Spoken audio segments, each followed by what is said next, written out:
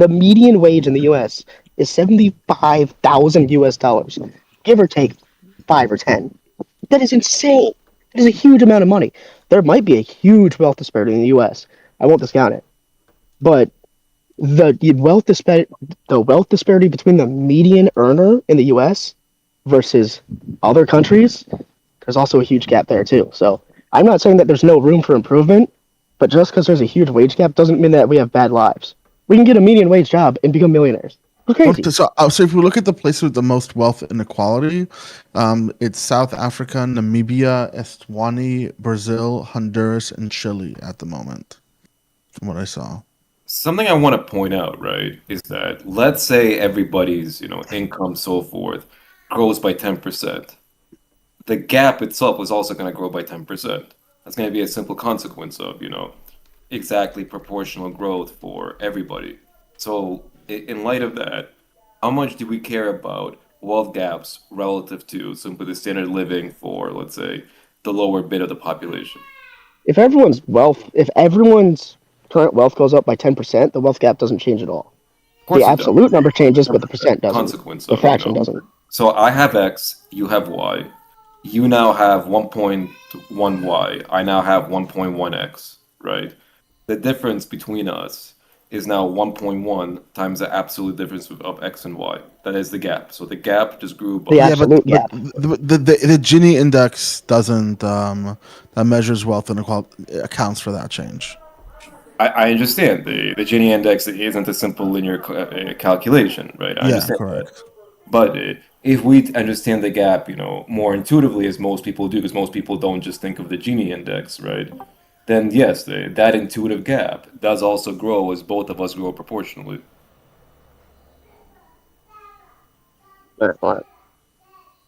Anyway, back to the question earlier, because I never got the chance to answer it.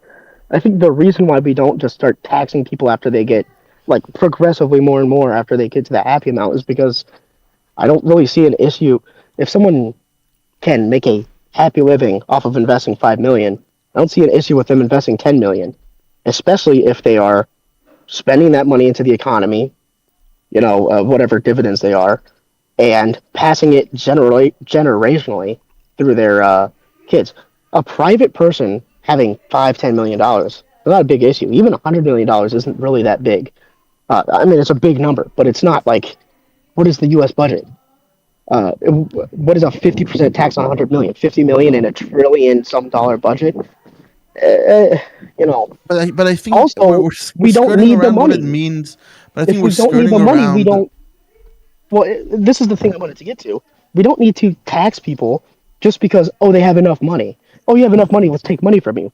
No, we prescribe things that society needs. We prescribe investments we can make into society that improve everyone's lives appreciably, and then we find ways to get that money. We don't get a bunch of money into the government and then go, okay, now what do we do with it? Because that's what leads to gross overspending, gross mismanagement, blah, blah, blah. I would rather Americans have a shit ton of money in their wallet than the U.S. government have a shit ton of money in their wallet and not have anything to do with it, right? Because at least Americans can put it in some sort of investment account for their kids, for their life, whatever, or donate $10 million to cancer or some bullshit. It's a really misguided look at the economy. And I want to just quickly point out that when we talk about paying fair share, I think it's important for us to keep moving the conversation back, contributing based on what they're extracting properly. I think that's kind of what we have to translate it to in our head. And in many ways, not against that either. Against what? I'm not against that either. I don't think that someone who has $5 million in their investment account isn't necessarily not contributing properly. And if they aren't, then we can assess it. I didn't say necessarily. I know. Definitely the case that does happen. And we can point to areas where that does happen. That's why I pointed to I can leverage my unrealized stock assets for loans, right? Like my triple US bond, you could leverage that. Yeah, I think we should find a solution to that, but that's a separate thing. That's like a banking issue. Why be fair then?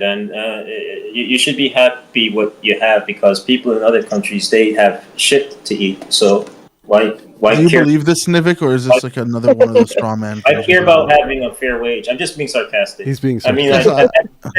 as like with CJ saying like, well, we make more money here. It's because we're having a conversation about are billionaires paying their fair share or not, and how this relates to Hasan and Destiny, and going to the moral thing of like, why should we even care about paying fair? I think it's a little bit outside of the scope of the conversation. No, I'm agreeing with you I that agree. things should be more fair. I'm not going tangent off into anything else. I mean, go ahead, move on. So Niv, you think you're just saying you think things should be more fair. Do you think the 1% should be paying more money, for example, and why should they be paying more money? And also, how much more should they be paying? That's always the question: is how should the calculus work? Should there be like once your income, whether it be business income, and I'm talking business net income or personal net income, once it exceeds a certain amount, perhaps things in excess of that must be spent and invested on, green projects or, projects that are of a more, trying to help solve certain internal country crises or whatever. You don't take the money. You don't take the money completely from them. You don't create a tax exempt, but you say the rest of X amount of money, or else it'll be considered taxable income. If you're going to invest it, you have to invest in these kinds of businesses, trying to get the tech giants who are primarily interested in cars, for example, or space travel, to get them more interested in trying to solve other crises, because they have demonstrated themselves to be good at solving problems in a way that is that is profitable. Why don't we do? Okay, anybody tell me if they disagree with this? I think this might be something we all agree on. If not, maybe I'm crazy. So first, whenever the government is doing their budget, right, they say, okay, this is what we need to operate. Like, this is what we need to keep people's rights in check. This is what we need to operate the government without anarchy. This is what we need for sovereign borders. And that's like the basic budget, right? They have to have that done. And then after that, they're like, okay, well, let's look at healthcare. Let's look at, other stuff that is just pure investments into the economy. Isn't that kind of what's already happening, though? Yeah, it's already happening. Hold up. Okay, well, let me finish. Yeah, sure. It is to a certain extent, but they have to establish the need, or they have to establish the investment for this, like, really well. I don't think anyone's overseeing the actual need or investment returns for this. Economists exist. Let them do it. Give them $1 million a year to do it. I don't care. And then after that, if we don't have enough money already being taxed, and we need to raise more money, instead of saying, "Oh, the rich don't pay enough," or the poor don't pay enough, what we do is we say we need $1 million. There are 1 million people out there. Which group can we get this $1 million from that hurts them the least? And that's it. Yeah, that's usually the argument towards taxing billionaires. Okay, and I wouldn't be against if we need the money, and it truly hurts billionaires the least. Which, I mean, I presume it would hurt them the least. With maybe some very, very few exceptions, then do it. But I've never heard someone like lay it out like that. It's just, oh, we need to tax billionaires because I don't like that billionaires exist. Or, I don't think you can become a billionaire without being what do you call it? Yeah, exploitative. Yeah, you're right, CJ, in that if someone doesn't bring along their own values to argue, their own prescriptions, along with the taxing of billionaires to fight for greater equality, like why we should be doing that in the first place. If there's no consequentialist or deontological or in almost certainly all cases a mixture of both argument being made, it's hard for some people to be like, well, just because they did better than you want to tax them because you didn't do that good. So it's important to make sure we clarify by what standards we are promoting this wealth tax. Wait, it doesn't sound like anyone disagrees, though. I'm happy.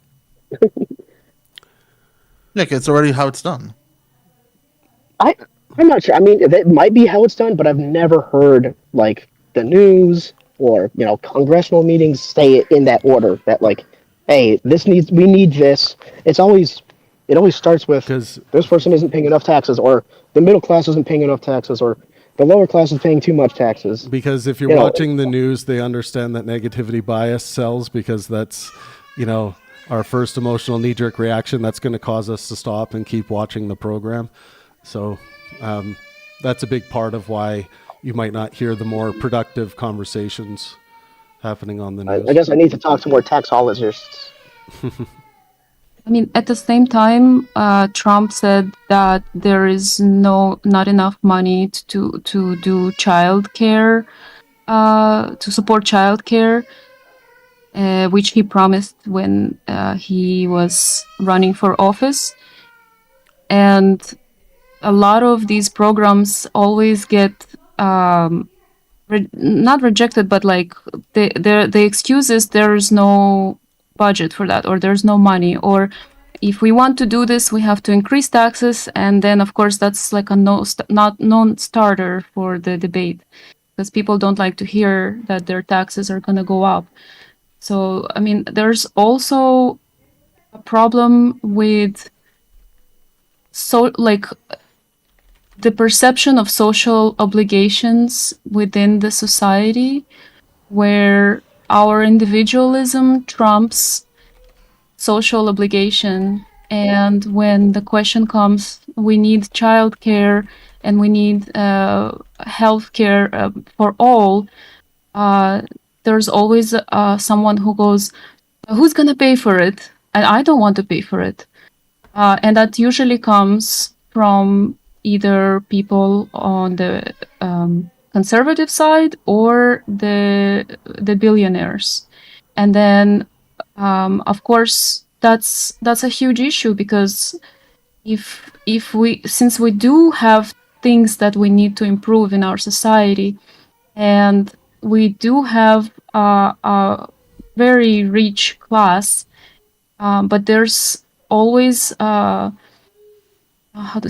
rejection of it. Meanwhile, if we hear about war that's starting, there's almost an unlimited funds that go to the Pentagon, and so there's definitely a disproportionate attitude towards how the funds are being distributed. Also, it's not unlimited money going to the Pentagon. It's unlimited money with minimal oversight, which is doubly bad. So I will say, though, conservatives, I'll make it really quick. Yeah. Conservatives, some of them are saying, we shouldn't be paying, Sequoia $10,000 for every baby she pops out. That is something that they say.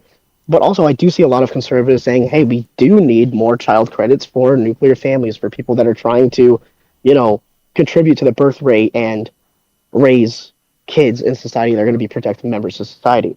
Now, I don't know how you do that without also paying, people who are maybe not raising productive members of society, but it's kind of like a double-edged sword.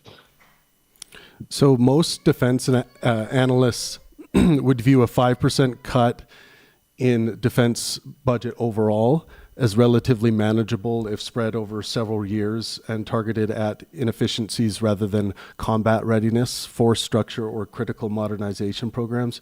The average American likely would not notice a major change in U.S. military capability from a well-executed 5% reduction of the budget, which would go from $694 billion to $906.3 billion, and to put the 47.7 billion that would be cut into perspective, that's more than the annual budgets of many federal departments.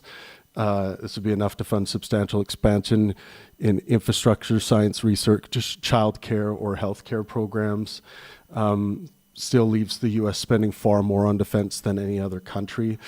So the general analysis is a 5% cut would still leave the United States on top militaristically from a defense perspective worldwide. And you have nearly, $50 billion there to appease some of the spending deficit or to reapply that into these areas that people like Trump say there's not enough money for healthcare or care for children or children's education. So I really do think that the United States should put together, if this was something I would try to implement to the best of my ability if I was elected right away, is show the American people how a 5% reduction in defense spending is easily doable over a few years' time. Not to do it recklessly, but to just trim the fat and how much the United States, by way of, let's say, children's well-being, how far that $50 billion in excess could go spent elsewhere. Well, I'd say why don't we just pin, as a nation, why don't we pin our max budget to, okay, this year our budget was $5 trillion. The most our budget can go up next year is half of the inflation. Why? That way, yeah. The question is, well, it would be way less than 5%, right? It doesn't stop the amount of money that we can add into whatever it is, the government, but it also gives us a limit on the amount of bloat we can add. Yeah, total spending now, by the way, is about $7 trillion. I tried to send it. Yeah. Our deficit this year is plotted at like $2 trillion. Right. So yeah. So I mean, even my plan wouldn't solve the deficit. But I really think everyone needs to rewatch Stephanie Kelton's presidential address at Stony Brook University, because I think she talks exactly about why we need to relax over concepts of deficit. Yeah, I agree with that. When it comes to, well-being, human well-being should matter first, and if it includes carrying a deficit moving forward, while continuing to build towards, a future of less work and maybe a future of some level of universal income, whatever the future planning is, so long as we are moving in a progressive direction by way of people's health. The deficit is to a country like the United States, who has the greatest economy in the world, the deficit is just it shouldn't be of great concern to people, I think. Yeah, I think an almost 33% deficit is probably a concern to me. I think you got to rewatch the lecture because it talks about the fact that we're the issuers of our currency. Deficit doesn't mean that. Overspending doesn't mean poor spending. It's just not how that works. I'm not saying it's all poor, but it's like Travis. Travis hands out pang bucks on the Pangburn Discord. Okay, Travis has probably like a 40,000 deficit in pang bucks on the Pangburn Discord. Right, he has that deficit because he makes them. But it doesn't mean that because he's at a deficit of 40,000 pang bucks that somehow that's a problem, right? That's what we have to think about. Is it necessarily a problem? Maybe not, but there are advantages to not running at a deficit. Like people always talk about the Northern European countries, but also I forget which one. It might be Denmark or Norway. They don't run at a deficit, and as a result, they're not issuers of their own currency. Yeah, but the result is they have... Yeah, because they're not issuers of their own currency, so they have to model their economy around that, because they can't do what the U.S. does. For example, China does it, Japan does it. Countries that are issuers of their own currency, it's better for them to run a deficit. For many years, many traditional U.S. Economists said that China was cheating with money. Japan is cheating. They're increasing the value of their money by deficit spending. That's how you do it. Deficit spending And is what I was a trying to feature of say, fiat currencies. what I was, what I was trying to say is, as a result of them not running at a deficit, they have a fund that basically is just a permanent pension for everyone. They have generational wealth as a country. They don't have they don't need social security because they have a bunch of money that they're not spending every year, that they're not going into putting somewhere else to debt and paying interest on every year, that they can then earn interest on and give to their citizens. I think that's a huge advantage, and maybe we can do that at a deficit. Maybe that's a thing, but I don't know what percent we're paying on that deficit, or quote unquote paying, printing, whatever it is. But I'm not sure the opportunity cost really outweighs it. So I think that's a really good thing to have as a family, a person, and almost certainly as a state or a nation. I am curious. What does the average person spend on their security as far as a percentage of their total income?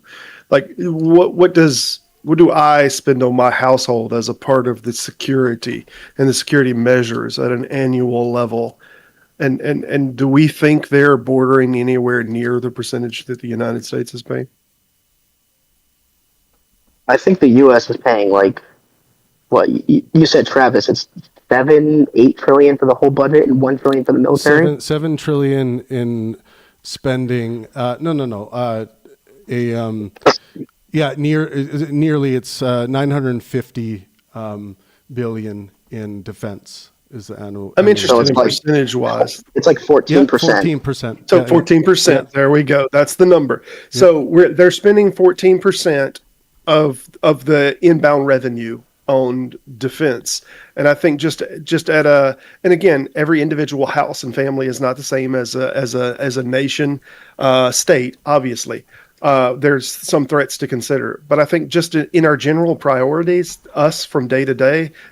Can a burglar or something come through our front door? I mean, you would be considered a fanatic, like a gun collector almost, to regularly spend this kind of budget on the security for your home, right? What would that look like, Travis, if you spent 14% of your total income every paycheck or every year that you spent on security? What would that look like? I mean, I would have a tank. I would have an anti-aircraft gun.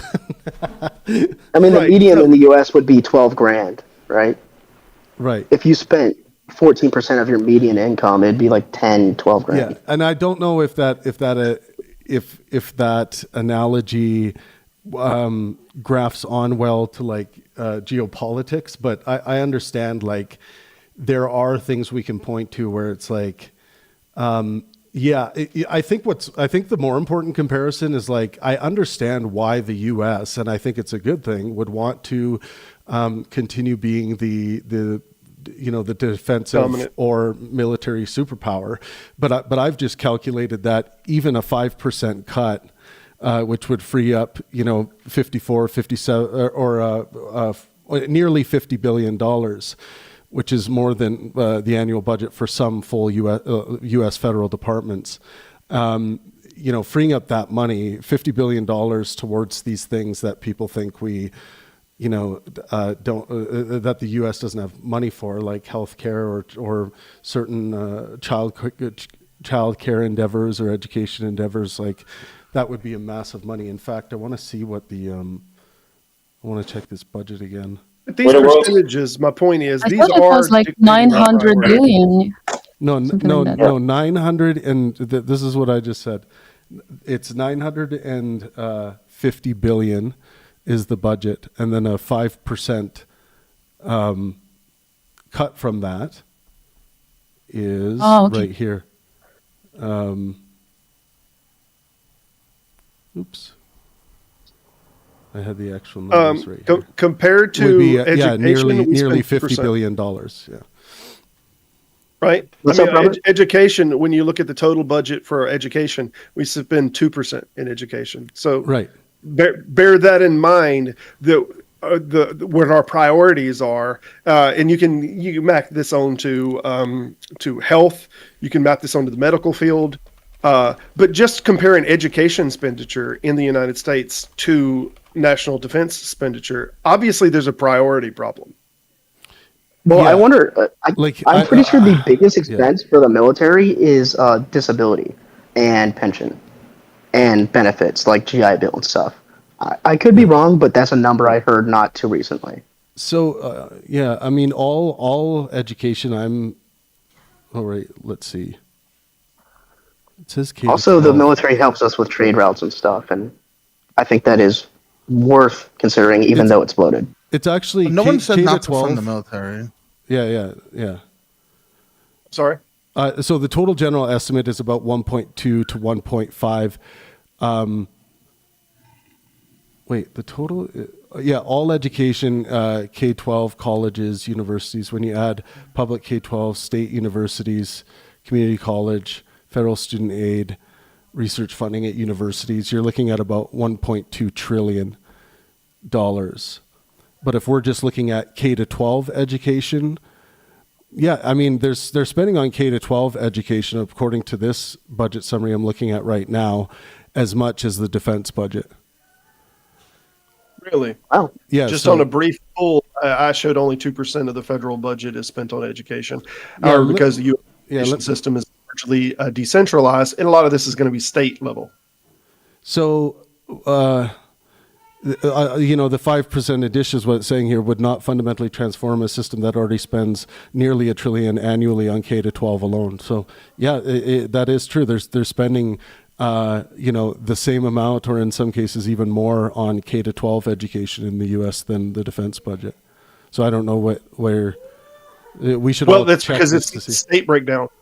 It's because, and I'm seeing it on the state level, the majority of state funds, as much as 45 to 50%, are used on education. So this is a little different, obviously, than the federal government. This is being done at a more decentralized level, but the money's still being spent there nonetheless. Yeah, still overall, that is the money being spent. So yeah, however it's being spent, federal trickling down. I did not know the United States is spending that much on K-12 education. That's the United States those dumb idiots. They think it's a right or something. No, it's a good. That's I'm joking. good. I'm joking. But states spend it differently. So like New York spends a much different amount than Florida. It's not a federal thing. So how much? That's what like the New problems York in the education system. How much? I'm pretty sure New York City has the highest dollar per pupil in the entire world.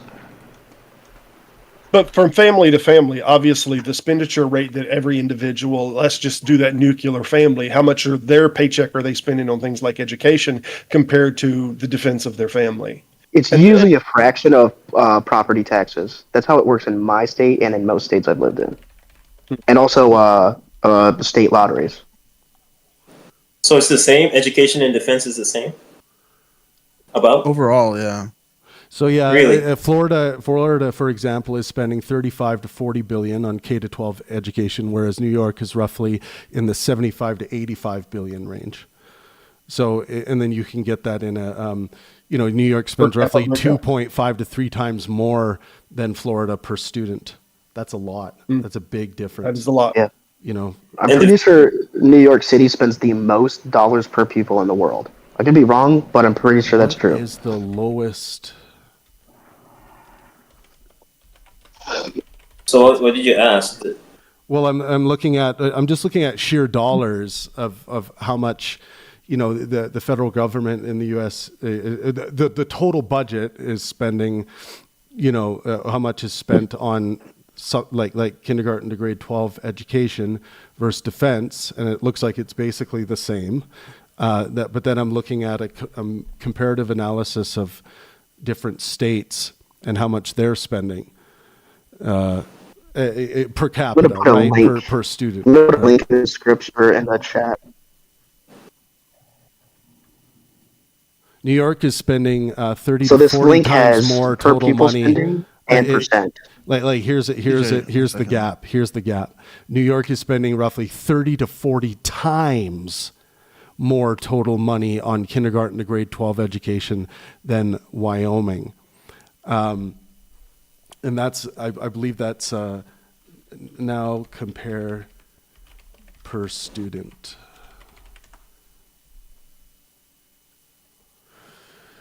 Check out that link I put in the chat. It has like all the information from 2026, or sorry, 2025, and it's in a sortable chart.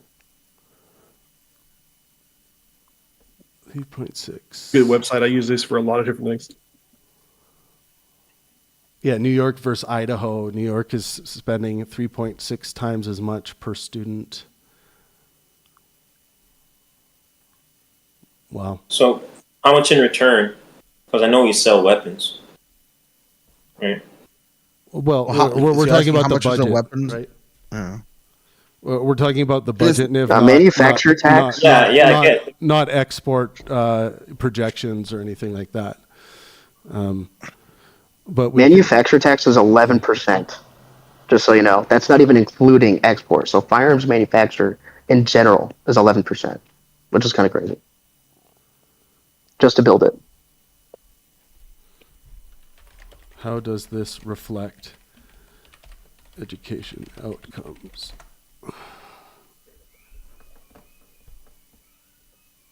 Well, it's more about the cost of living. Obviously, the largest thing is going to be not only the items, but the payroll for teachers. And they're living in an area where it's very hard to meet the median income for the area to start with. Yeah, that's why the per capita breakdowns matter here.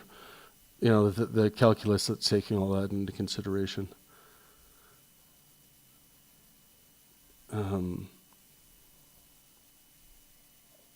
Per capita.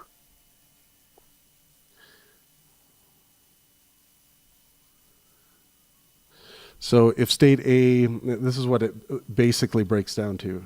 If state A spends 3 times more and achieves only slightly better outcomes, that suggests inefficiency is one of the answers. Or if state B spends less but leaves many students behind, that also suggests inefficiency. So the ideal system is neither the highest spender nor the lowest spender. It is the system that produces the greatest educational and well-being outcomes for the resources invested. That's what I would agree with.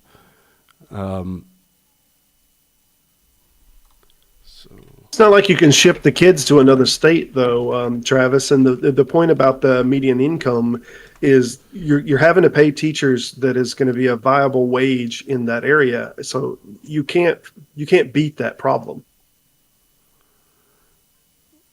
Well, you can always beat a problem. Well, I mean, I'm looking at the numbers.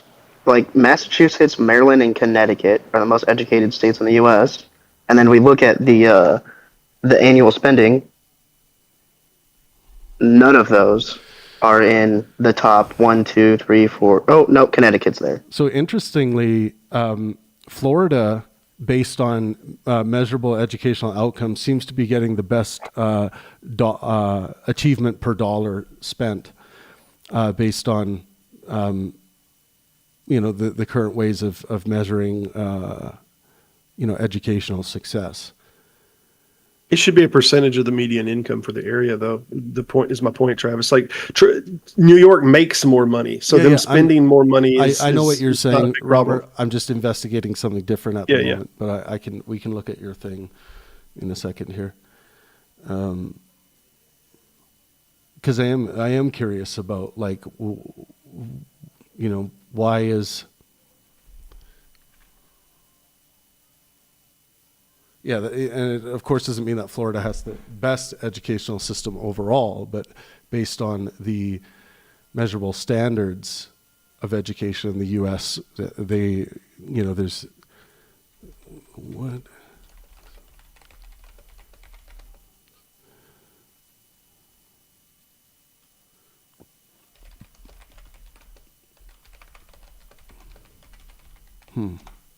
Interesting.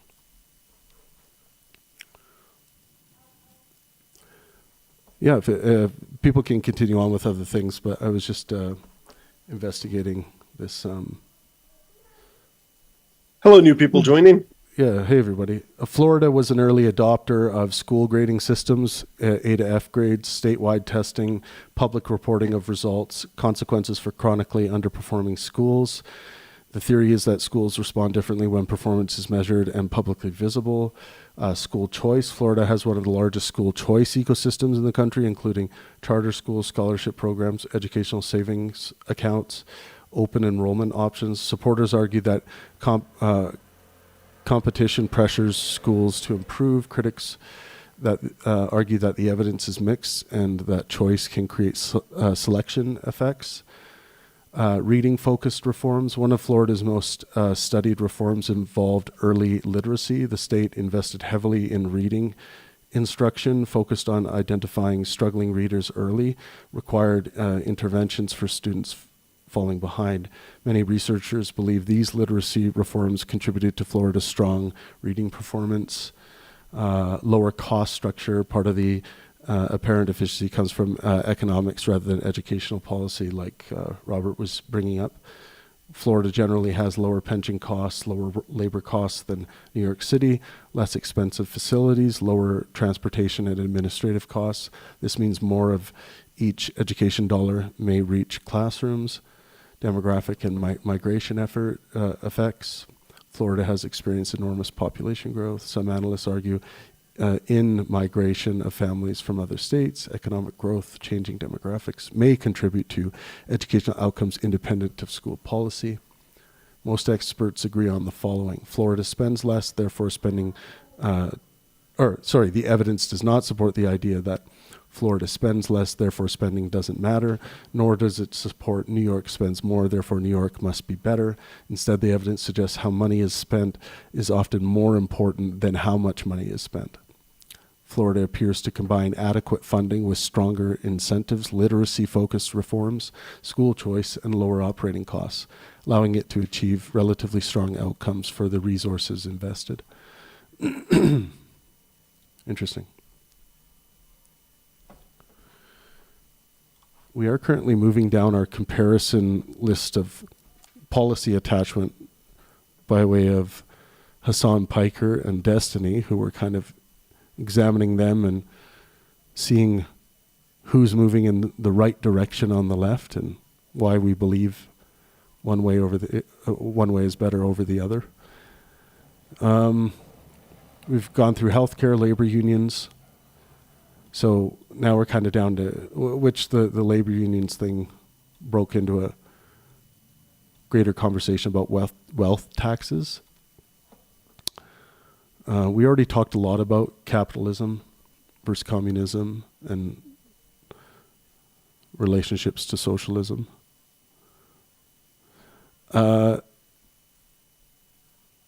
Yes. So housing. Hasan wears more Carhartts than Destiny, which is really cool. What is that? Carhartt is a brand that blue-collar people wear when they go to work in the U.S. Gotcha. He's always wearing like a perfectly clean Carhartt or a suit, which is very ironic. It's his way of trying to win over the working class. So, housing. Hasan supports large public housing and social housing programs. Destiny supports zoning reform, housing construction, and market-based solutions alongside government intervention. They're not too far apart on that one. Minimum wage supports Hasan supports large increases in minimum wage and stronger work protections. Destiny supports minimum wage increases, but tends to focus more on empirical cost-benefit analysis.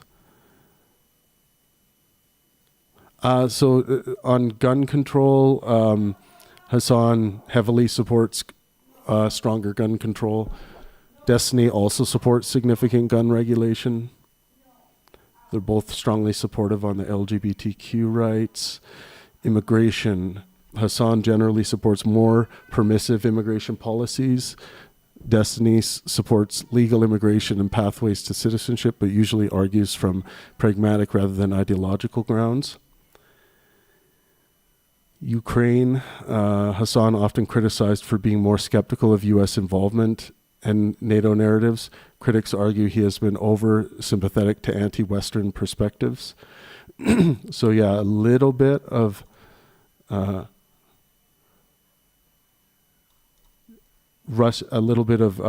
Russian ideology, sympathy there, I think, from Hasan.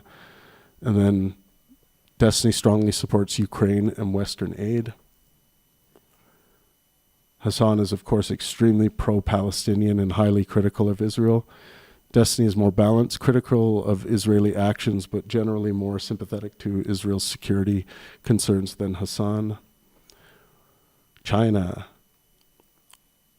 Hasan has expressed views that many China, I should have spelled it with a J, like China, properly spelled. You got to say it like that. Yeah, China. He has expressed views that many critics see as overly favorable toward China. Destiny is much more critical of China and authoritarian governments. What does everyone think on China? In general, do they think the Chinese are this, operating this kind of evil, controlling regime that is quick to eliminate people's freedoms, or they live under, constraints that you wouldn't ever want to live under? We can point at issues like the Uyghur issue that many of us are just going to agree on, that it's not right to throw people into concentration camps because of their differences of beliefs. But they've got a lot of social issues. Yeah. So what is everyone's that they general, have to be an enemy. Yeah, what is everyone's general view on what's going on in China? They don't have to be an enemy, but also we can't be reliant on them. Somebody said something about I was listening to a Joe Rogan podcast with Caleb Hammer. Maybe not, but it was about chips. Whenever COVID hit, we weren't getting chips from overseas, and we couldn't make trucks anymore. We couldn't make anything. I got laid off of a job because it was an automotive job, and there was no chips to put in trucks, so they stopped production to make trucks. Right? We need to have production capacity in the U.S. We do now. And yeah, we are. We're getting onto it.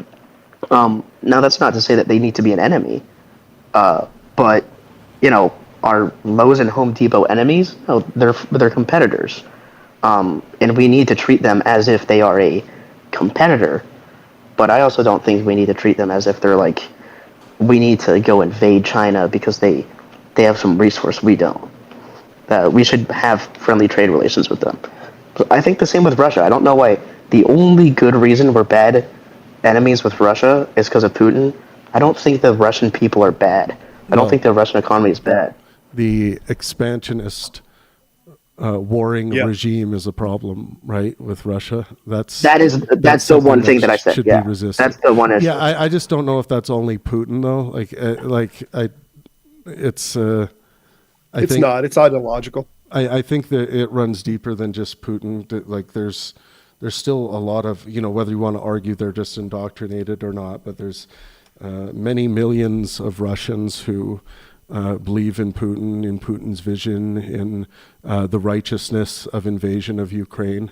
And it's a terrifying thing. It's horrible. It's absolutely dreadful what's happening over there right now. And also at the same time, AJ, how do you see people are? But it needs to be resisted and fought against, in my opinion. And the Russians need to be smashed back to Russia and told to stay out of Ukraine. At this point in time, I agree. How do you see the Ukrainian war? I would have disagreed. Go ahead, Divik. What's up? Thanks for letting me speak. How do you see rivaling competitors? What of competitors? If rivaling competitors different from enemies.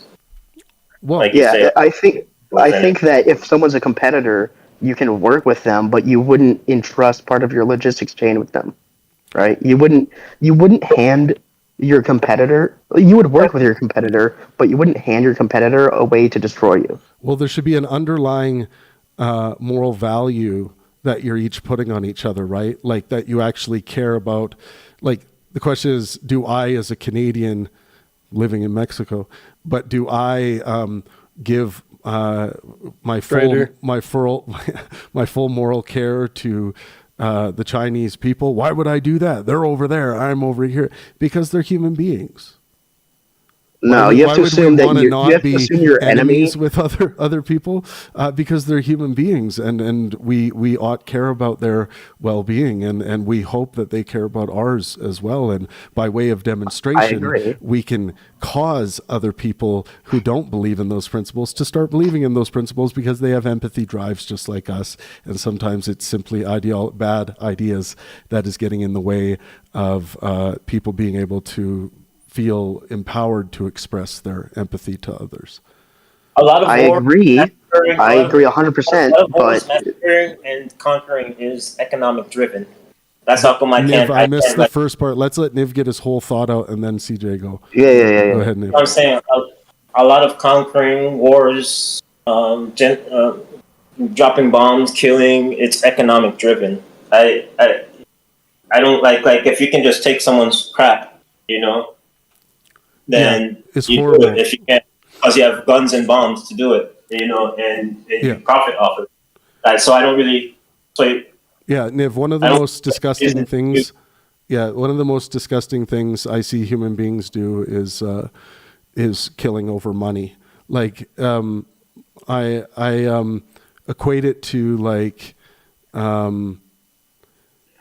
when I'm studying true crime and I'm watching some interrogations, and a young man murders his entire family and his parents, everyone around him and his parents.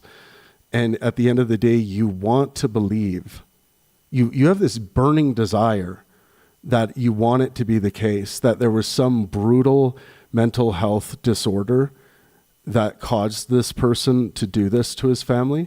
You want to believe that it must have been, they must have been out of their fucking mind from like a clinical perspective to be able to do this. In some cases, it's not. They fucking did it because they wanted to inherit their parents' money. And they literally they confess this. It's written down in other places. They've talked to their friends about it. Like they literally just wanted to get this out of their way so that they could start enjoying life with the money that their parents earned and the home and everything. And upon examination and full clinical workup, there is no diagnosis of psychopathy. They are actually, in fact, capable of empathy. They're not a sociopath. They're not suffering from schizophrenia. There's no discernible disorder of mind, and yet simply the greed, the idea of like, you know what, this will be awesome for me to have this money and I won't have to worry about my stupid parents or my stupid brothers and sisters or anything. It'll just be me with all this money. And then they carry out this murder. Sometimes when it comes to humanity, it's just greed is to blame. It really is. yeah, that's kind of what I was going to go with when you're talking about having empathy for competitors and stuff, because they are human, and that doesn't mean that we should. Like, I agree, we should see the Chinese people, and even after this war, the Russian people, as potential allies. But the one thing I have is, still, even if they're our best friends, we have to assume that their intentions are in their best interest, even over our own. Now, sometimes our interests are in their interests. Improving the interest of your ally improves the interest of your own self sometimes. But never assume that your enemy will ever put your interests over their interests unless you're Israel and Trump is the president of the United States. Thanks for topping that with that nice little turd at the end. Appreciate that turd on the ice cream. Making the ice cream and cake completely inedible. Flavored ice cream. I got to try that someday.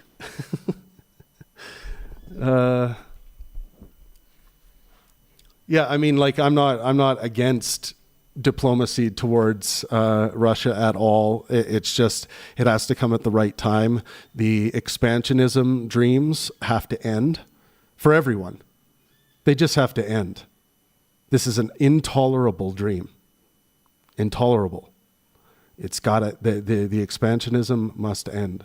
The domination in other ways. Expansionist rhetoric and expansionism can come in other forms as threatening and causing great anxiety by way of terror, like Donald Trump on Greenland. And the expansionism doesn't only come by boots on the ground, pressuring borders with armies and whatnot.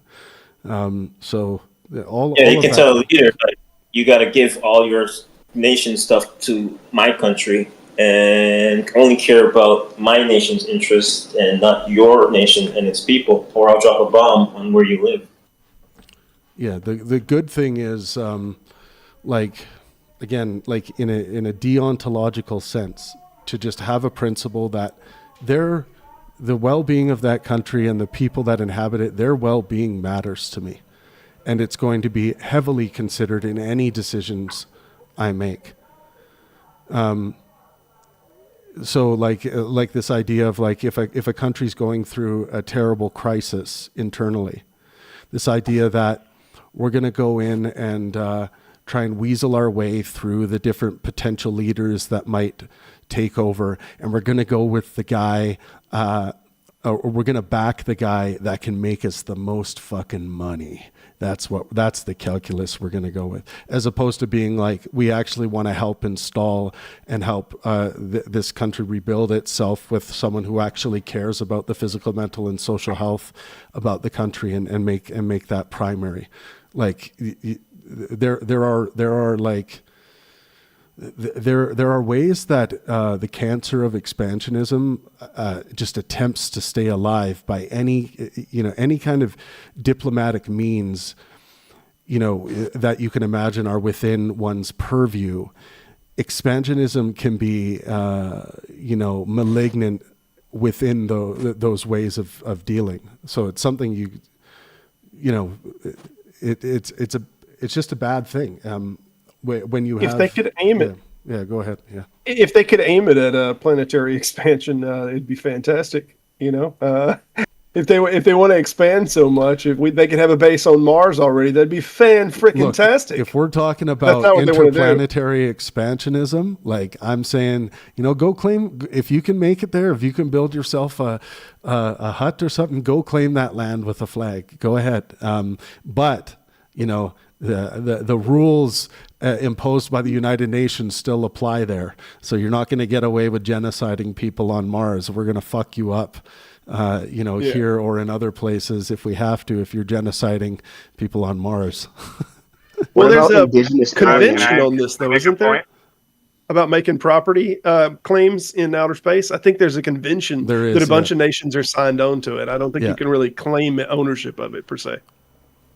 I wonder if you have to have been able to put at least a probe into space in order to be on that convention. I don't think it should be the case. I think everyone should be allowed on that and represented. They can try to stop me from claiming Mars for myself. They can try. Let them come up here and try. Can I make a point? Yeah. Go ahead, Brett. DJ, back to your point a minute ago about the word enemy. Like, I would really push myself and us to think about why humans do that, and not to resolve to a point to say that's inevitable.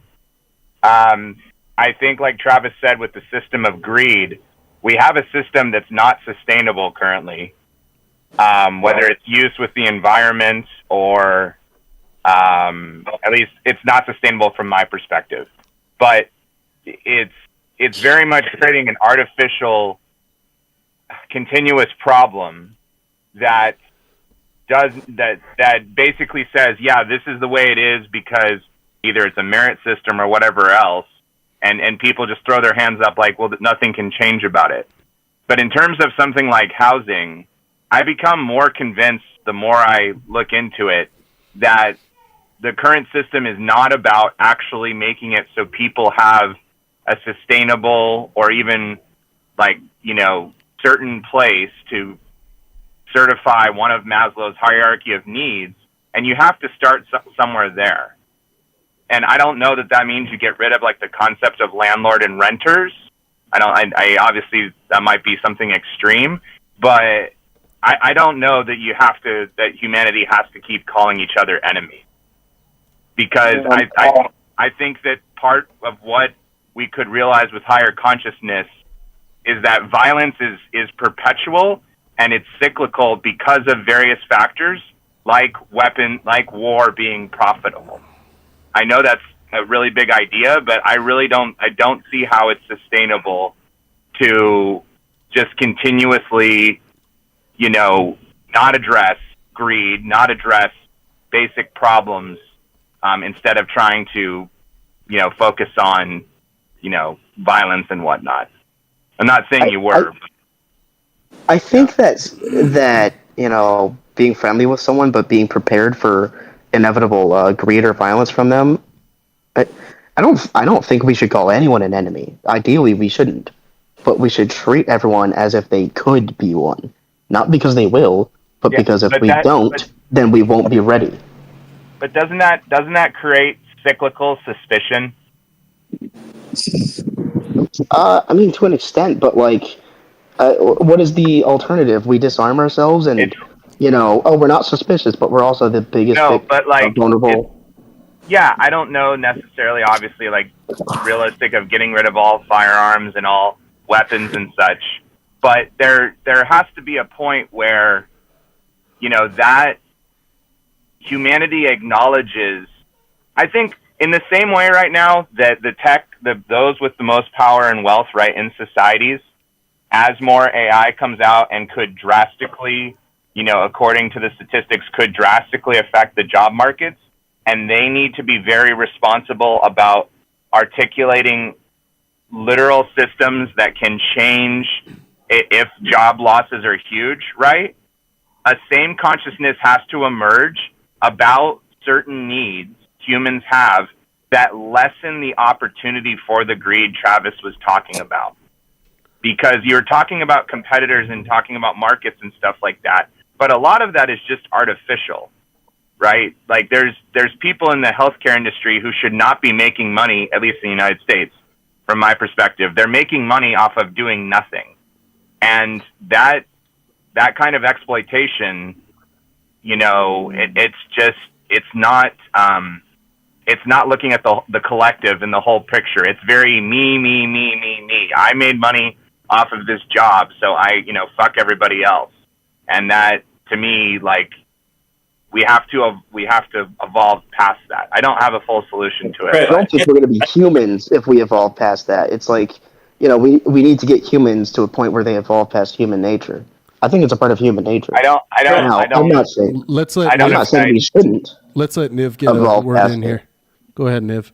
I get your point, Brett. I get your point about the cyclical suspicion, because you can't see things from a negative point of view, because that could create a self-fulfilling prophecy, meaning that if you see somebody as negative, you approach them that way, and you treat them that way, then they're likely going to respond back in kind. And then you're going to say, oh, okay, see, that person is exactly what I thought of them, and you're going to end up creating a confrontation where there wouldn't have been one, based off of your perception, your negative perception. And when it comes to empathizing with people, it's hard for people to empathize with others. That's a human nature thing. I think the way to get through to people is just say, if people are taking out competitors, that means that you can get price gouged because there's no alternative options and competition that you can go to in leveraging through the power of your spending and choice.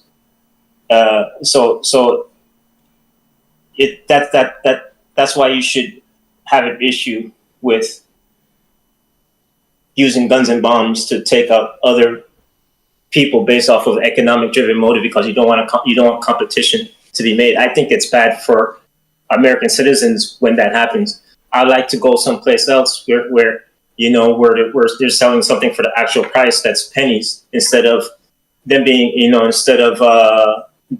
them being prevented from selling their product, and I'm price gouged by what do you call it, a monopoly, because they're the only person selling this product because all of the competition is taken out. I know that sounds selfish. That sounds like a selfish way of looking at it, but that's a good way to get through to people that you should have common interests with other people elsewhere who are poor like you.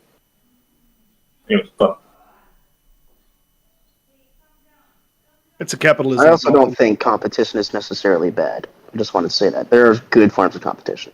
Go ahead. Sorry, I cut you off, Robert. No, that's fine. I agree. But I think shooting your competition. I think that would be the bad competition. No. Okay. What's his name that wrote the book Wealth of Nations? Adam Smith.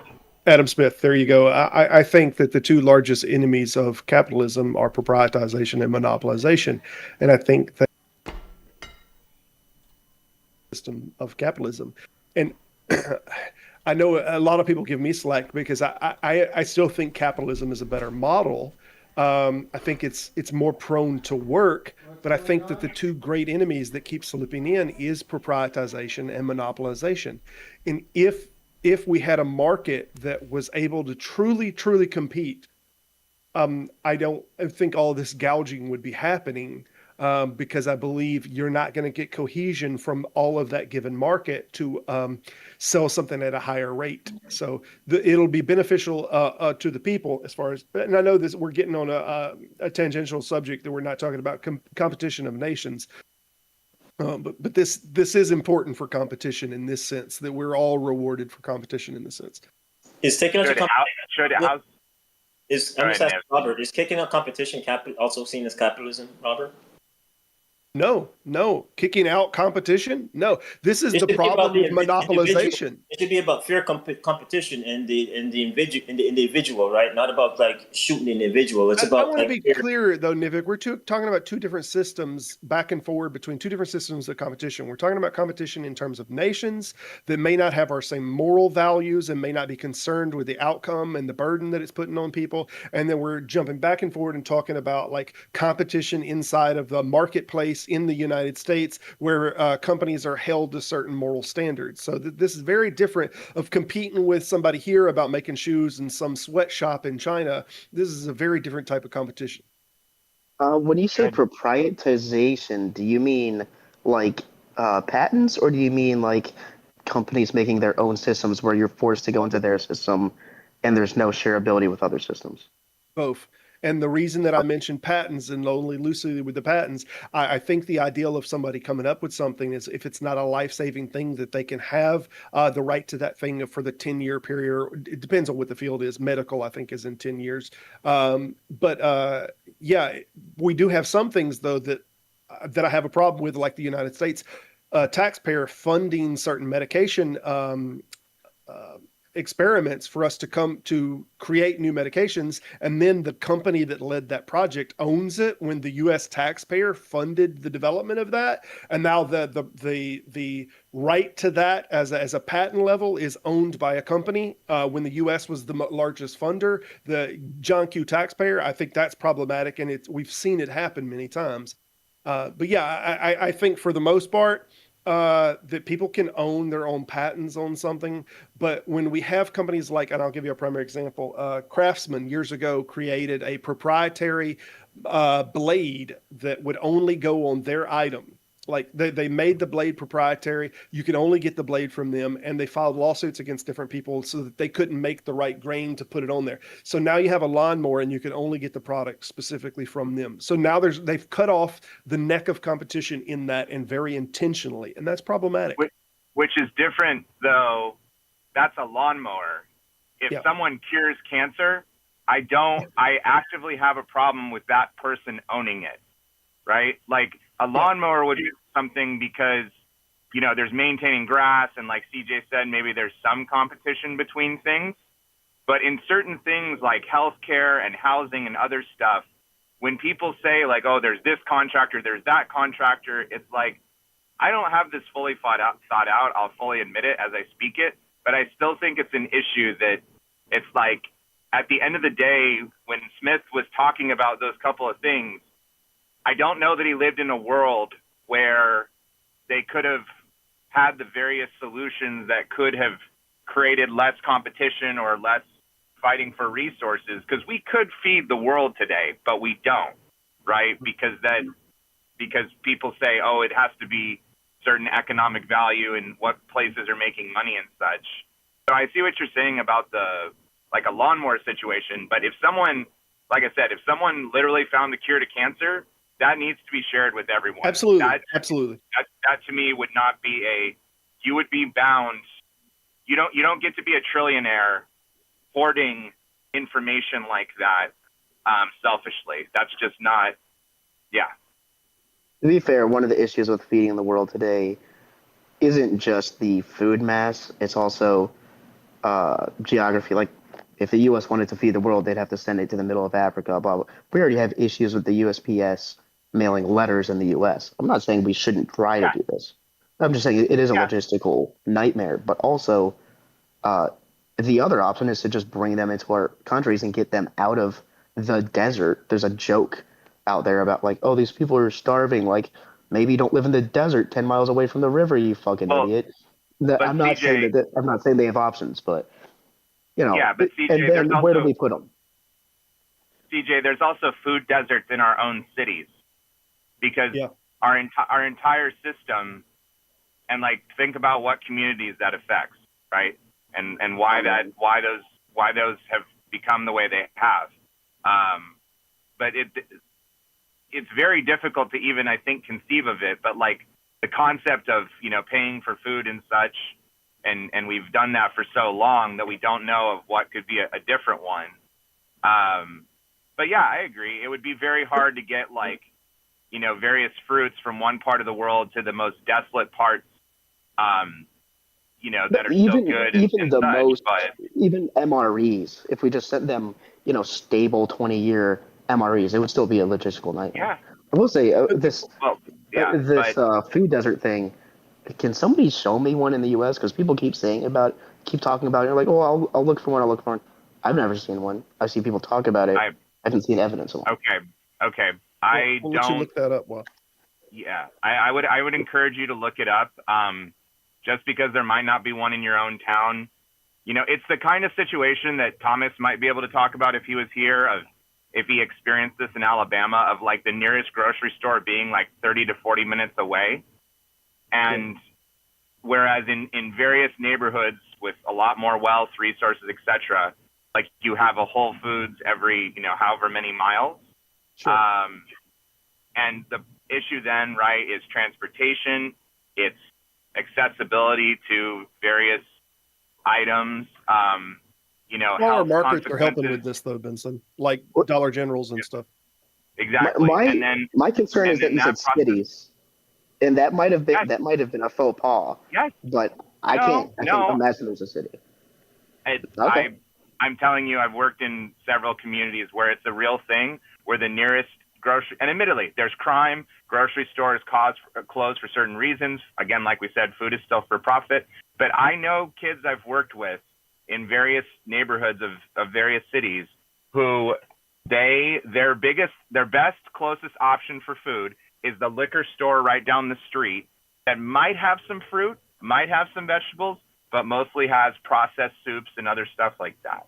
And that, if that's happening in some cities, I can only imagine where that's happening in rural America, where the grocery stores, you think in farmlands people would have enough food and stuff like that, but in very rural areas, if they're not making their own stuff, right, the grocery stores being very far away, that's really taxing on people. I mean, the closest store to me is also a liquor store, but I live in southern Michigan, we're getting off near a Wasteway.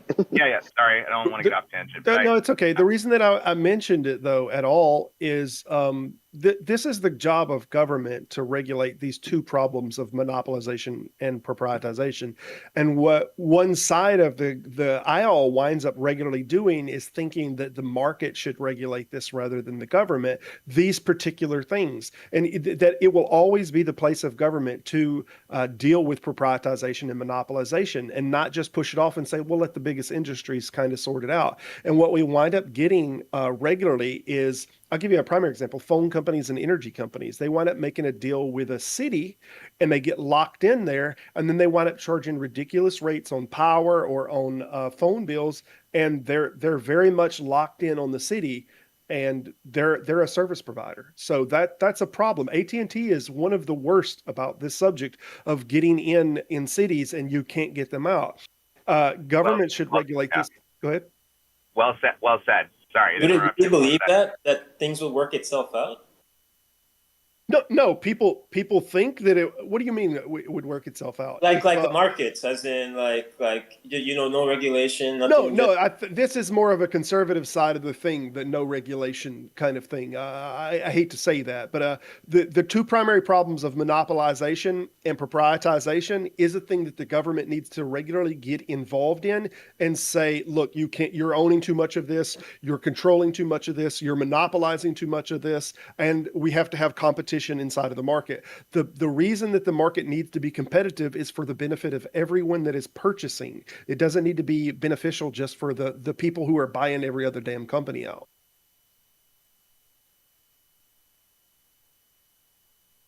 I've seen these lawsuits back in Los Angeles years ago, or San Francisco, I'm sorry, with the trolley. Was it the trolley that they bought up? The GMC bought up the damn trolley thing, and eventually they won the lawsuit and made them pay $1 for it, which was it's to make some kind of point. I absolutely think that should have been hammered in such a ridiculous way.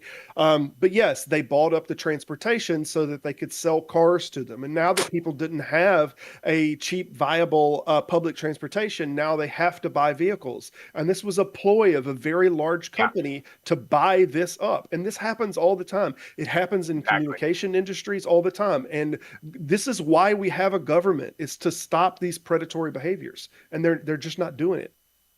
I think they don't care about the damage. They to cut corners and just say crap like things will just work itself out. They as long as they can make a buck is what they really care about. I don't think they believe. Go ahead. Sorry, Niv. Go ahead. I apologize. CJ, what do you mean by dearth of evidence in the chat, dude? I'm not saying that there's no evidence. I'm just saying that article is just saying that, there's not nutrient-dense foods in Cincinnati for some places. And I'm not sure what the metrics are. I'm not sure what the evidence is. I mean, I'm looking at it and I see a shit ton of Kroger's and a Meijer and stuff, like, all within a 5-mile radius of the center. Well, about 2.5, I suppose. Okay. I'm not saying it doesn't exist. I'm just saying it's just like a missive from the city saying, we need to be more inclusive. Well, it doesn't matter if it's in the middle of the city. It matters the distance from individual residents that they would have to travel. Well, if there's a 2.5-mile radius within the very center of the city where I can find 5 grocery stores, that means that everyone's within 2.5 miles or less of a grocery store. At least that city center. But you're then assuming people have equal access to transportation. You're assuming that 2.5 miles. CJ, just pause for a second, bro. Okay. Pretend that you don't have the resources. Whether gas is so expensive, or whether you had to go back to public transit, or you're disabled, or you're literally at the poverty line where you're deciding between half a tank of gas and that one medical bill. Why are we talking about gas? I don't understand. Because it's all cumulative. It's enough of an issue with the food deserts / how far away the food is, and what places have what foods, and what neighborhoods are more having to rely on a direct place that's like a mile away, but it's literally a liquor store with condensed soup or whatever else and no fruits and vegetables.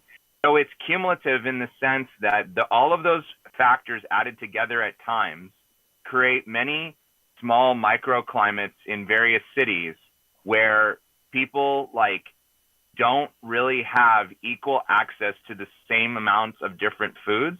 It's not to say it doesn't exist flat out, but it's enough of an issue that it oftentimes is just ignored because people say, well, no, people are just choosing not to go eat the healthy foods from the various neighborhoods and whatnot. Yeah, I won't say there's an absolutely equal access. I mean, obviously, because there's not a Kroger next to every single person's house. Yeah, But I and don't I think don't know it's that that you ever much could of a- create one. Yeah. Sorry, go ahead. Well, I don't think it like 2.5 miles. One, I've lived 2.5 miles from a store up a massive fucking hill and across a bridge and stuff like that. Like, I wasn't disabled, I wasn't in a wheelchair, but we are talking about Cincinnati, Ohio. Um, Maybe there isn't a bus system for people in wheelchairs or, a food distribution system. Maybe none of that exists. Uh, I don't believe that for a second. But I will say that it's possible that that's the case. But it's 2.5 miles. I mean, the And majority of housing projects, they're not in the middle of the city to start with, though. They're surrounding the outside of the city. yeah, I can't get Google to do a 20-30 mile radius and show Yeah. everything. So I have maybe if I go on a different I'm app. just saying, especially with large cities, like the majority of the housing is obviously not inside of the city. It's on the outskirts of the city. And even when you were talking about housing projects and whatnot, they're going to be out just outside of the city. So we're talking about a little larger difference than inside of the radius of the main part of the city. And even if a person lives in a high crime area, right? And it's a bummer that the high crime led to the grocery store and the chain was like, fuck this, we're closing the grocery store, right? Like, even though that's a bummer because of the crime in the area, there's still plenty of people in that. And that's happened around San Francisco where I live. One or two grocery stores just straight up said, nope, we're done. There's too much people stealing stuff and other stuff and whatnot, right? Yeah, I think I saw it with a CVS or a Walgreens at one point. Yeah. And obviously that crime is terrible. But part of the point is that there's 5 or 10% who, through their desperation, like they're stealing baby formula or other things. They're not always just like robbing the place. They're literally just taking shit, right? So now it's gone all behind glass, protective stuff, which admittedly it's for profit, but it's still, there's an element to it where it's like, okay, baby formula or something like that is necessity if you have kids and you're, if women are not, breastfeeding or whatever else it might be. Sure. Or various foods and whatnot are a necessity for proper nutrition and health. But if if the grocery store has left because they're not making a profit or there was crime in the area or something's going on, right? That is definitely unfortunate. But then that means that those people in the direct area, like I said, if they don't have the access to transportation, like we were talking about, they then have to resolve where I've had kids who show up almost every single day with couple noodles. That's not just a grocery store thing, admittedly. It's also poverty. But you also have the rural factor, like we were mentioning earlier, where, some people say our grocery store is Walmart and it's 45 minutes away. It's not the entire system. And to be fair, I do think that there is an issue with especially minority communities being largely sold or marketed these super high sodium knockoff bullshit products that really aren't good for you short term, much less long term. I think that's a huge issue. I mean, I'm sure we've all seen this pineapple stuff. Like, this is not good for you, and you shouldn't be eating slop. Now, I don't know if it is I have to be at the location, or at least look at it on Google Earth to see if it's really more expensive to go to the grocery store or utilize whatever local resources than to just go get cup of noodles for the week. But I understand that there are economic issues, but I also think that there is a social economic issue that isn't just like, oh, there isn't a store near me. Like, oh, I don't have a car, I don't have transportation. If we're in a city like Cincinnati, I do think that you can solve a lot of the food desert issues, if there is any, by public transport. I don't know if they have done it or not, but there's so many factors in this. It's kind of like it's kind of unfair for me to ask for evidence because I could say ad nauseum, well, did they do this? Did they do this? Did they do that? No. Well, just to give you a baseline, though, I'm by no means considered a food desert and never even been thought of it. But my nearest grocery store, I just checked on Google Maps, is 3 miles away. Now, recently, we've had a Dollar General come in that has been put in this area because there is a market for the area to put one in here. But before that come in, and we have one over on the other side of town that is not a great side of town that they opened up and thought was going to be great, and it kept getting robbed, and then it got set fire, and now they've shut it down, and they're not going to build another one there. So that area doesn't have it over on that side of town because they're a little more predisposed to crime, and the business just doesn't want to deal with it. But just right where I'm located, by no means considered a food desert, 3 miles to a grocery store. And if we don't have some kind of gas station kind of thing, or in this case, a Dollar General got put in there, then that's how far I would have to go to get groceries. And if I don't have transportation, or I'm on a bicycle or something to get to get food sometimes for 4 people, that's problematic. And this is a small city. We don't have any transportation that's free transportation. I know I've done it before in my family, but I think like the conversation has kind of moved from food desert to walkable cities for everyone. Like, yeah, walkable cities for everyone would be awesome, but there are also other density issues, and we can't do that everywhere. Yeah, and I want to be clear. Sorry, I had to jump out for a second. I was listening to what I could, but I had to jump off for a minute. I want to be clear. It's not a full 100% to say things like there aren't some solutions and, some things that occur in different places, but those disparities are big enough that they really should be addressed. But it's kind of one of those things where I see a lot of the population, it seems like the mindset becomes, well, I own a home, so therefore it's not a problem for other people to own a home. They're just not trying hard enough. It's like I live in a given area that has all these resources. I don't know what people are talking about not having that given resource. And I just think with something like food, like we have to have a real, honest conversation. Like I forget who, somebody put it in the chat, but talking about how fast food has kind of like, taken over in that regard.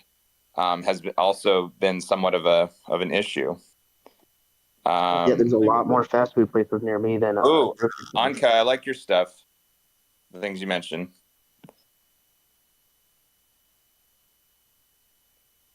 I don't know, just DoorDash everything. No, I'm joking. That used to be a thing. Swan and a few other companies used to have trucks that they'd go through those kind of neighborhoods. But something to consider also is a lot of your contractors will do these jobs that they'll buy up a large property, and it may be a fair amount of distance away from a grocery store, and they buy it up because it's cheap, because it is outside of the town or whatnot, and they'll buy a bunch of this property and they'll develop it as cheap housing. And what'll happen is HUD programs or other things will wind up picking it up because it is cheap housing. But they got built, they got built in that area because they were cheap, and they were cheap because they were so far away from grocery stores and main markets. So when contractors like buy up properties like this and wind up trying to develop the property, this is problematic because now there's no damn grocery stores, and the people that are going to be living in this low end property is going to be people that don't make a lot of money. So yeah, I've never considered that before. I didn't know that was a thing that happened. That does seem like a pretty big issue. Yeah. It's something that, but I also think it's something that can be solved with, the hardest thing ever to do. So I'm not saying this is an easy thing, but it could be solved with, bureaucrats not being fucking retards. Taking a little money here and there. That's what bureaucrats are doing. Unfortunately, too many bureaucrats or politicians are in positions that they have their own public, or they have their own interest inside of companies. And this is one thing that we need to stop doing. Like the contractors that are involved in building and developing these properties, they should in no way, shape, or form have any investments from politicians, and politicians should not have any investments in property development. That shit needs to stop. Robert, isn't that a big thing in Texas? Like a couple of those companies, whatever those companies' names are, I forget what they are, but I saw an article or a news story at one point where, yeah, several of those companies, like they make shitty houses, but they are houses, and then charge people absurd amounts, right? I forget what the company's names are, but I don't know. That was a big one in Texas, but it happens all the time, and they're not the only state. This is something that happens all the time, and it's one thing when you have companies that are involved in it by themselves, but when a lot of these are contractors and like property developers and politicians that are making votes and decisions about this have investment in those companies, this is a problem. Because now they have, well, what might be in the best interest of the people is to not build and develop properties here, but what's in my personal best interest is to go ahead and do this shit. the same thing with, the corporate interest of healthcare, where you hear these insane calls of like the companies calling the doctors near surgery and telling them like, hey, don't cover that woman for the stay after her breast cancer surgery. It's like, what the fuck are you talking about? And they're like, we're not covering that. It's not an essential, or whatever thing they use in the language. And then, people, like, when you look at the number of people in healthcare debt, like in the United States, or who suffer from that, that is just disturbing. And I think a candidate would win in either party who would actually go attack that. But the problem is they have to then take no money from them. And that's, hard to win by not taking any of that money, and the system. How many people would look at that and say, you're not going to take away my money, my livelihood. I don't care if I'm exploiting other people. It's like, well, that's the problem. You've are part of the problem. You've been conditioned in a system to make money, not having to care about who it fucks over. I think we're going to keep talking about housing. I think a really good point is that housing expenses look like they're getting more and more expensive. To a certain extent, they are. But I did a chicken scratch equation. I don't. Whenever you look at what is it called, minimum wage, at least in my state, compared to what a reasonable house is, the amount of hours you have to work to pay for that kind of house is about the same. It's actually like 10-15% less. Of course, using chicken scratch numbers. It depends where you live and how much money you make. But one thing is footprint. Developers keep making bigger and bigger houses, and the cost of a house is relative to its size. It's not relative to it existing. It's relative to the plot it's on and the size of the house. And more contractors are making bigger and bigger houses, which is artificially inflating the market. I can't find any good numbers on this, but I suspect the price per square foot is about the same if you account for inflation. And even if it's not, people are making bigger houses on average than they used to. So I would want to see a policy where developers need to have an average footprint and a minimum footprint, and like over, a certain amount of property or a certain amount of years, that average footprint needs to be something reasonable, and they can't just make like a 200 square foot house, like 1,000 of those to bring their average down. There has to be a minimum footprint.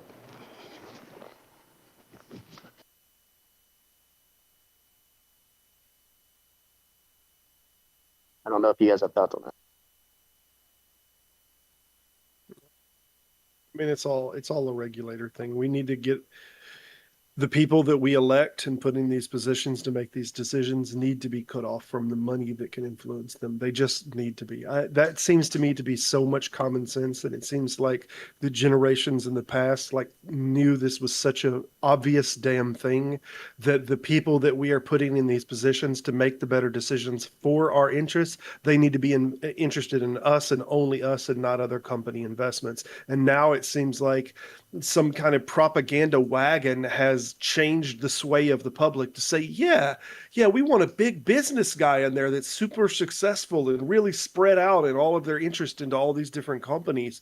And I don't know what the hell we're doing. What are we doing? Yeah, it's kind of like what I said earlier about competitors, right?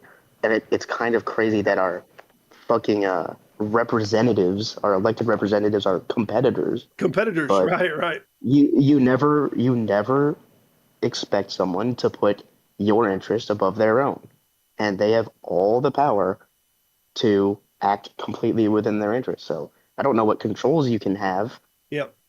other It than reminds me of that Dick voting. Cheney document. Do y'all know about this proposition from Halliburton that was written up and signed by the Halliburton executive, which was Dick Cheney, and then as a government official, the person accepting the quote was also Dick Cheney. So those two, the government have control over corporations. You sound like corporations, like they talk about them like they're Superman. Like, well, I don't know how we can have any control. Right. Like we vote, right, and to influence policy. That's why they invest heavily in that area. Yeah, I guess we just need to vote harder. Well, I mean, Vote on if you people that use don't take money culture from war their people. politics, people don't care. People look the other way on people, on people's hair color and if a person's gay or some crap like that. I am kind of joking, but the only way to get money out of politics so that we can actually vote harder is to literally vote harder. So, I'm kind Don't of want joking to. when I say vote harder, but it's the only way. They don't want to. It's people talk about like a lot of people don't cultural vote, crap, which is a problem. To your point, a lot of people, CJ, yeah, a lot of people don't vote, and that's what I have people around me bitching and complaining, and they don't vote, and I just look at them when they complain and then fucking vote. What else do we have? Like, it's either voting or going around shooting politicians, and let's fucking Minecraft. vote. Yeah, absolutely. I agree 100%. make it mandatory. Or at least one thing I'm trying to do is try to help people vote smarter, right? Because of the people that vote, they're like, okay, this guy's Republican, I'm Republican, I vote Republican. I've voted every election I could vote in, but I don't think I've ever voted Democrat, and I think the only time I voted Republican was when the only person on the ticket was a Republican, because I'm in like a 95% red county. What would it But take for you to vote Democrat? Somebody who's so a Democrat would need to exist on the ticket that's better than all the other people that are on that ticket. So that's simple. Huh? Yeah, I'm asking you what's better. You just say what's better. Like my entire personal philosophy. I don't know. It's hard to unpack. say it all at once. It's okay. That's a bit to unpack, but I would say this: if you honestly want to have a particular single subject voter block to vote on, I encourage everyone to pick getting money out of politics. If you really want to fix the problem, we need to make that our priority. And when you have politicians that you think look great, but they're like, no, leave that part alone, get rid of them. We have to get the money disconnected from the politics. We have to get these corporations that can fund these politicians. We need to get them out and get them separated, because otherwise we're never going to be able to influence the politicians in the way that corporations are. Well, that's why I voted for Trump, because he wasn't supported by any major corporations. The Koch brothers, you're kidding, right? The Koch brothers backed him, which is the largest donor ever. The biggest Koch donors backed him on his joking, first I'm joking. Okay. I didn't know if that was satirical or Republicans are team corporation. I don't get what. That was a good one, though. That was a really good one. Hilarious. Oh, okay, yanking our I chain. have a question. I agree with everything that Robert been saying, and I'm curious just to like circle around to Hasan and Destiny. Where are they on the money interest in government? Like, what's their stance on taking the lobbyist and the money out of the government? That is a Travis question, which has been very quiet. Yeah, I'll start looking it up. Hopefully Travis looks it up. Let's start talking mad smack about Travis until he comes forward and answers this. I don't like his stupid hat either. You see the hat in that picture? Bro's always falling asleep on stream, making us curious streams on Oh, his he's new like, live channel. they'll do this work for me. I'm gonna go take a nap. Travis, man, what you're doing's not He's right. working the land. He's working the land. He planted the seeds, now they shall grow. Anka used your attack on you again. Did you hear her? No. She said she agrees with everything you didn't say. Oh, that was good. I'm sorry. I didn't know if you was tripping up on yourself or if I heard that correctly, but that's great. Oh, it was so beautiful. Anka was. What happened? What happened? You said I agree with everything you didn't say to Robert. You said I agree with everything. To say that. With everything Did Robert you say it like saying. that intentionally? Anka? I heard it. Oh Okay. shit! Oh man. Yeah. Well, hey, it's recorded. You can go back and check it. That's Yep. great. All right, I used the Chinese beep boop. Hopefully, it's unbiased, but it's probably got a Hasan bias, if anything. All right, Destiny, the Social Democrats' pragmatic approach. Okay, I don't know what's calling Destiny a social democrat. Maybe that's true, but ideological foundation. Social Democrat believes in a view on super PACs sees them as legitimate, legally regulated tool for mobilizing resources like voter outreach, and has been involved in them. Personal finance is not a prominent critic of personal wealth. The hypocrisy criticism is more a tool used by opponents to undermine messages, not a core part of his economic philosophy. Has accused Hasan of hypocrisy, noting that he critiques capitalism while amassing wealth from platforms like Twitch. Which question? Okay. So, Destiny has been in super PACs, or like supported them and said they're cool. Hasan says, I would assume he actively participates in modern fundraising, raised $56,000 for a candidate, but vocally opposes corrupting influence of major donors such as APAC, which is the American Israeli PAC. Mm-hmm. He fiercely defends his rich socialist position. Okay, yeah. DeepSeek sucks ass. Let me ask you this. What do y'all consider what makes a super PAC? The amount of money donated or the average of the individual donor? And the reason that I asked that is because I remember when Bernie ran the first time, they were calling what he had as a super PAC, but what he had as an average for the individual donor, it averaged out at $11.86. Was his average donor rate, which means that there's a bunch of small, I don't know. I think there's a legal distinction where a PAC has to have a certain can only have certain individual donations, and a super PAC can take corporate donations. I'm not sure if that's true though. I'll look it up. My civics class was like 10 years ago.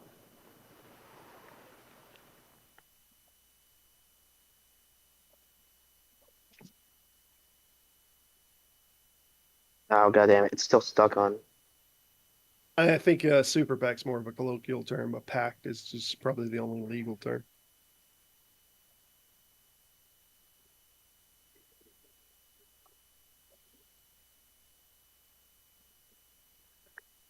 It's just a political action committee.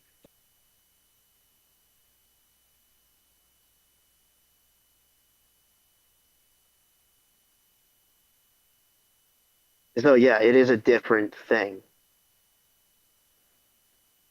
So super PACs can raise unlimited funds from corporations, unions, and individuals, but cannot give money directly to candidates or coordinate with them, whereas traditional PACs can take limited donations from each individual, but they can give it to the actual campaigns and stuff. So that's the difference.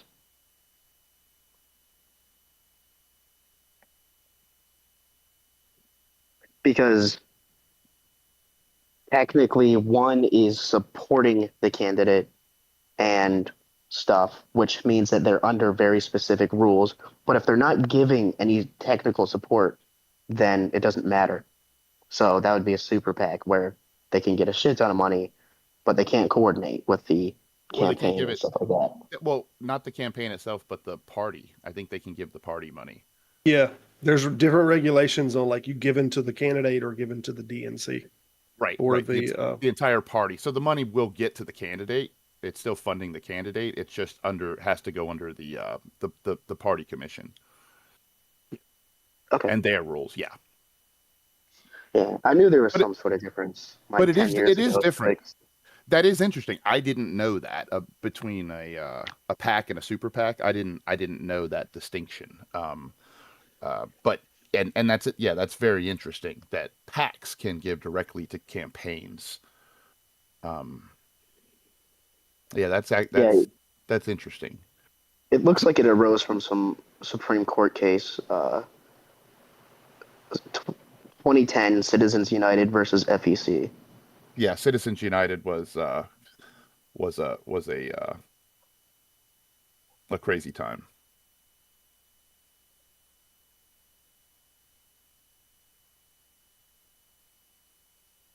I just want corporate money to be visible, and honestly, I want corporate money going directly to candidates. I want that shit to be gone. That needs to be gone because that allows corporations to select an individual that they want that's going to benefit their corporate side at the deficit often of the regular John Q taxpayer.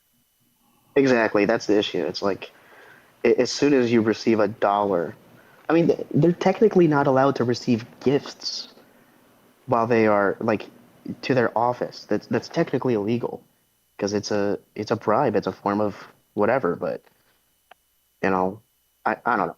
I don't think I can legally say what I think should be done with people who commit that level of treason. But apparently, they've deemed themselves not treasonous. So they're not treasonous. They're a part of the government and have decided they're not treasonous.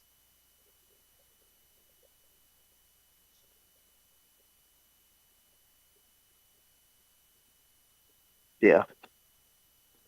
They pardon themselves.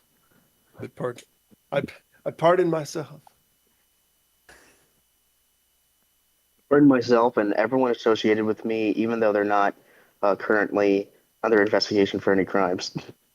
By your authority invested in me, I pardon myself from crimes against you. Yeah, I was gonna say, Hizzle, I don't know what the hell you're talking about, but that sentence is diabolically bad out of context. Well, and it is live on the Yeah, I didn't I didn't want to post them in here just because I didn't want to pollute it, but I'm going to anyway. Because you said full disclosure, the side chat is actually on the YouTube page. Yeah.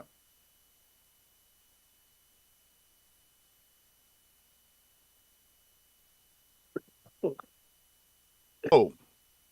Yeah. I didn't even know because I don't use those kind of words. That's fair enough. I don't use those kind of. I didn't even think about that, dude. I didn't even think about that at all. Well, to be fair, there are other platforms where they use grape and grape emojis to specifically get around censors and say stuff without getting in trouble. Oh, YouTube does it. I'm just old and aloof. Well, that was a Whitest Kids You Know skit, actually. Was it really? Yeah.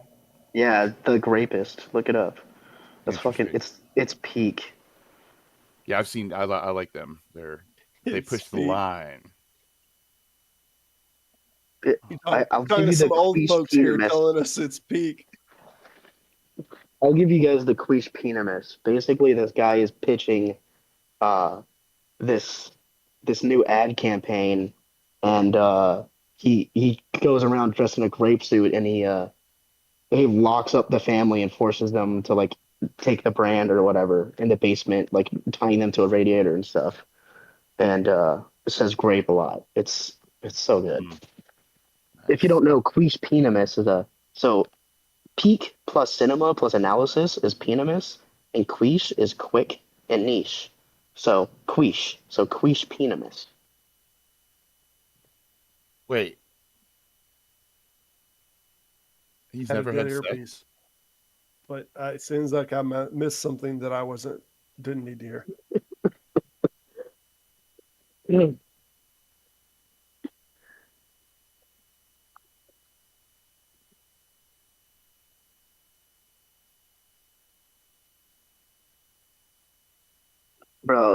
don't know if I love Slava Zizek or if I hate him.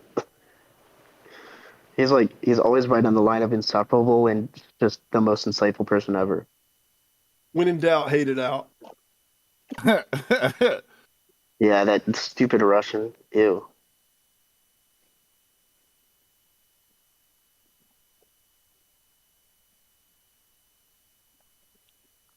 All right, well, I got stuff to do in my life. Hopefully Travis wakes up soon. Yeah, or at least ends this live stream.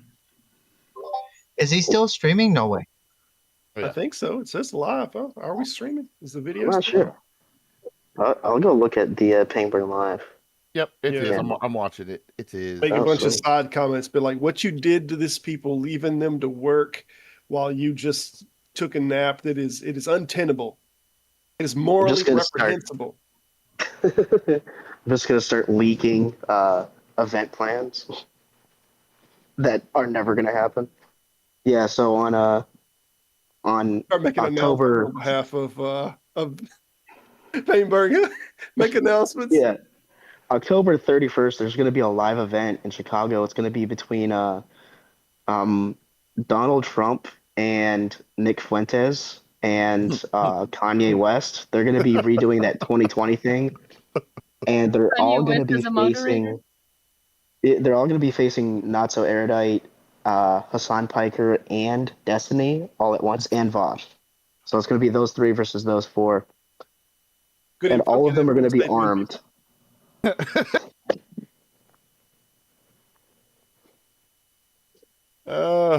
Can't wait. I'm going. Can we vote on their weapons? Do what? Yeah. There's going to be a Twitter poll on who gets what.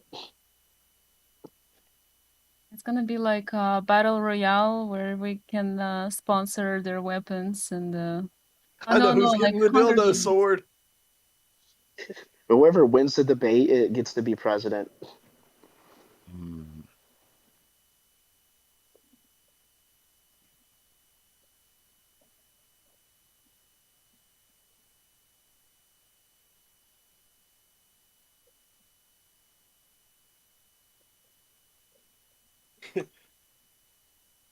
We want you to do more than listen. We want you to participate, man. We're running out of gas. He's trying to automate this whole process. It's gonna be his AI talking in the comments. Heck yeah.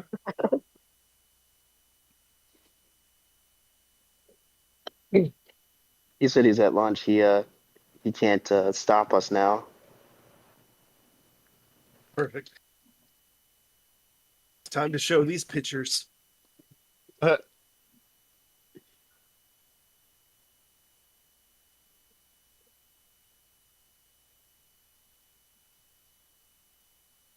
Oh, I don't feel obligated, Travis. We're going to get off on tangents is what we're going to do. We're going to get off on some things that are game related or other things that we think. We're going to get on hot takes of Harry Potter and other things. Yeah, I got to think of a new hot take. I've kind of burned all my hot takes out. Oh, no. I think I'm up for days.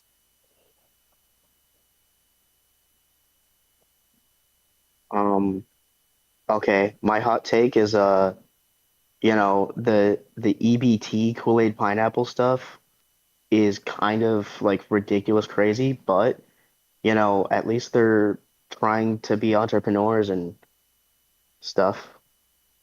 The birds that you hear singing outside all the time, they're not real birds. They're government programmed.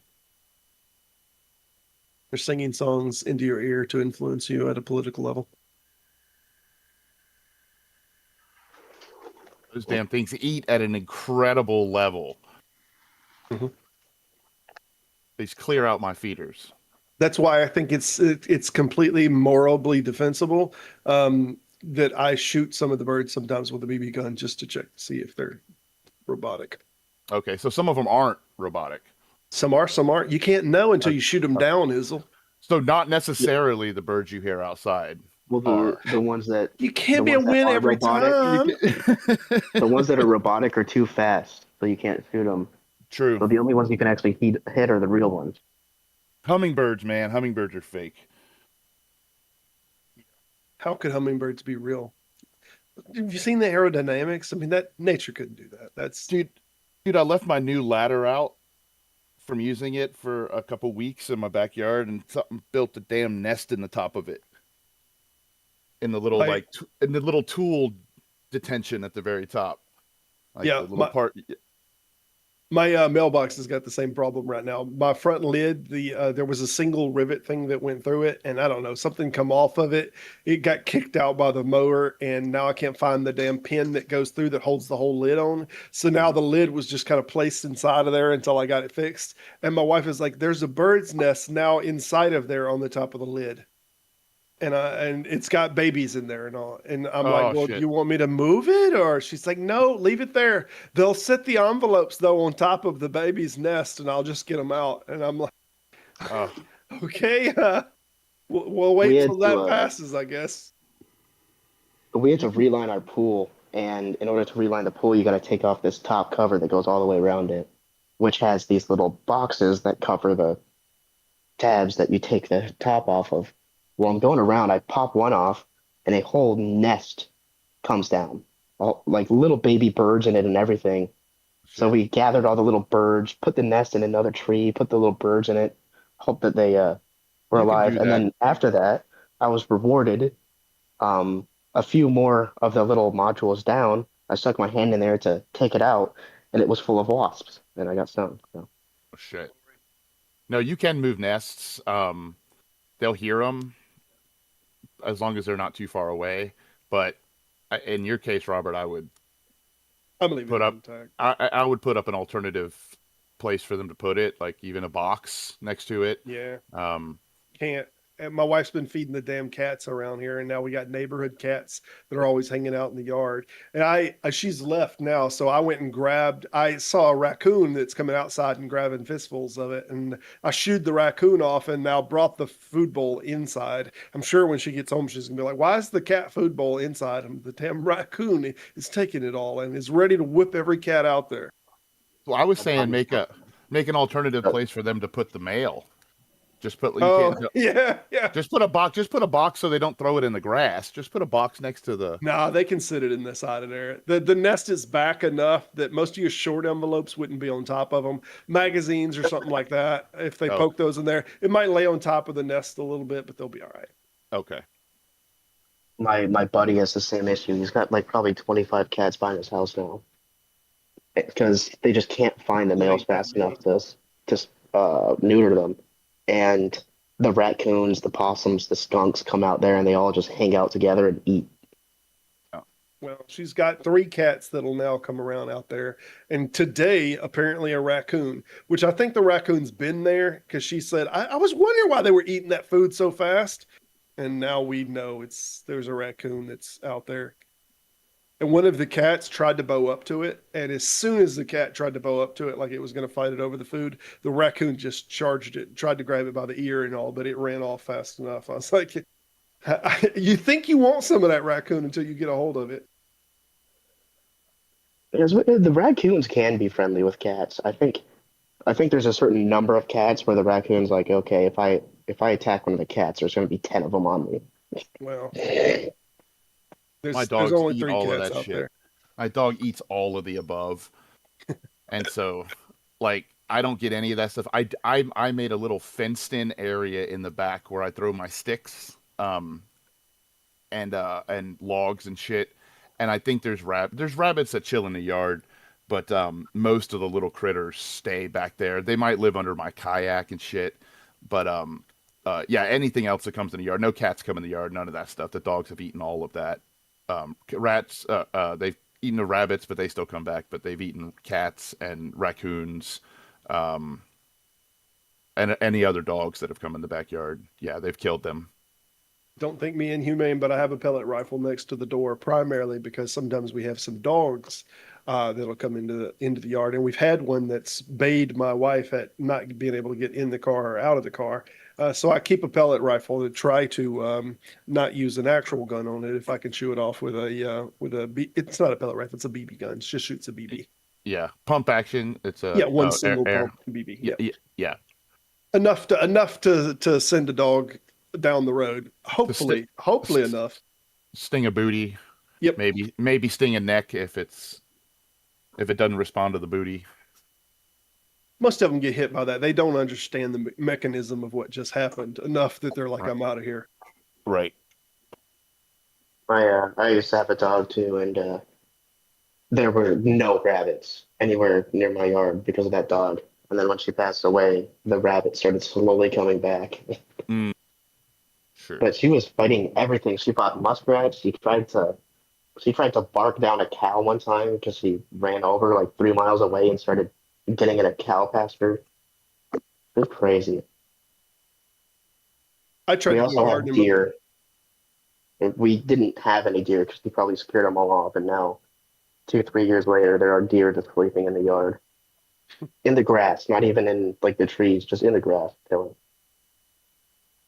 several years ago. I tried to do a watermelon garden. And I put the fence up and all that. I figured I'd try to keep all the little rodents and stuff out of there, but rabbits dug underneath the fence line and would get in there and bite on a little one of the sweet baby watermelons, would just chew on it just enough to ruin it and go to the next one, chew on the next one, tore up my whole garden. And I went out there and I've shoot them off before. We had to have dogs out there, otherwise it's going to be a problem. I put little traps like underneath the fence, like just try to catch it. I did that after I tried mothballs, which the rabbits don't seem to care about the mothballs. I don't know why. I seen somewhere I thought that would work, but it didn't do anything. And this year we're putting chicken wire. So we've got the normal fence, and then we've got like tight braided chicken wire, and we're putting it down and like 2 inches across the dirt so that they can't dig through, because they will dig. If that I doesn't guess work, I guess we'll have to bury it. Well, I sold that property to my brother-in-law, and I see he's got the fence up and fixed all up now, and he's got a garden in there, and he set it up, and he's got the little electric line on it. And I was like, oh, God damn, I could have done an electric line, but he done his high primarily because of the dogs, but I could have done the electric one down low and kind of stopped that rabbit stuff. Yeah, it's hard. You're either trying to get rid of little animals or you're trying to stop big animals from killing your animals. Yeah, I'd love to Still have the got little animals. I wish the little animals would come and hang out. Um, but they just get eaten. It sucks. The birds I can feed because the dogs can't get to the birds. And the dogs are like rescue cases, and I think they're like literally mentally retarded, both of them. And they're just vicious dogs. You know, I do what I can. Um, I don't think they should be euthanized if I can keep it this way, you know, if I can take care of them and just Yep. that's their fucking yard. You know, they don't like it. Other dogs, they don't give a fuck. I was dating a girl and fucking she brought over her dogs and they fucking immediately attacked them. They didn't kill them, but they immediately attacked them outside. Like, eggs. sucks. It sucks. It I've sucks. got a bunch of chickens. They don't attack us, but sometimes they act like they will. And they like following you around the. They'll just follow you. If you walk up to them, they'll run away. But if you're walking around, they'll follow you. I think Chickens or probably because they're. roosters is what's attacking you. Well, we had a few roosters, but Won't chickens they get ended up chickens? they ended up all going because they wouldn't shut the fuck up. So we killed them all. Chickens will get Feisty? pissy. Yeah, they'll get Yeah. feisty. They can, but no, generally, I would love to have chickens following me around. That just sounds like It seems It's like a horrible chicken, 'cause they though. don't shut the hell up. I Yeah, haven't had a we lot of experience with bastards. chickens, but the few that I have, a little bit of kick or a shoe or a pop them on the nose a little bit, they'll quit that. Whereas roosters, some of the roosters just stubborn, and every single time, and you could hold its head down to the ground and like come back next time, it's going to do the same thing. It's Yep. going to try to whip your butt. Same thing. Yep. Yeah, my neighbor used to have some roosters where if you if you faced it, it probably wouldn't with you, but if you turned away from it, it would start charging you. Like a weeping angel from Doctor Who. But if you had a broom and you pointed the broom at it, it knew to stay back.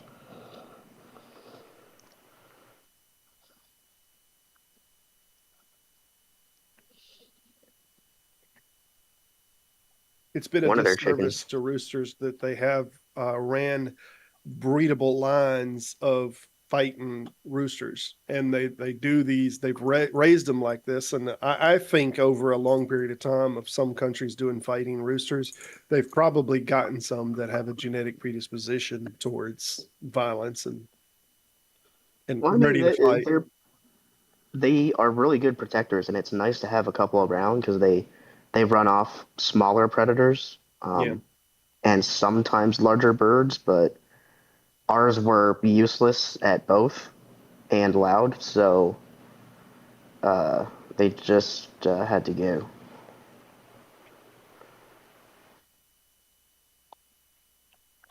We've got, I think, some hawks or falcons that keep swooping them up, and now I think we've got like a small fox or something that attacked them.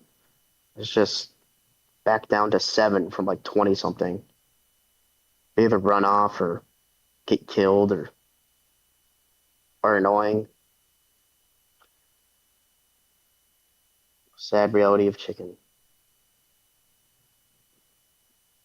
Me and Travis talked about the NFPA 10 a while back, and we were talking about like the regulations on it. And I kid you not, like a few days after we were talking about what the regulations were, I got, and hopefully Travis will wind up hearing this, but I wound up getting, our company had to send me for a seminar, a refresher course.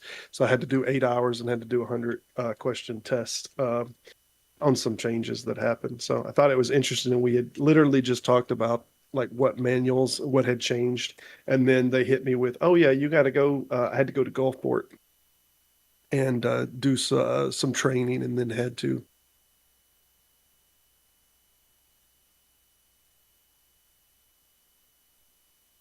do a written test again.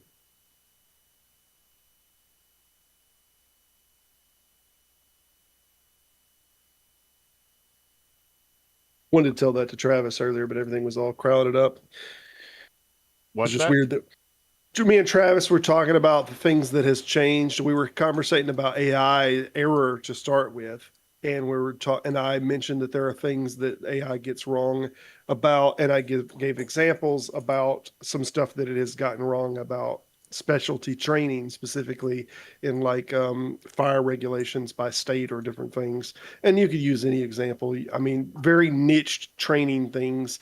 If AI looks or does a search for deeper reference, it can find, depending on whether it's looking at government or official medical books, but some of that stuff's behind paywall stuff, especially when you're talking about specific procedures.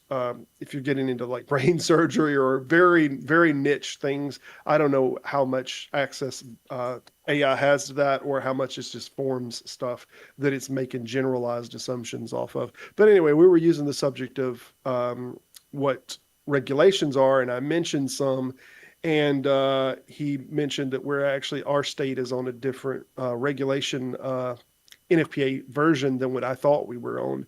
And I kid you not, like the next week I was told that I have to go to this seminar for updates. What's the NFPA? I think I get the idea of it. National Fire Protection Agency. It is no more national than Federal Express is federal, but it does write the majority of the codes that are accepted by different states. It's funny, dude. Yeah, I remember a while back before AI, I had to look up like all the gun laws in Michigan just because I wanted to look through them, and the state had compiled this document of all the firearm laws in Michigan. I was like, wow, this is really handy. I won't miss anything. And I'm probably like the 1 in 10,000 people that knew about it, and then they changed everything. So, what's up, Snowdrop?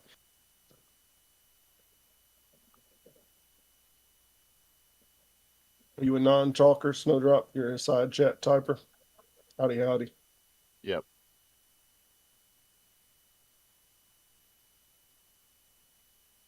Is that a well, it's spelled a little weird, but is Snowdrop a contradiction in action? I mean, it's either snow or it's a drop, right? I mean, definitionally, that's a cubical sphere, right? Or am I crazy here? Oh, snowdrop is a flower. Oh, I thought good. snowdrop was when like you open your door after it snows a lot and then it all drops on your head.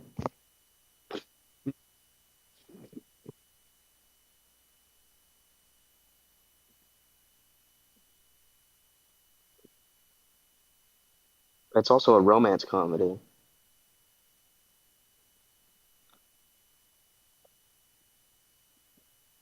Oh, okay. Looks pretty cool.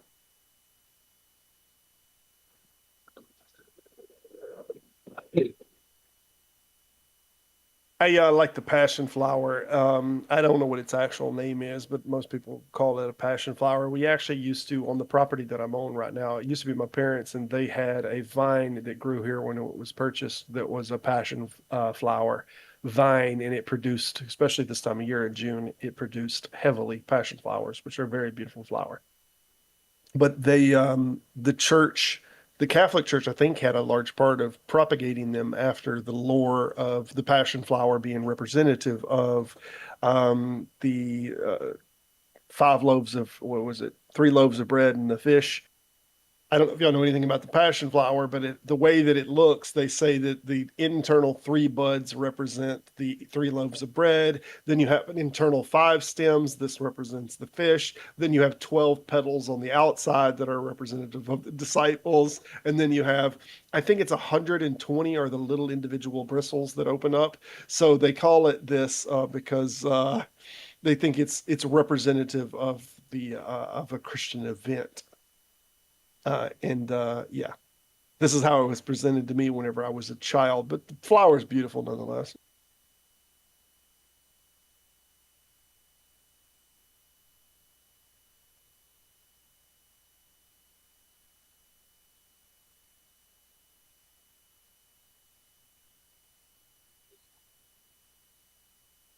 Now I need to look up what would be the equivalent of that flower to like a devil flower. Yeah. Which flower has 666 somethings?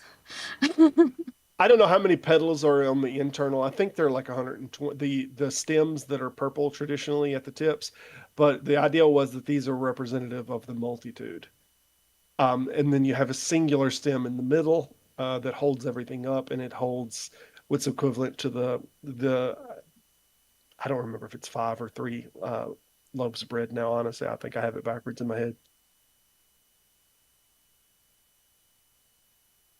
And did you get the passion fruits from them?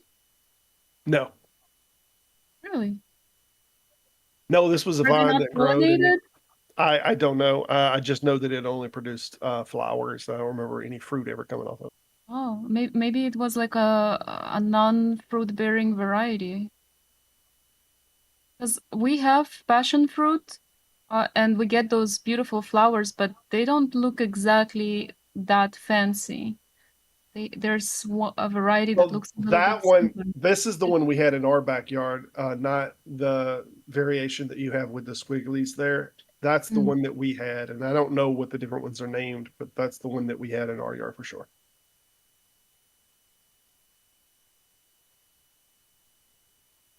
I think that's the kind that we have here too.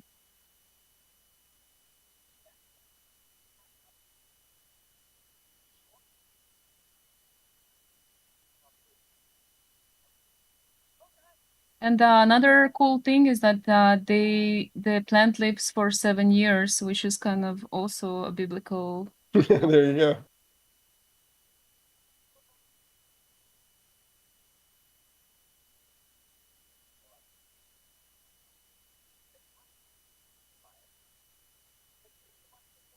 A donkey eating a fig. There's apparently a red passion flower. There you go. There's your devil one. It's called a red passion flower.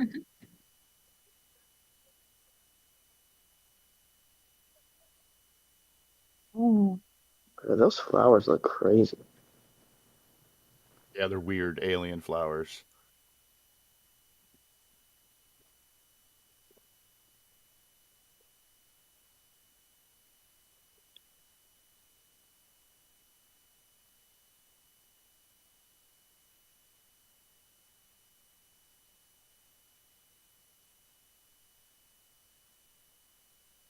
Hey, dude, my kitty video's not spending.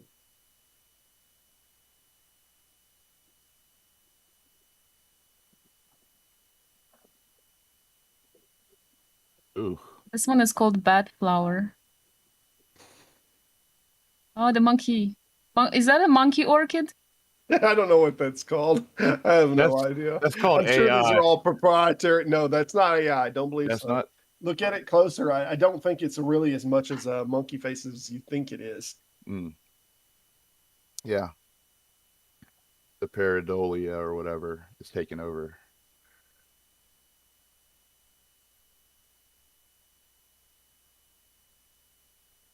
Is that a snowdrop? Snowdrop? Oh, there's a snowdrop. Yeah, nice. Proof of it not being an AI. It's on that list. Does it say? It's got a bunch of flowers on there. I just pulled from the image section. Yeah. It's also the positioning of it that puts the two dots. Yeah, there. yeah, you got to have it just right. What part of the country do they grow in, or what part of the world do they grow in? I don't know, but I seen the picture of the one that Anka put up there too. Is on that link on that website. Yeah, about it's called Black bat flower? Black Bat Flower. What about the snowdrops? Cute. Yeah, I wanna see where those grow. In the snow, man. No, probably not. If I had to guess, no. Oh, okay. Grow in the snow. England and Ireland. Ah. I asked what part of the world. The snowy ones, man. The snowy ones. Well, not the snowy ones. England and Ireland. I wonder. Which flower would Hasan prefer, or Destiny? Hmm.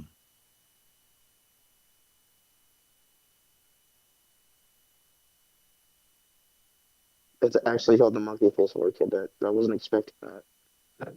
The what? They are the monkey face orchid. Yeah. Is in the cloud forest of Peru and Ecuador. Oh. Yeah, that is what it's called. Oranges. And its scientific name is the Dracula simia. Hmm. Well, that's probably why I found it, because I was looking for her devil orchid or her devil flower. The bat flower. No. The devil. She said to the passion flower. What I wonder what would be the antithesis of, or what would be for the devil. And so I started looking for a devil flower, and I found that Dracula orchid, commonly called a monkey. Mm.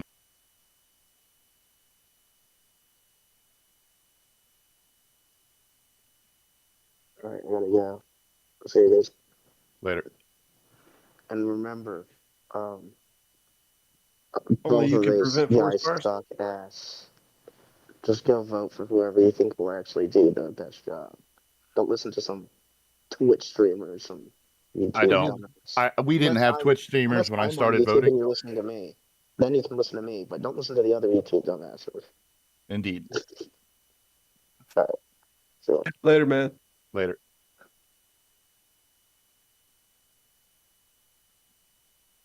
That is the my opinion is valid. Others aren't. Yeah. Argument. I don't know. No, I mean in general I agree, but I do think it's a great idea to get rid of money first. Like if you truly want to fix politics, if you want to be a single subject voter, vote on getting money out of politics. Well, election reform specifically, and we've been fighting for that for a long time. It's just definitely taken a back seat these days, but it would be a magic wand for a lot of our problems. Yeah, as you say. Yeah. So the Trump cow, because of it's named after Trump because of its distinctive blonde tuft, or yeah.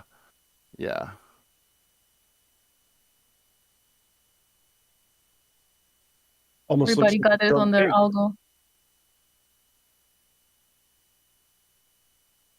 The Trump cow. I think And I think we can all agree here that this was a complete wasted opportunity. To have a red tie collar holding this cow in place would have been better. Yeah. No, yeah, I think public the only way to do that is publicly funded elections, or donated airtime by the what's it called, into but publicly controlled airtime. We don't live in the same environment. Everybody has the same level of communication, access to information if they want it. Can I share something with you guys that I find interesting, and it's in contrast of the problem of the U.S. regarding elections and money and whatnot. Right. Go ahead. Here in Ecuador, there's like I'm probably not even exaggerating. There might be like anywhere between 20 to 30 different political parties, and you would wonder why so many exist if most of them don't ever get to hold any kind of position. I mean, I'm not even saying at a local level. Like some parties exist and don't even have a freaking prefect, much less a mayor. Yeah. And you're like, why are they around? So a country like this one, what they decided to do is because they wanted no direct money for campaigns, no ability for somebody with a lot of money to buy out politicians. And I mean, they probably still do, but it's under the table. They have an assigned budget, right? And if you qualify, let's say I say I want to become the mayor now, so I'm going to start my own political party. It's going to be called the Fizzle Party, based on the Fizzle principles. And I managed to get enough signatures, which might be for that position or for creating the party, let's say 10,000 people that agree with the ideas and all this stuff. Then I can apply for getting money from the government for my campaign. Now, I can't campaign for a full year. I have to campaign, I think it's like 40 something days prior to election, or like maybe 2 months. It's very short, with the money that the government assigns for the parties. Now, this, of course, sounds kind of pretty, but then you add the human element to it, and then you realize that there are people here that live off running for stuff. So they never want to win. That's not the point. It's just I have a party, and we run every single year for whatever is available, and then we have the cahoots. Like, oh, you're gonna do my shirts. I have to, of course, report all my expenses, but every shirt costs me actually $2 less than I say, and then we split those $2, that sort of thing. And you end up with different inefficiencies, and a democratic system, quote unquote democratic system, that still doesn't really represent the people, because it's just I don't know what you would call it. It's a new level of grifting, something kind of admirable in the most morbid way. It's like, oh, these people, like, as long as they can get some money, they'll bleed their own mother. Now in the U.S., on the contrast, you have two parties that most of the time behave like one, although they perform beautifully for us, for the camera, and you have special interests that literally buy out their politicians. And of course, we can say that, okay, that's wrong. We can say like, oh, that's not the way that we're going to be able to have a true democracy, and what have you. But and this is where I say, maybe I'm being a negative person. I don't know which one is worse. Like this one, where there's no private money, but somehow they still do it. Somehow they still find a way, because like, okay, if it's an assigned amount of money, then nobody can buy off the politicians, or the one that we have in the U.S. And so, in order for me to not to become a nihilist on this front, or a cynic, maybe that's more correct. Is there anybody who has proposed a system that cannot devolve into one or the other eventually because of the human element? People saying, "Oh, I can bleed out this thing somehow, some way." Is there a system out there? I guess that's my question. I don't know the answer to that. But I know this. I know the biggest mistake that we probably made in the United States happened at the Supreme Court level, that we took these donations as an expression of freedom of speech. And that now that corporations can, this was at a Supreme Court level, and I think it was all conservative voted on one side, with the exception to, I think, one Democrat. And that one, that curtailed, I think, all of our freedoms under the auspice of that it's curtailing their freedom to not allow them to donate and influence politics. So that ruling, I think, was one of the greatest setbacks probably in American history. When did that happen, by the way? It wasn't that long ago, right? Citizens United? I mean, I'm not late 70s, I won't say a long time ago. Yeah. Citizens United was 2010. Was that? Yeah. Was that the one that did the freedom of speech? That for money donations are freedom of speech. Yeah. Yep. Absolutely. It was one of the big turning points of this country. Yeah. Big ones. I mean, but it's not like before 2010 things were great, So there was already the momentum for people like Trump wasn't there. Wasn't without Citizens United, you couldn't get that kind of momentum. And I think you will find now that your donations and your total cost to become president now is just exponentially, like the amount of money that people now spend on their campaigns. Mm-hmm. You look at it before that and you look at it like the last election, you'll see just exponential increase. Yeah. That's for sure. I mean, I guess, and I may be speaking out of ignorance here, but you see that, Robert? Sorry, Menno. Sorry. Go ahead. It was just he put the wrong link on there, I think. Oh, did I? Yeah. Put the link to this. Sorry, Menno. My apologies. No, it's all good. It's all good. I guess where I'm going with this is that we have at least I do. Maybe I shouldn't speak for everybody else. We have this like idea that although democracy is not perfect, it is the best thing out there, and there's merit to the idea of like, oh, you can't force people to vote because if you force them, that's not true democracy. But I have to say, I'm not 100% convinced of that anymore. I am not. Giving an incentive, I think, is better than punishing. Give a tax break for everybody that votes, and everybody will be out there fucking voting, even if it's token. Just something. They have to hear it. They have to feel like they're getting ahead. Yeah, I don't disagree with that. I think that's kind of maybe the way to start turning the boat around, because I constantly see, and I'm sure you guys too, that most people have an agreement on the things that they want or they don't want. Like, wasn't it like 80-something% wanted Medicare for all, mm-hmm. and they just didn't vote. Exactly, so the democracy that the U.S. has is not really representative. And I know that Dossie was here would say, well, you got to do better voter, but okay, that's we're just describing the situation. But how do you fix it? So I think you took the words out of my mouth. I think creating an incentive system so that people go vote is probably the first step. Now, if you do that, you also have to inoculate the population somehow, some way, obviously through civics education, so that people don't vote. Yeah. Stupid. One of the problems there, I don't care if they vote stupidly. That's fine. There's enough people that'll vote smartly, or at least will vote stupidly in the country's favor in that case. But the problem is we have a large contingent of people with money that don't want a lot of those people voting. So they spend a lot of money to prevent those people from voting. They would never, they would never run a candidate that was ever that direction, and there's people on both sides that are like that, mostly on the right, the vast majority on the right.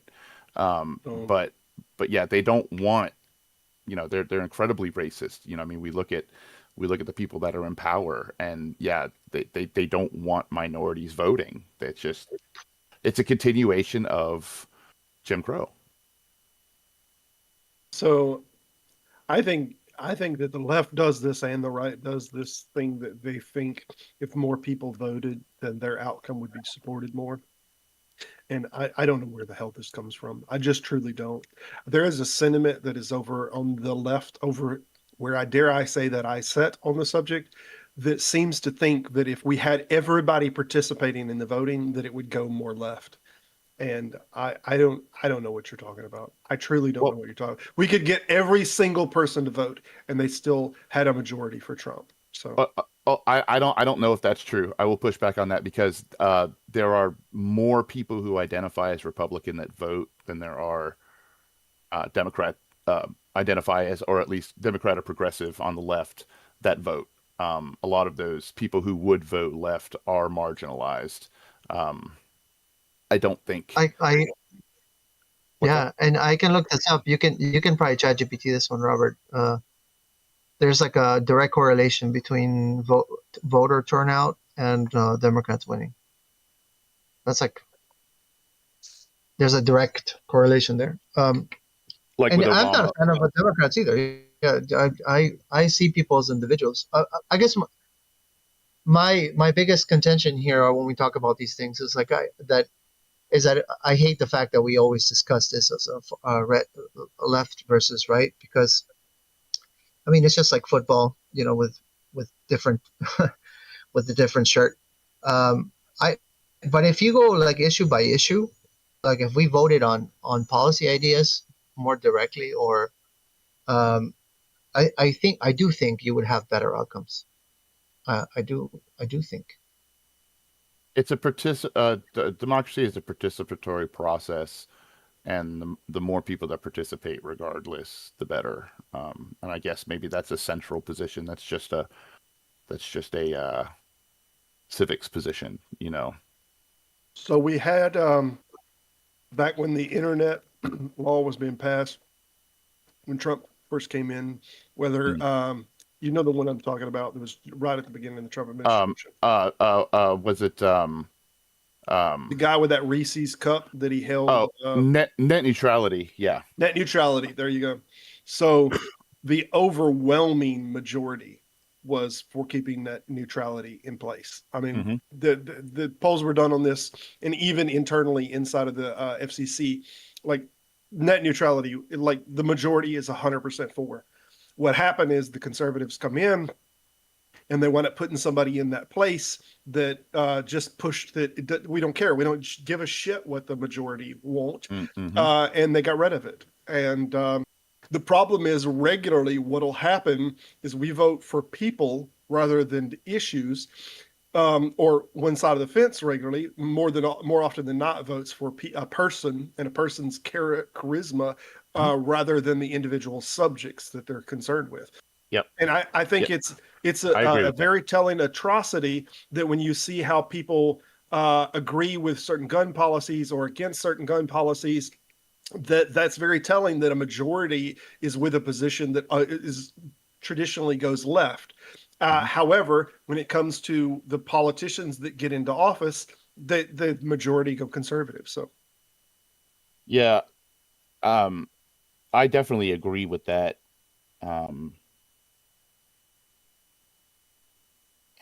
Yeah, I forgot what I was going to say.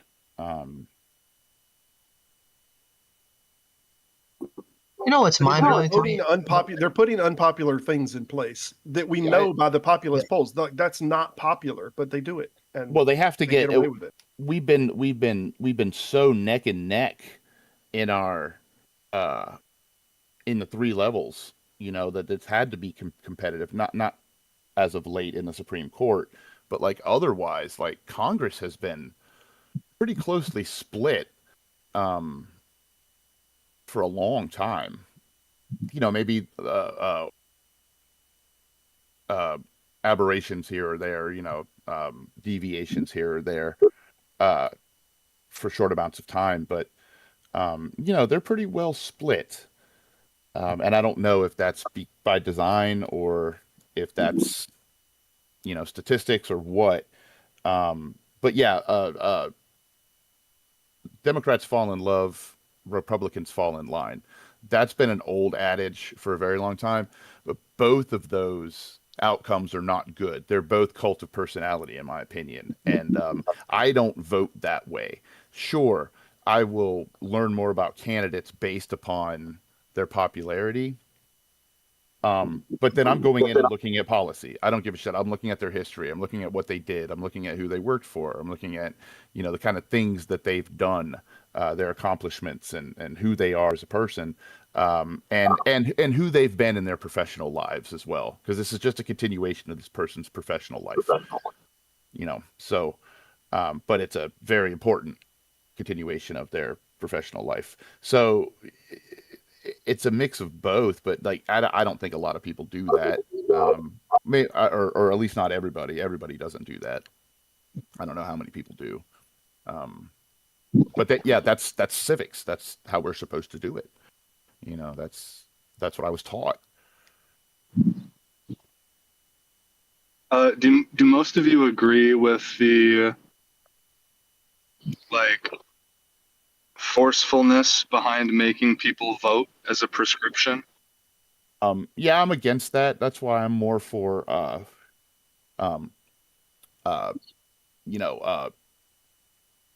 reward for, or a tax break. Yeah, You get an that makes much more sense. Yep. You get a benefit for voting. And then all people need is just that. I mean, not everybody. It's not a, but I think it would help. It's not everybody, but a lot of people do need that. Just I'm getting something out of it, especially Americans. And if it'll save them $50 on their taxes, then hell yeah, I'll do it. Fuck it, it's worth it. It's worth getting in the car. But right now, it's just I got to get on the bus and go vote or whatever, or I got to get in the car and drive and go vote. Just because I imagine that our rights inherently imply the right not to do that right, i.e. like religion or whatever constitutes the five in the First Amendment.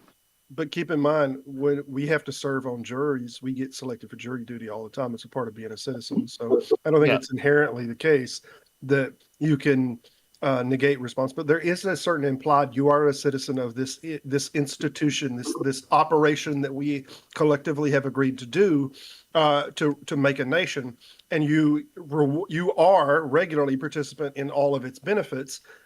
Sometimes that means you have to put your hand in and do things.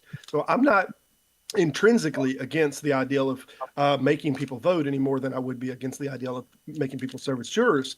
The system has to work and people have to participate.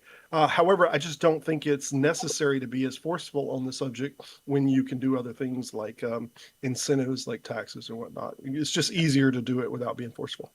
That's an interesting point. I mean, I pay my taxes. So when you say I'm part of a nation that I agreed to do X, Y, and Z and I reap the benefits, yeah, I pay taxes. So the argument is, do I have to do more than just pay taxes? Jury duty, have we ever, because I don't know, have we ever had a shortage of jurors? Sometimes there is. And if we do, would a more participatory type of I know most people don't want to do jury duty, but again, we can do the incentive route rather than coercion type of route. If anyone watches American Dad, there's a funny episode where Stan, he loves getting called for juror duty, right? Like most people dread it and they hate it, but he loves it. And it's kind of funny. But yeah, most people, I imagine, don't want to do jury duty, but do we have to coerce by threat of a fine or jail time or some negative impact so I know on how yourself? it works in this state, and that's traditionally the judge that is residing over the cases that need to be seen. All of the different people that receive juries, he's got the list of everybody that needs to be there, that they received the paper, and this is their deadline. And what happens is he does all of the cases and assigns all the jurors to all of the cases. And if they are short and they do not have enough to try all the cases that are there on the ballot, then and only then is he pissy and decides we're going to start sending out citations about the people who skipped jury duty. So to the degree that that can be filled and we don't have a bunch of juries that didn't show up, that we can't feel our obligation to the court system, only then is generally, in my experience, and I've worked as a bailiff before, is that when the judge is like, okay, nobody wants to show up for their jury duty. Okay, I see. And then there's going to be repercussions. Yeah. Yeah, I can see that. And what do you think about the incentive solution that I proposed to this issue? The way that we're suggesting incentivizing voting as well. At some point, it's an obligation. I mean, yeah, and one's federal you want a and one's society local. that works, don't you? One's federal Well, and one's local. I understand that's your position, but what do you think about the incentive? Why wouldn't it work? And then, if I could get out the charitable response, why could it work? Assuming that you think it's possible.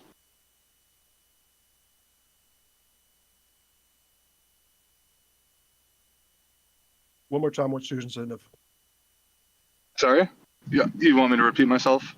The incentive. The thing is, they already give Yeah. a financial. So they already give a financial thing. It's not a lot, but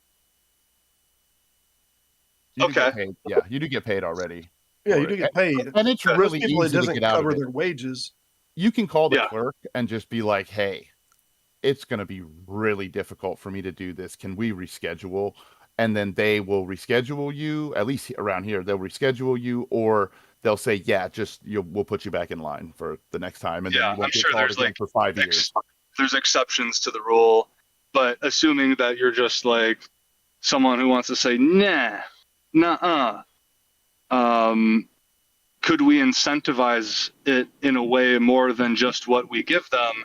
I'm offering a different system, not just the system that we do have, but create some incentive where we can fill in the gaps if there is the issue, like Robert was pointing out, where no one wants to show up, and now the judge resorts to citations, i.e. coercion, rather than maybe incentives like we're proposing with the voting stuff. Yeah. And I don't know, we'd have to research because again, that's a municipality level thing, whereas voting in that regard would be a state and federal level thing, so maybe there are municipalities that do it differently. Who knows, but it's supposed to be where everybody kind of does it. If you have a driver's license, then you get registered for jury duty. If you don't have a driver's license, I'm not sure if they call you. Because not this state, I don't know different states, but this state you got to have a driver's license. You have to have one for them to call you. Yeah, it's from your DMV registration. Yep. So if you don't have a driver's license, you'll probably never get called. I've been called twice since I've been in Ohio, and I was called once in Florida. None of those times did I ever have to show up. They have the systems pretty well set up now. You call like in the morning here on Monday morning, and they tell you whether you're going to have to come in that week, and you have to sit there for 2 weeks and call every Monday morning twice. And if you don't have to show up then that Monday, then halfway through that you're done. You don't have to go. And I'm not totally turned off to the idea of like making people vote, if we want to phrase it like that, which I think is lighter than what actually it is in reality, which is, well, I don't know. I mean, Robert seems to think we have this deontic instilled upon us from our parents, giving birth to us, and now we have this deontic duty. I think there are good arguments for that. Well, it's not in this case that it's you chose to live in that town. Well, I'm sure. Are you saying like if you move voluntarily to a town? Or if you just reside in a town, because you can move voluntarily out of the town. Not everyone does have the same degree of voluntary choice to just up and move. Well, no, absolutely. I agree. And some of us are stuck. I'm in that position right now. Absolutely. We don't all have, but it is still that's either there are national and state obligations or there aren't. And the fact of the matter is, we are beneficiaries of many institutional things, whether we're talking about our roadways, whether That we're we talking pay about our taxes safety, for. our 911 systems. Right. While I understand that, you can't pay taxes enough to fix the justice problem that a person has to be judged by the jury of their peers. Now, pay all the taxes Which you they can want. be incentivized towards doing. Well, that's more taxes, and that's more of a burden on the taxpayer for them. Now, if that's the way that society as a majority wants to go, that they'd rather pay more taxes than to be burdened with having to go down here to be a juror.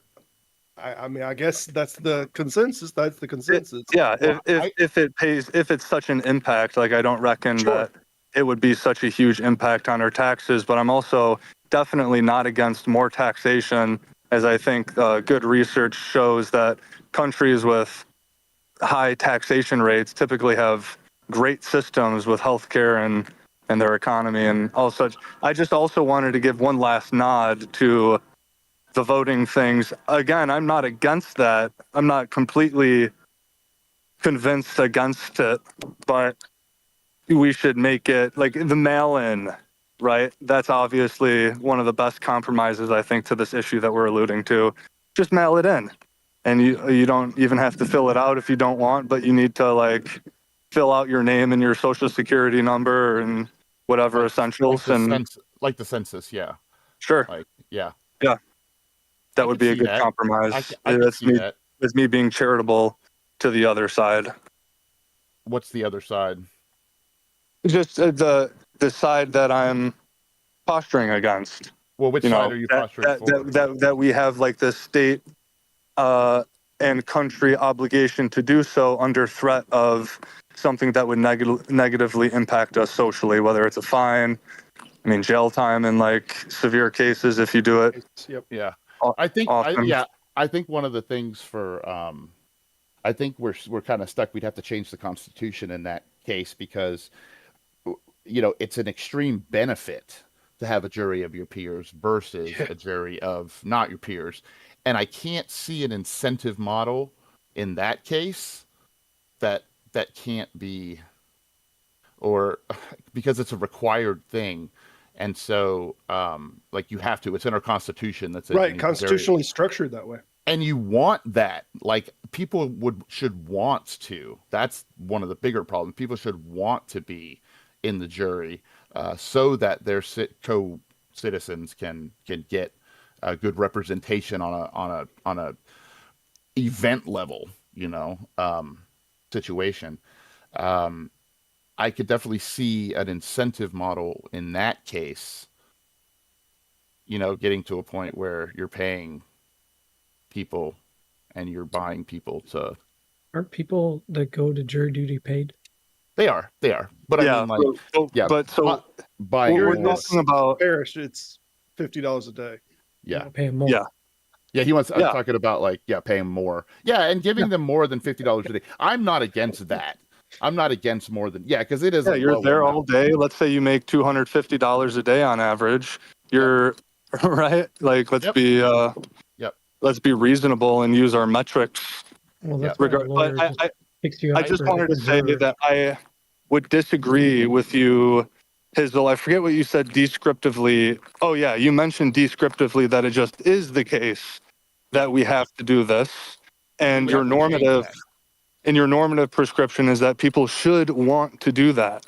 Yeah. I would flip that and I would say descriptively people don't want to do that for whatever reasons. Again, we just alluded to one, being able to make money and provide for your family, while you have to do these other things. If we promote the incentive of something maybe more than $50, say 2.5 to 3 times more, just as an arbitrary number, I think that we would lessen that problem of people descriptively not wanting to do jury duty, and there would be less of a reason to coerce them by means of fining or whatever for not doing this deontic. Like, let's say you're in buttfuck nowhere and you're having trouble making money and you got to go do this thing. I mean, is just get up and leave, or what do you do? No, you call No, the no. juror. You call. That's a case by case basis. Most of the time, the judge will dismiss you if it's something. There's a criteria in the state of Louisiana. Sure. If it's an undue burden, Yeah. then the Perfect. judge will dismiss it. I agree with that and prescriptively. Perry, I think you just kind of reiterated what I said, because I did agree with you that we should increase that reimbursement. Incentivization. No, not Reimbursement. It's a Yeah. reimbursement. Sure. But I don't think that goes against what I said as well, that people should want to. I don't think they should want to do it for free. I don't think they should want to do it with all of that burden, but people should still want to, even if they need more. Why? Well, what's the not to People do the want an Philbro institution move, to but operate in X, then they need to contribute to X. So Yeah. people want, if they want an institution that is judged by a jury of their peers, then they should want to participate in the jury of peers. I mean, you can't can you have opt for that option? What if I don't want to be judged by my peers? jury of your peers. Well, Yeah. at a constitutional level, No, you you don't have can. Yes, you do. You could ask the judge for a bench trial or whatever. Then do I have yeah, to that's become true. a then do I have to be a juror if I'm going to go by that categorical imperative Same that you reason should want to because you would be judged by a group of your peers? Yeah, it's just I like appreciate taxes. your devil's advocate here. Yeah, but I put do. it in the same category as taxes. Yeah. Well, it comes But- down to democracy and freedom, right? And Exactly. I get it. You can't go into a hospital and scream, fire, fire, fire. So it's not like absolute freedom of speech. And I imagine that there's limitation and constraints. And Well, that's not a freedom of speech thing. That's not a freedom of speech thing. You're allowed to go into a theater and yell fire, fire, fire. You're just not allowed to do it and not face consequences. That has nothing to do. Well, that example never had anything to do with free speech. I mean, isn't in allowed the verb allow that you don't have consequences or some sort of coercion? It's that the government's not going to stop you. That's We diverge in our agreement here. Well, in my language game usage, you talking about me, Robert? What? Tell me. Allowed is no consequences, or there's not consequences and repercussions from. So when we're talking about the freedom of speech, we're talking about the freedom of speech without repercussions. So right. That's not just what I'm like the talking case where the individual in Texas or Florida, the Florida man wrote, and I'll say it here, "I eat ass" on the back of his pickup truck, and it become an argument that wound up going to a Supreme Court level. The problem was that they were infringing on his rights of the freedom of speech because they were giving repercussions for the actions that he done, and that is the issue. He could put that on the back of his truck and not suffer consequences. Sorry. But no, that's municipality based as well, because that would go against in a lot of places that would go against vulgarity laws, public vulgarity laws. Well, so we're just have to look into that one. That's what they cited him on, and they arrested him for. And this wound up going to a higher level. That's not a federal thing. We're talking about freedom of speech is a federal level thing. I feel like we're just having a semantics quibble about the word allow and whether it necessitates that there are no repercussions or if there are. I think the point that I'm just making is like hate speech, right? Like it's not libertarian free speech that we're dealing with. There are constraints, and I'm just trying to figure out where those constraints lay in our democracy and how we interpret freedom. That's all. And yeah, I guess I am playing devil's advocate. I like ideas from both sides. I don't know what the proper prescription would be practically, but I think that there's a lot to chew on. I know why you clicked on it, Robert. I didn't know what it was. I didn't see that until after. God damn, I just now see the description of it. Somebody new comes in, puts a link there. All right, I'm going to click on this. Who is somebody new? That's Duck, dude. Yeah, but he just came into the channel just a while ago. I thought he had something about the conversation. We're talking about this. I assume he's watching it off the YouTube page or something. He comes in here and he's like, here's a relative topic. Drops that. Nope, not relative at all. Yeah. I misinterpreted the use of the word new here. Or I interpreted it differently, yes. There is an argument that could be made that boobies are always relative. Could be. There you go. There's your next difficult advocate, Perry. There you can take that argument. What do I got to do? What you is got to it? argue that boobs are always relative. I didn't say on who said on the Supreme Court level.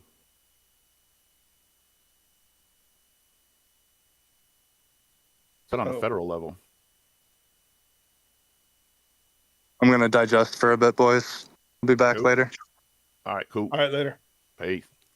Might have been referring to me in the Florida man case with the I eat ass. Oh, I eat ass. Yeah. I don't remember if that wound up going to. I don't remember if that wound up going to the Supreme Court. I don't feel like it did. Looking back, it's a little messier at that level though, because there's plenty of places that will, arrest you for that kind of stuff, or at least ticket you for that kind of stuff. In Florida, there will. Yeah, well, that's where he got the thing, and there was immediate public outcry about the subject. It went viral immediately. What city he was in? I don't, but you can easily look at Florida Man I Eat Ass, and there's a documentary that's now made on the subject. Because there's where did he live? Because in Orlando, they hit that shit up, but in Cincinnati they don't. Or what I had seen, because Mr. Fart Touch is he's his car.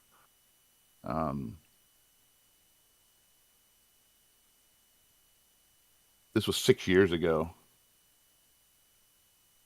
It was a pretty big deal at one time. What was the outcome? He was released, and he now rides around with a different truck these days and has the same thing on the back windshield. Did it go to the? I don't know. I had to look into that. All I'm seeing is that he was arrested.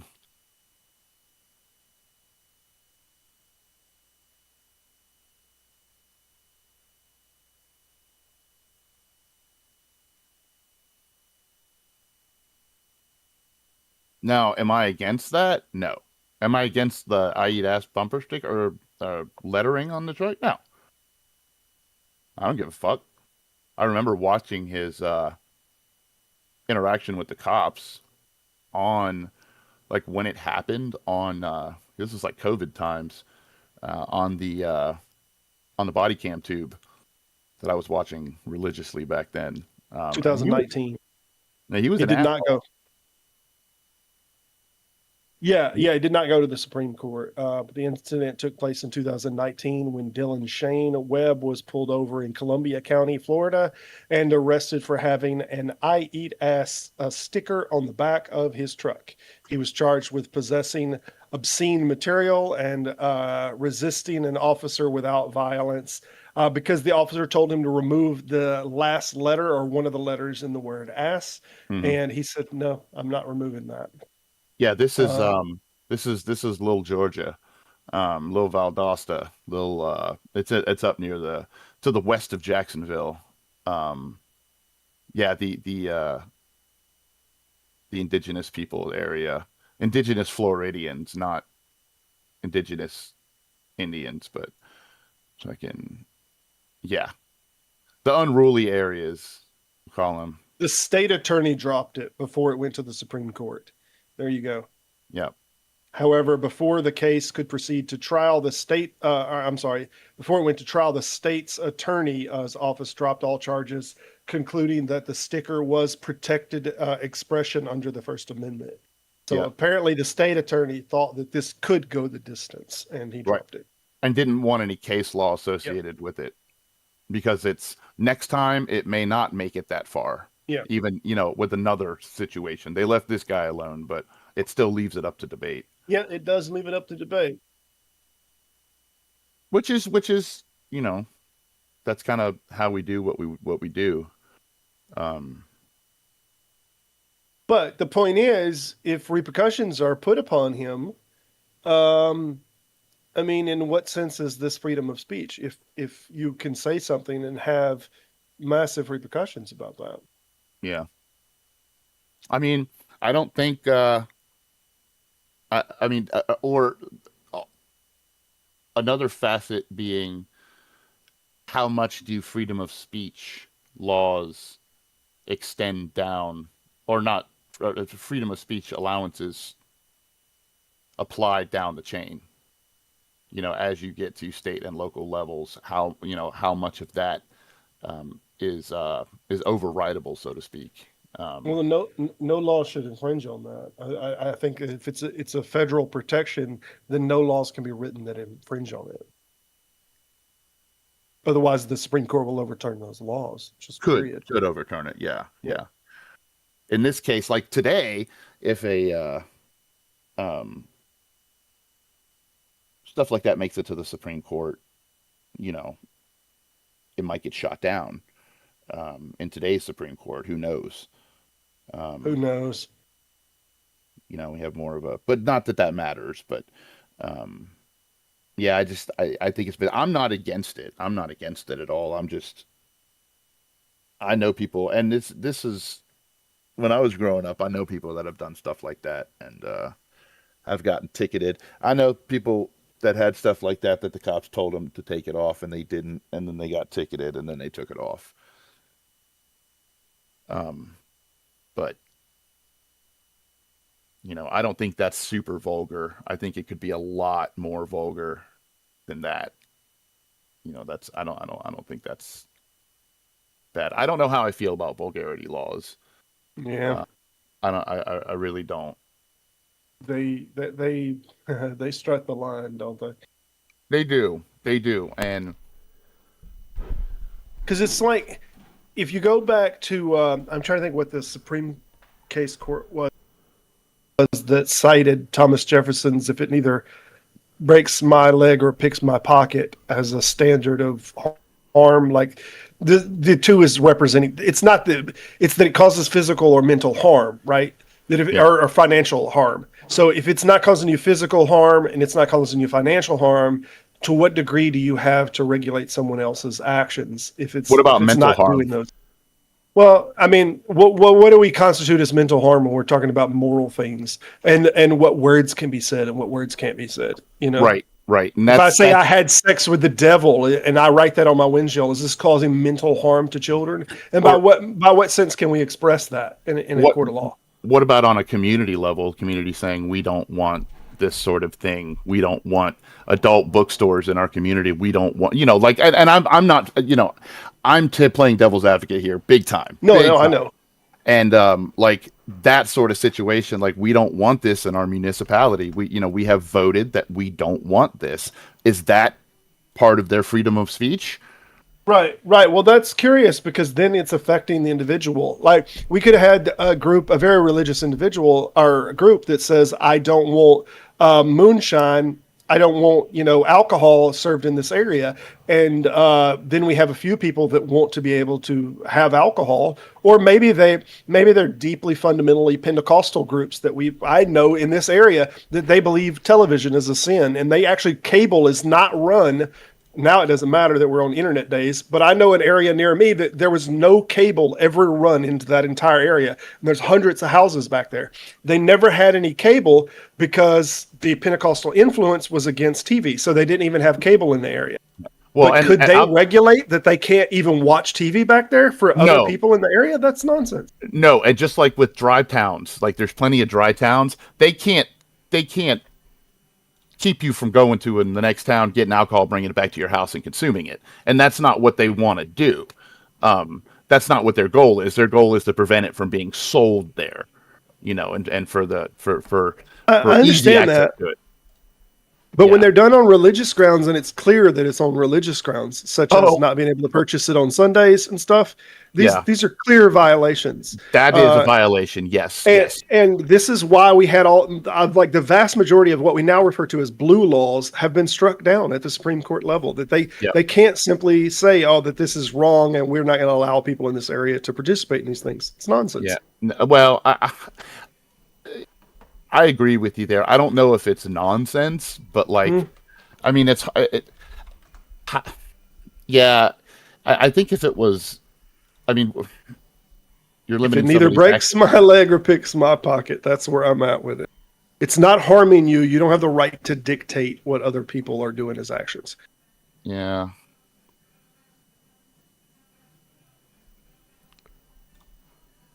Well, I assume you've all solved all of the world's issues in the time that I've been gone on lunch. Yes, I appreciate the shout out. It gave me a chuckle while I was playing with my son on a wet trampoline.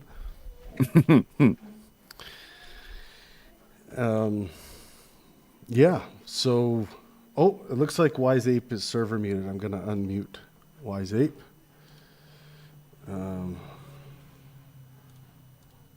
That means you must have been a bad boy the last time you were in here, Wise.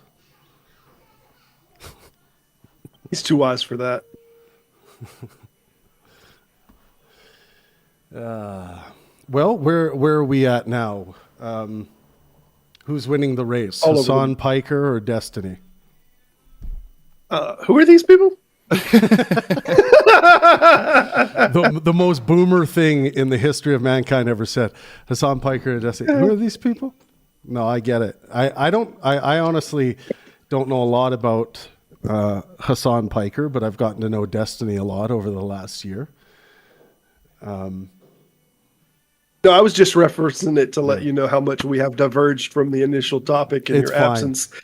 While the cat's away, the mice will play. Honestly, my opinion is I just got back from a dance recital. I would not let I got to see my nieces, my nephews, all this kind of stuff. I would not let either of them. I would not invite either of them to go to a dance recital, and so neither Destiny nor Hasan. But I think Destiny's been better faith than Hasan has. So I would love to see him blow up more than he. I mean, and get reinstated on YouTube. I don't mean to sound like a total, dweeb, but I think that would be one of the best outcomes. No, that's a fine answer. I think the challenge today for people who don't like either of them is to, if they had to pick a direction of where the left should go based on their own moral prescriptions, and even if you're on the right, and let's say you're a white right-wing Christian like Trey above my head here, you should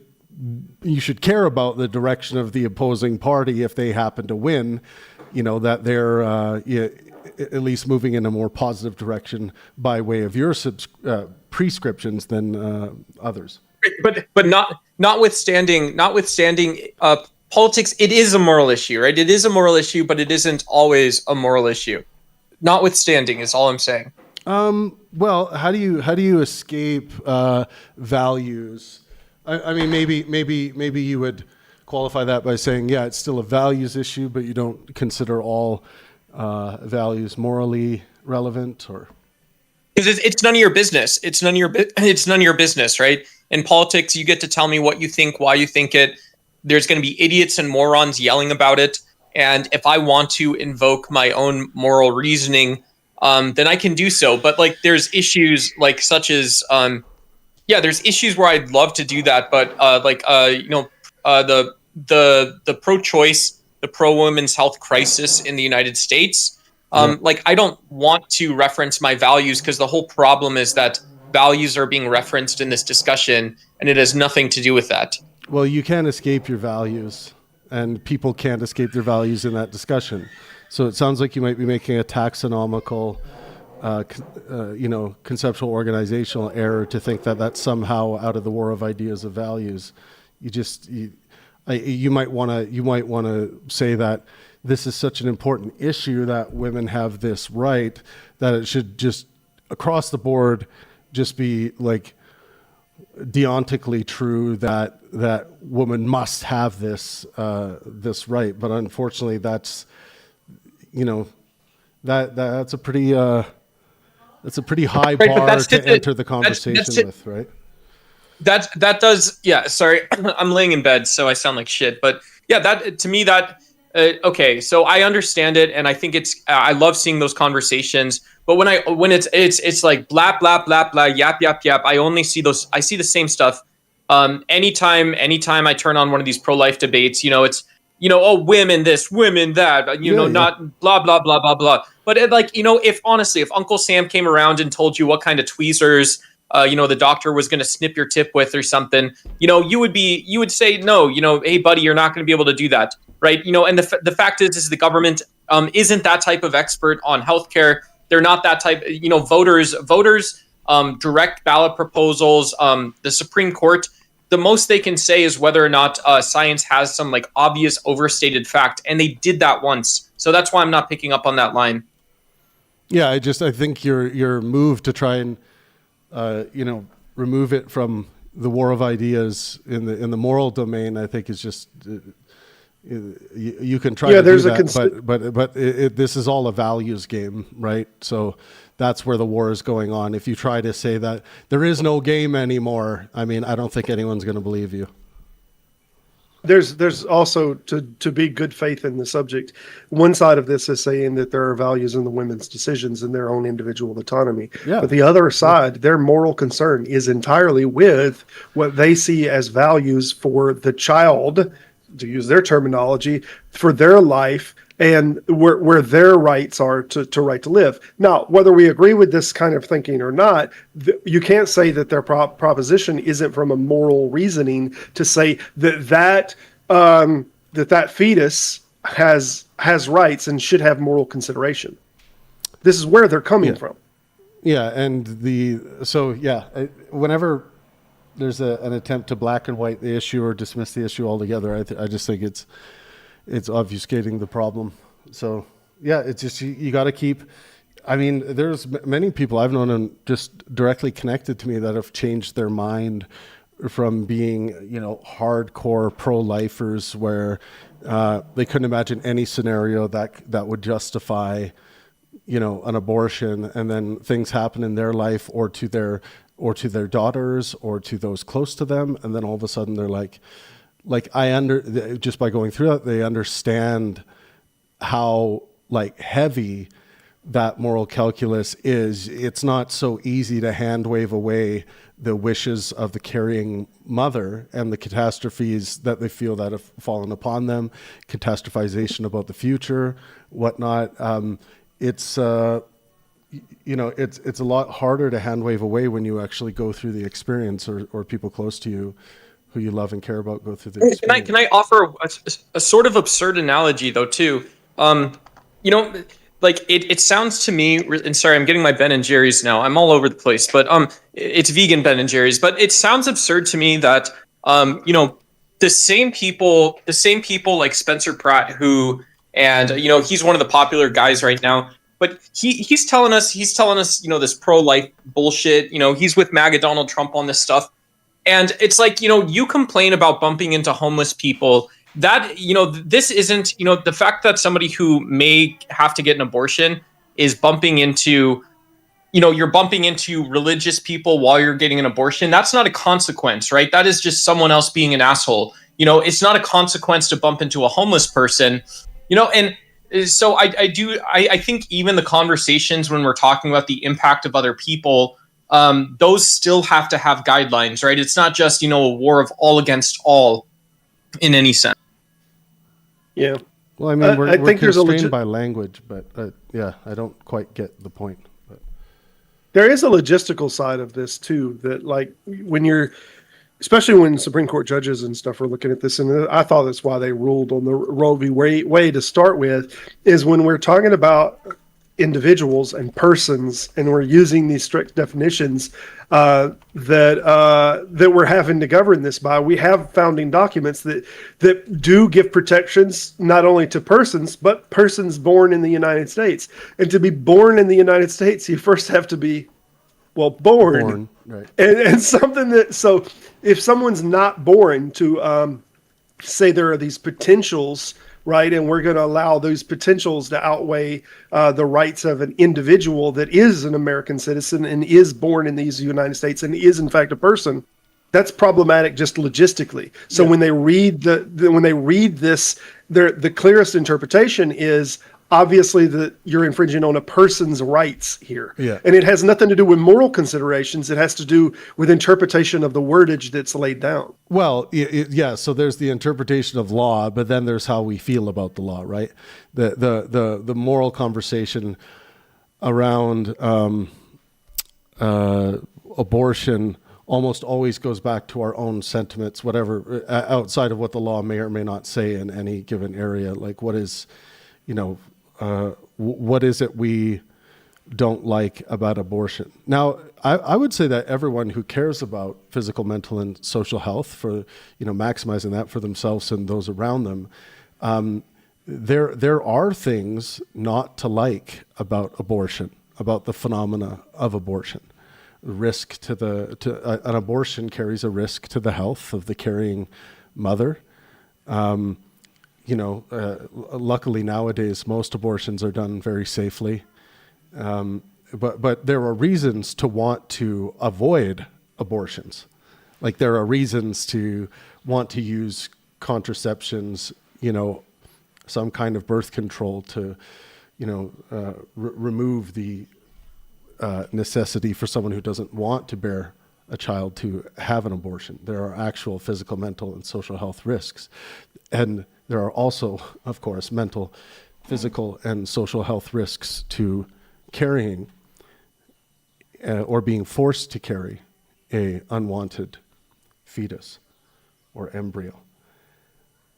And I think, like I was talking to Brody the other night, and he said he was going to go away and think about this some more, but for the Christians out there that might come across this stream or maybe be listening right now, I've spent a couple days, not entirely, but dedicated a couple hours in a few days here just since I talked to Brody about this. But I started thinking about what would Jesus's position, if Jesus was someone who existed and was how he was truly depicted in Scripture.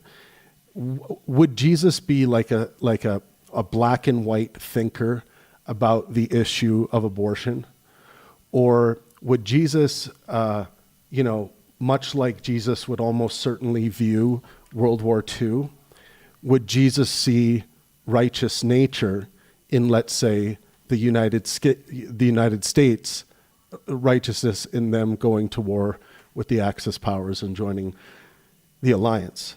And I would say if Jesus could find righteousness in mass death to preserve the potentiality of future flourishing, I think Jesus would be able to find at least some instances of abortion in the case of a 13-year-old little girl who's been raped by her father by way of incest and became pregnant.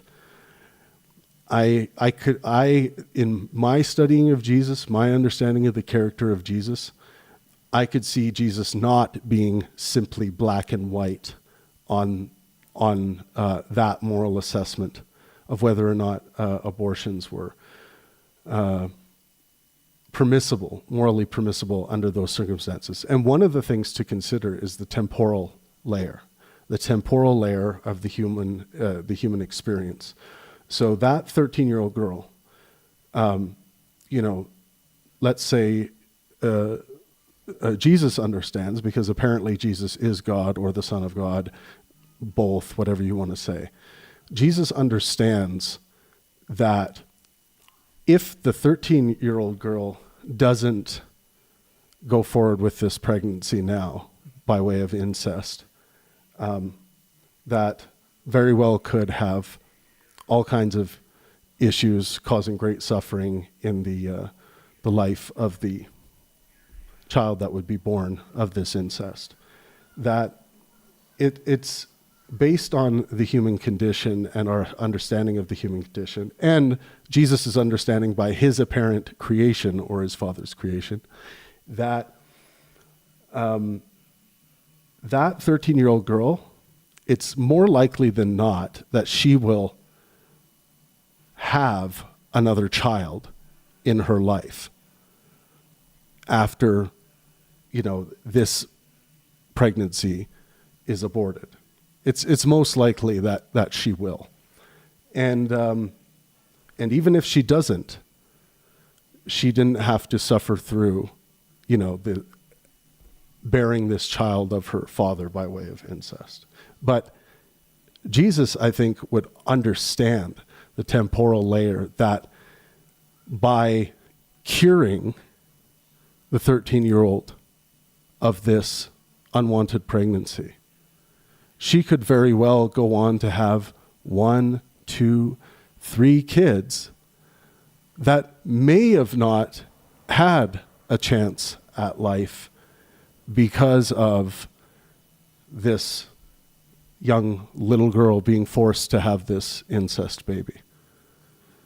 So my point about this is, and for any Christians that are interested, I have this argument, formally laid out in a PDF. But my greater point is that even Jesus would not treat this like a black and white on and off switch issue. I think he would consider it something that requires deep moral deliberation, and that not all of these issues of abortion are made equal. Now, I wouldn't take that argument to this next step to say that Jesus would feel the same way as any progressive feels about abortion rights nowadays. I don't think that's well-founded. But I think it is well-founded that Jesus would realize that in some of these cases, it's not simply a black and white issue. And there's a large swath of Christians out there, based on what I've been studying recently, that use that calculus and agree with that calculus when arguing from a pro-choice Christian position nowadays. And I think it's a good argument.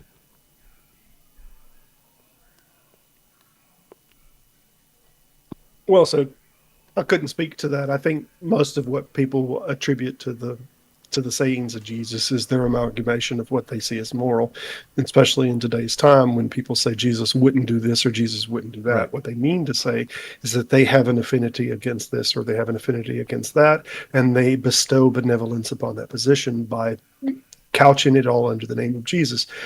And we've seen this as late as the woman taken in adultery. There's a story that wasn't anywhere in the original text, but this is something that we still had these laws in place that could allow the stoning of a woman. So people saw this as immoral, and someone at some point saw this act as immoral, and then they attributed the stopping of this act to Jesus and saying that he saw it as immoral. So we do the same thing in modern times, and we say, well, I don't think Jesus would want this thing to happen. And I think we've seen a large history of this.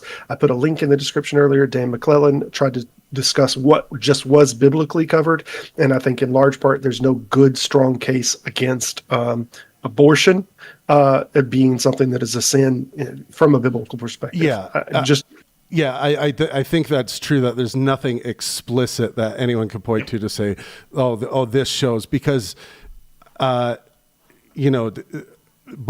even some of Jesus's acts of violence, flipping tables and stuff like that, it's not that there weren't instances where this kind of behavior would be seen righteous. Now again, in my argument is not Jesus would see the 13-year-old needing to have this abortion by way of incest as a good thing.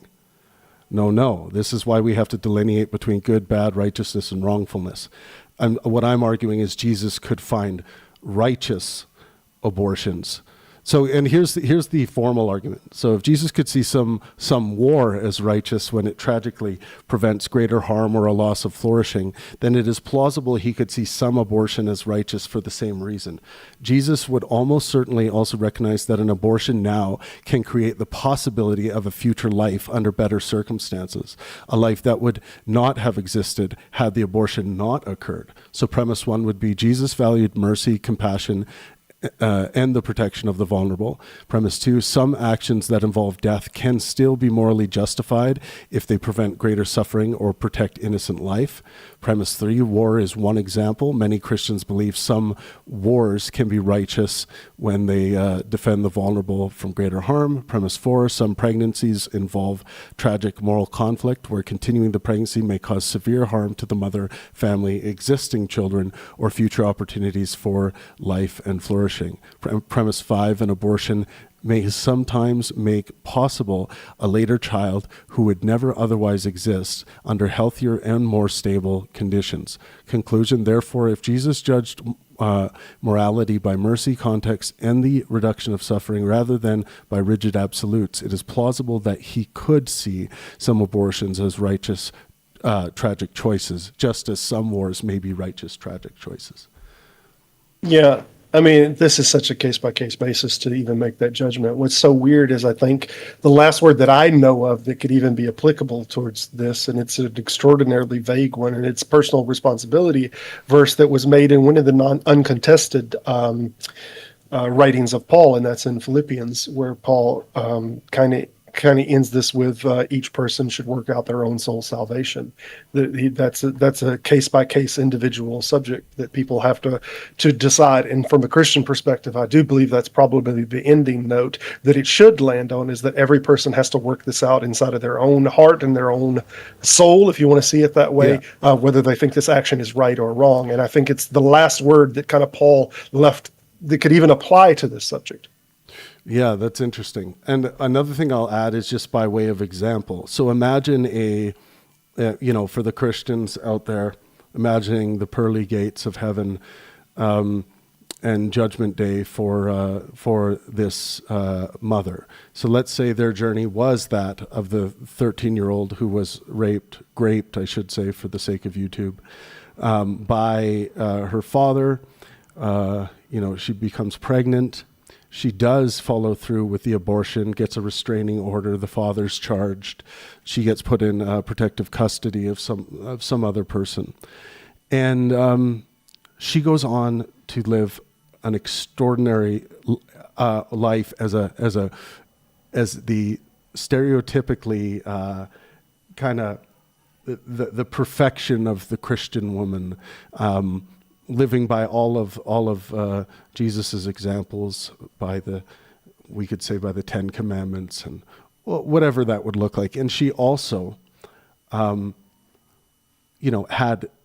4 children, and those children were raised, under the Christian faith. She did her best to instill Jesus into their lives, and she dies in a car accident, by herself. And she's going up to heaven. And let's imagine that this person who has lived this life of perfection by Christian standards, by the notation that Jesus or God supposedly left behind by way of divinely inspired authors.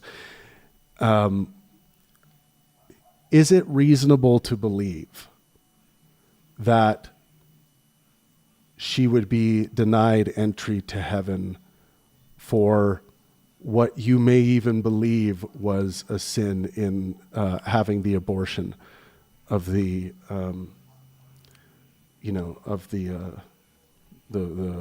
pregnancy by way of incest? It doesn't seem reasonable to me. As I'm of course an atheist from the outside looking in, but it does not seem like a reasonable prediction based on my understanding of Christianity and of Jesus and forgiveness and all these things, that that she would lose her place for that.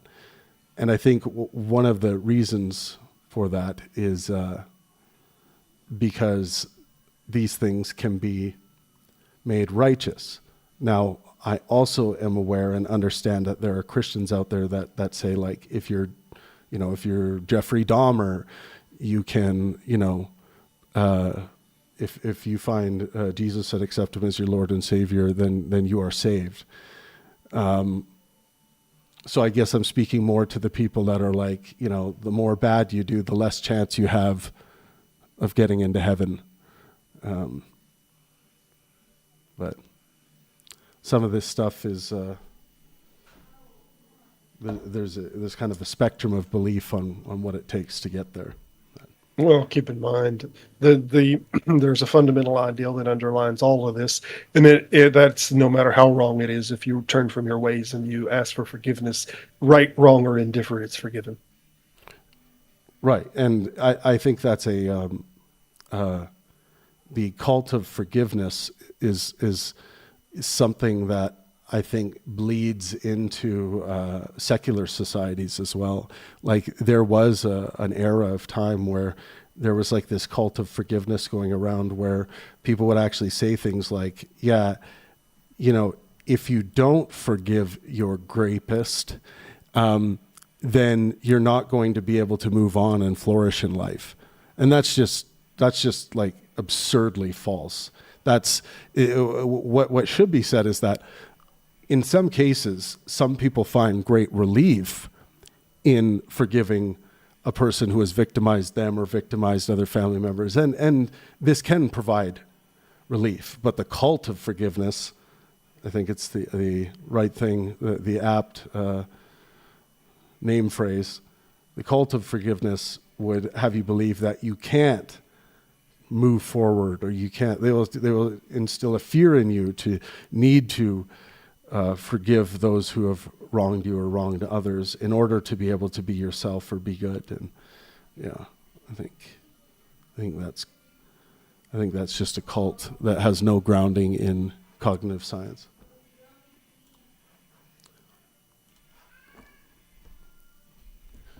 I don't think that I would agree with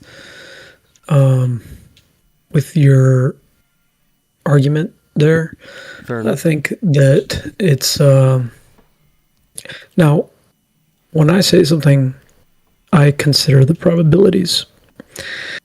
Okay, so I would probably bet on it being morally wrong to have that procedure under the circumstances presented. And it's always, in this argument, it's always the worst thing that's presented, right? The graping.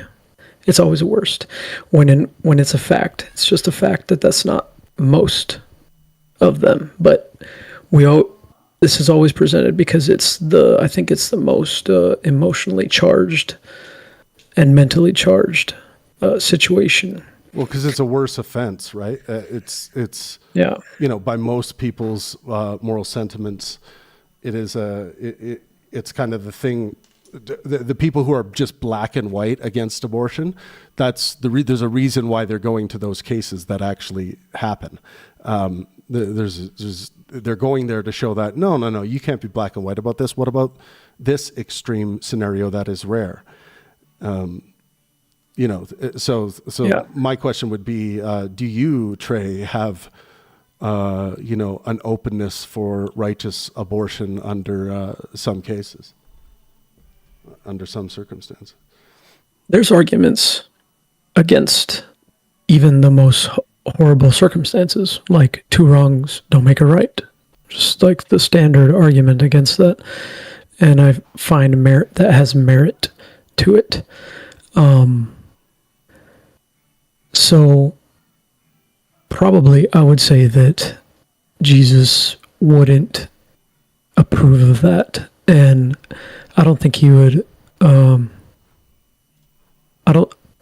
I say that because in Jeremiah 1:5 it says something about before in the womb I knew you. So like that implies like when you're in the womb you are a person, and then of course one of the Ten Commandments. You don't see that as a semantic conversation. You see that as something that is doctorially contributing to this subject. When someone uses, because we do this in Psalms and we do this in Proverbs, and we get this kind of poetic literature that might say something like, I know every hair on your head, or this, or you knew every hair on my head, or something like this. And now you use these as something at a doctoral level. And I'm just curious, when you do that, like, how do you decide which ones you do or don't? It seems like many people have an affinity for a particular instance, and then they find verses that establish that, even if they're completely out of that genre. They're like, Jeremiah is obviously not talking about law. It's not talking about legal code. It's talking about personal relationship, or it's talking about how he sees God as knowing everything that he's going to do in advance. And that's the rhetoric of the conversation. But then you take that and you apply that to, okay, I'm going to apply this as a principle or a foundation to say that X is wrong and Y is right. That seems problematic to me. What do you think Jeremiah 1:5 means? That you knew me in my womb? Before in while you were in the womb, I knew you. Before I formed you in the womb, I knew you. Is from Book of Jeremiah. Right. Yeah. It is him expressing that God had complete control and has complete knowledge. It's a bestowing that God has knowledge. God sees these things. But then here's the problem with that. All of these children that were aborted, did God know who they were going to be now knowing that they never were? Like this I don't see how he couldn't. I don't see how he couldn't. And they're all in heaven. Well, no. Wait. How could he have known who they were going to be if they were aborted? They never were. They never even given a name. But he knew you in the womb. What is? I don't understand what "you" means in this context. I don't. Person.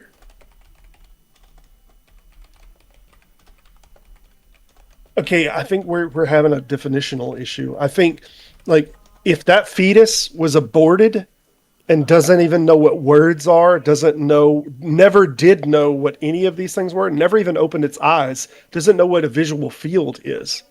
Okay? And you're talking about that it knew that person. Like I don't understand what that means. God knew the fetus. Okay. God knew a rock. What does that mean? I don't. Before in the womb, I don't have the exact scripture up, but I know it's Jeremiah 1:5. I formed thee in the womb or whatever. He knew that fetus. So we were all. Okay, but it never was going to be a person. Like it never was going to be. It was never going to have these dreams and hopes of being an astronaut or whatever different ontology that we assign to the personage that is you or me or Travis or someone in this room, and we say that I am X and Y and Z. Like it never had any of those things. So there's not a character by which God could have knew. This is tantamount to saying I know that rock. So if I don't want to put words in your mouth, but like to you, a fetus is like a rock. A fetus does not have thoughts of what the future is going to be. It has not interacted with the visual field. It doesn't have thoughts about politics. It doesn't have. I mean, pick a subject. Pick anything that you think that you have had a qualitative experience about. It doesn't have that.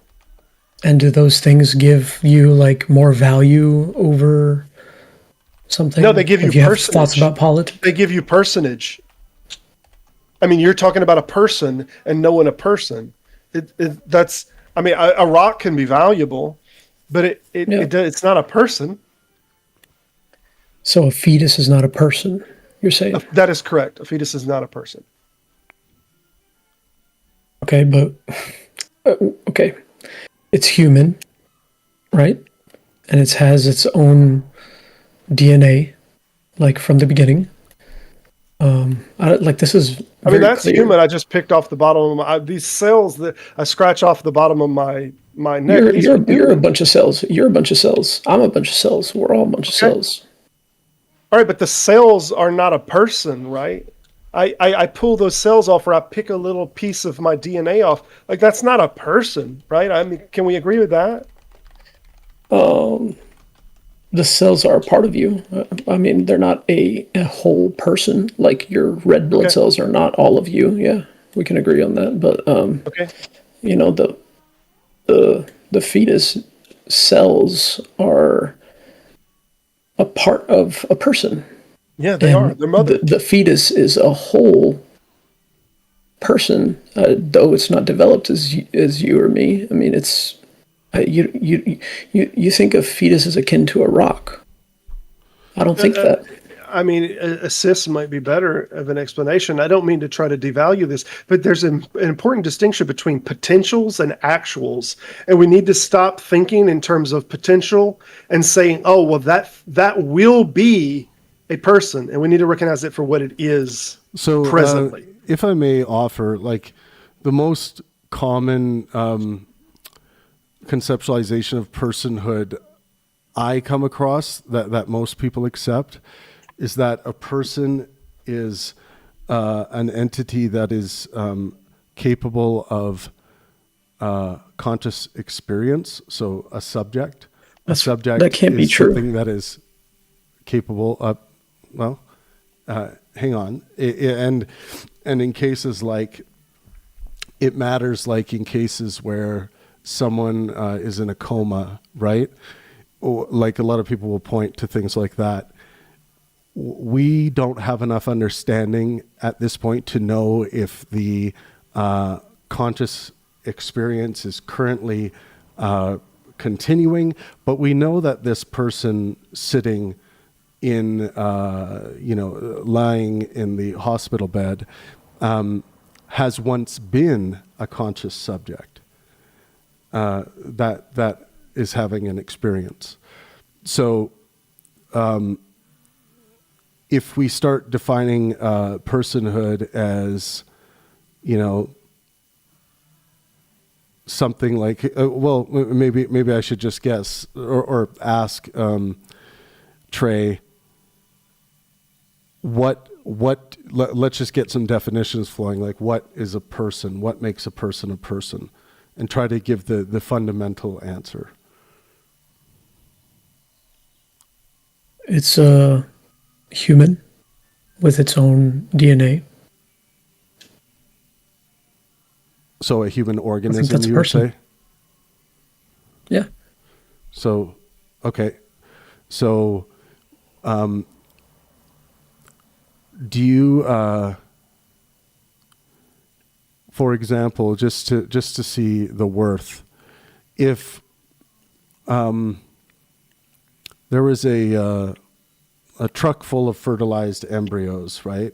It's a pretty classic example.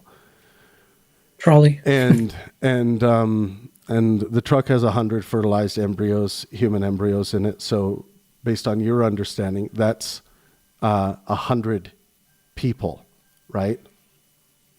Okay. In the truck. Okay, yeah. The truck crashes and blows up, and all of those quote unquote people die. Okay. And then we have a scenario where there's a mother driving her 3 children to school, and same thing, their vehicle blows up, they all die. Which was a bigger tragedy in your view? What carries more moral weight? I would think they're both awful. Probably the 3 kids, we Right, the mother and 3 kids, and how is that? Because we have potentially 100. We have 100 people based on your view, 100 persons, people who have died.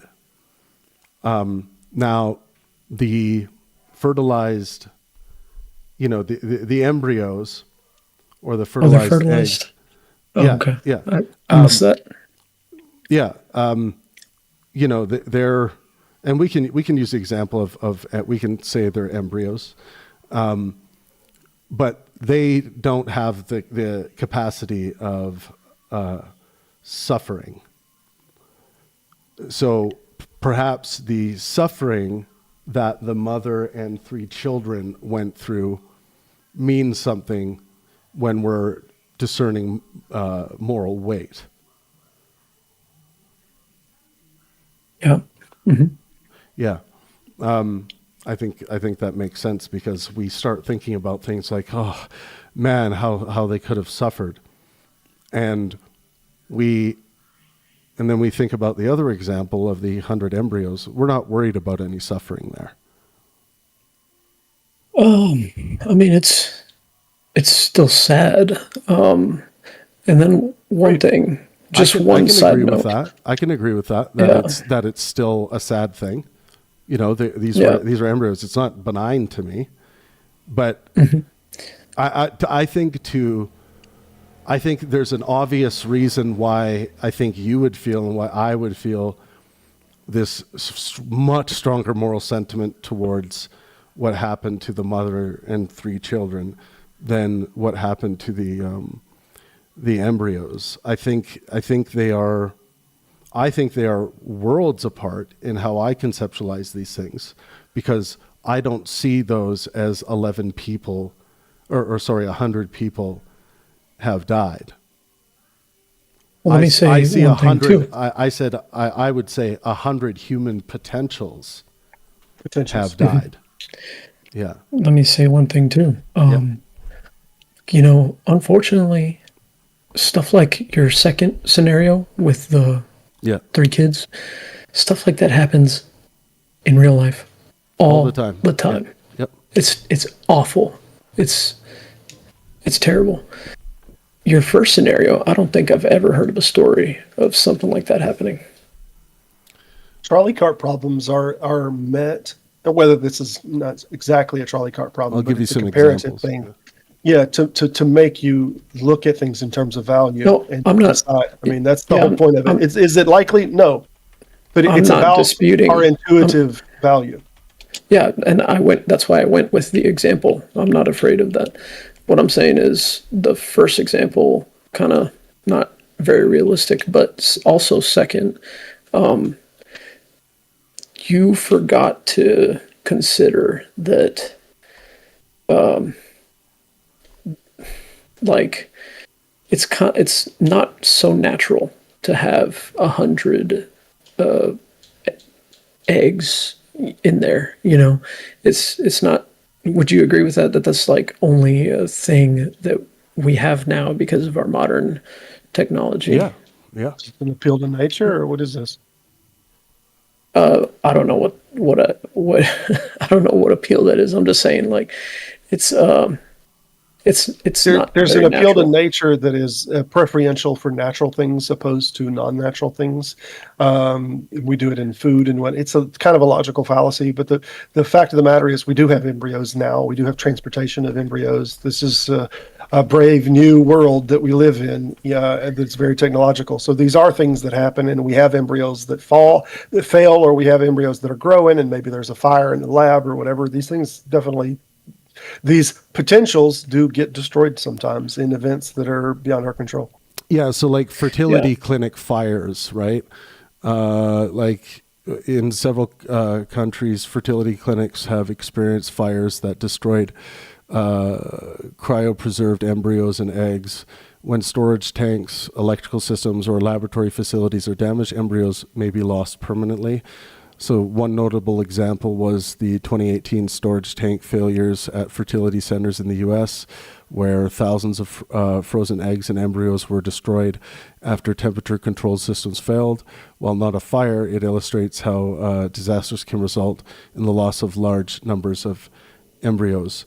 Happens with earthquakes, happens with hurricanes and floods, war and bombing. My answer here, accidental laboratory failures. But my point is this happens all the time.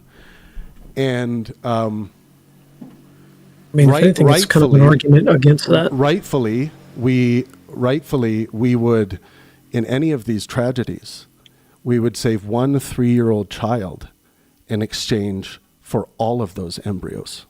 Do you agree?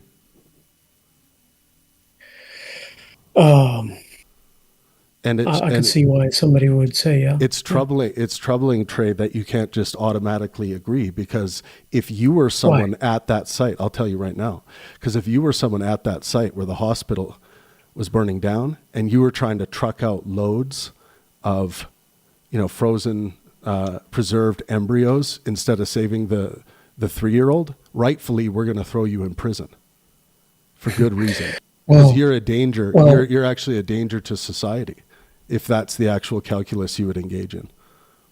Well, let me give you some pushback. I'll do it for you. How about that, Trey?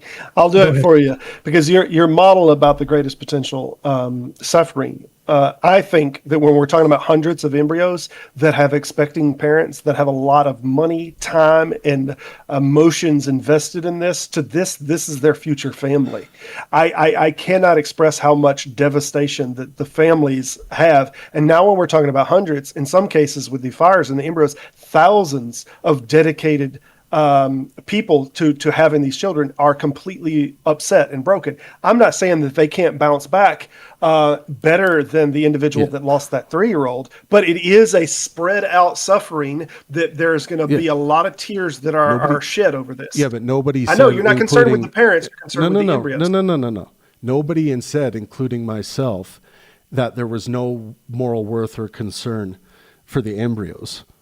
And nobody has said that thus far, and that's not my position. So if you're arguing against that position, that would be a straw man. But I'm just saying there's going to be a lot of suffering involved in that, probably as a collective, all of the suffering, more than the 3-year-old. I can't see that.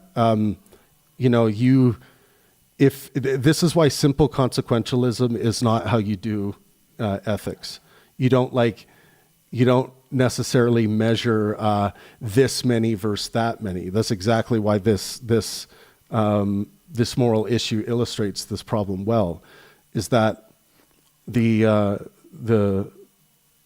3-year-old, the reason why society would save the 3-year-old first before the embryos is, I think, by and large, because people believe that there is more moral worth to be put on a conscious creature that is capable of subjective experience.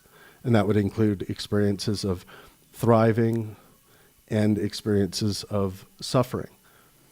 So when we're talking about that kind of life or death scenario, even if someone is to stop and think, well, I mean, think of all the suffering of these parents who are trying to, get pregnant, like how they're going to suffer if we don't, with these things that we can just, continue to replicate for them, right?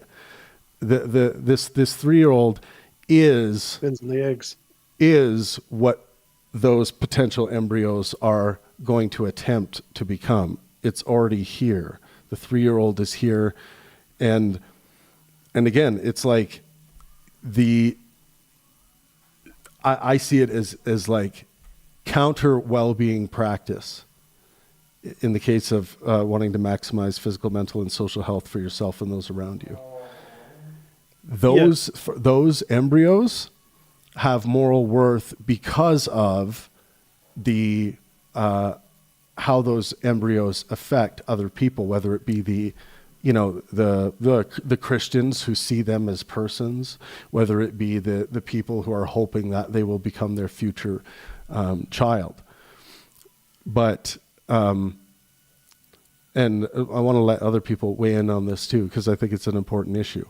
But to me, it's just obviously reckless and ought be a crime we hold people accountable for if they were letting a 3-year-old burn alive while they're trucking out embryos, because they're like, well, think about how the parents would feel who are hoping to use these embryos. That's just absolutely insanity to me, to my sentiments. I'd save the 3-year-old because I don't know how to keep embryos alive. Yeah, that's a good point. I think, though, Travis, wouldn't society lock up the person that let the 3-year-old stay there?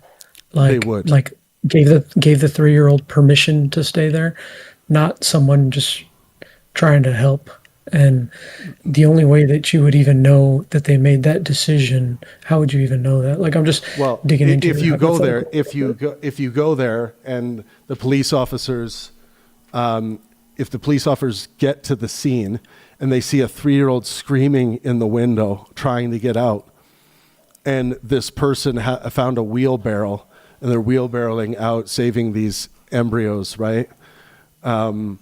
And the police are like, why the fuck? And then all of a sudden, something blows up in the building and the child gets killed.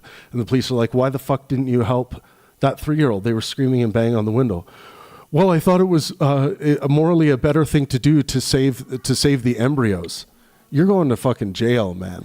You're going to jail. Why was a 3-year-old? I don't think he would actually go to jail. So Well, let's look that up to see if you would go to jail and how you changed would be. the scenario earlier, though. I wanted to point out, though, because originally it was a crash. So now what we're doing with the fire is we're getting more we changed it. pain. We changed it to the hospital as a recent example here. It's not. We're not just sticking to one example, but we're on the hospital again. Right. But I'm saying let's remove the scenario of the child feeling pain and the child just dying.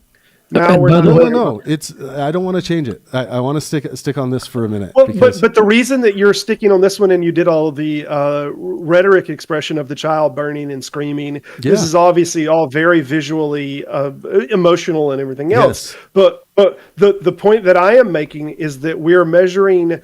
Once I'm dead, I'll give you a primary example. I don't particularly care how I die because once I'm dead, it doesn't matter.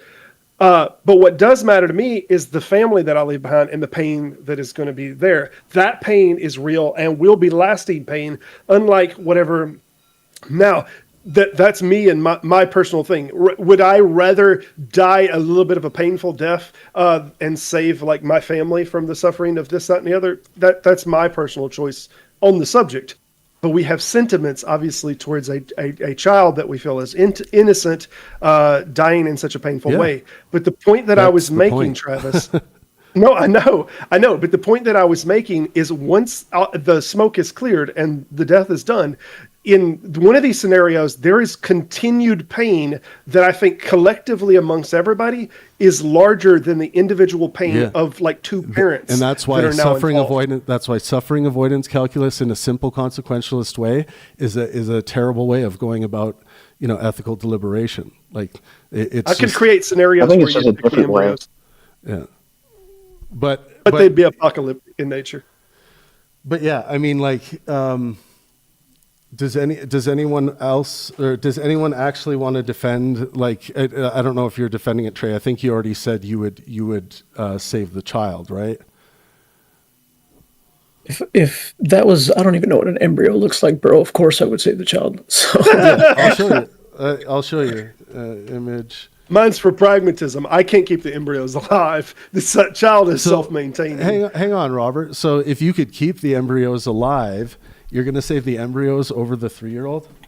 It's situational dependent. Again, I could think of scenarios. Again, we're talking about apocalyptic scenarios where I believe the value of that many children being able to survive is of greater value. But yeah, I mean, ultimately, experiential, the end, like what it would do to me at an emotional, at a phenomenal level, not saving that 3-year-old would be, I can't tell you how much damage, obviously, it would do to me to dream about it. So, whereas the emotional connection that I would have to embryos, forget about it. Yeah. Travis, forgive me, but I think this will bolster you. Yeah. So the way I'm kind of thinking about it is, for me, the difference is, okay, the embryos are living humans, but do they really have spirits? Do they have minds? I don't know. They don't have the capacity to suffer. We don't have any. We don't have any good reason. So we're arguing. I think you must have just came in because we talked about this a bit before. But a little bit. We're arguing the personhood issue, and I think most people, in my experience, most academics, most neuroscientists, most philosophers of mind that I've spoken to. Deal with personhood at the level, the fundamental basis for personhood is that they are a subject capable of conscious experience. So once you reach that level, then that's when you would reach personhood. Now, there are people who, I think like Trey was describing, who believe that personhood happens upon conception. And that's kind of the biological material argument for personhood. I will not be assuming that. I think there is probably a place where it slowly comes into being. But the way I was thinking about it is like, if I was in a room, right, and I knew I could only save one toddler or 100 people who were 20 years old who had never had consciousness, but we know that there is a therapy that if we do this to them, there's a chance that they'll live till 77 years, average human lifespan of consciousness. That's for the baby, because those are potential living beings, but they're all potential. Like, I want to save the soul as much as I care for human beings. Genuinely, I'd save the soul first. That'd be my first priority, or the person, I suppose you would call it. Which I don't know. would then track to 100 embryos. The 100 embryos have an expected life of 77 years each, but none of them are persons yet. So, you know, it's sad that you have to make the decision, but someone's going to make the decision, and I'm going to value, as much as I value human life, I'm going to value human personhood life over the opposite. I'm going to bring it back a little bit. There is moral value, though, to an embryo or a fertilized egg. I agree. So why wouldn't you want to preserve that to the best of your ability? Well,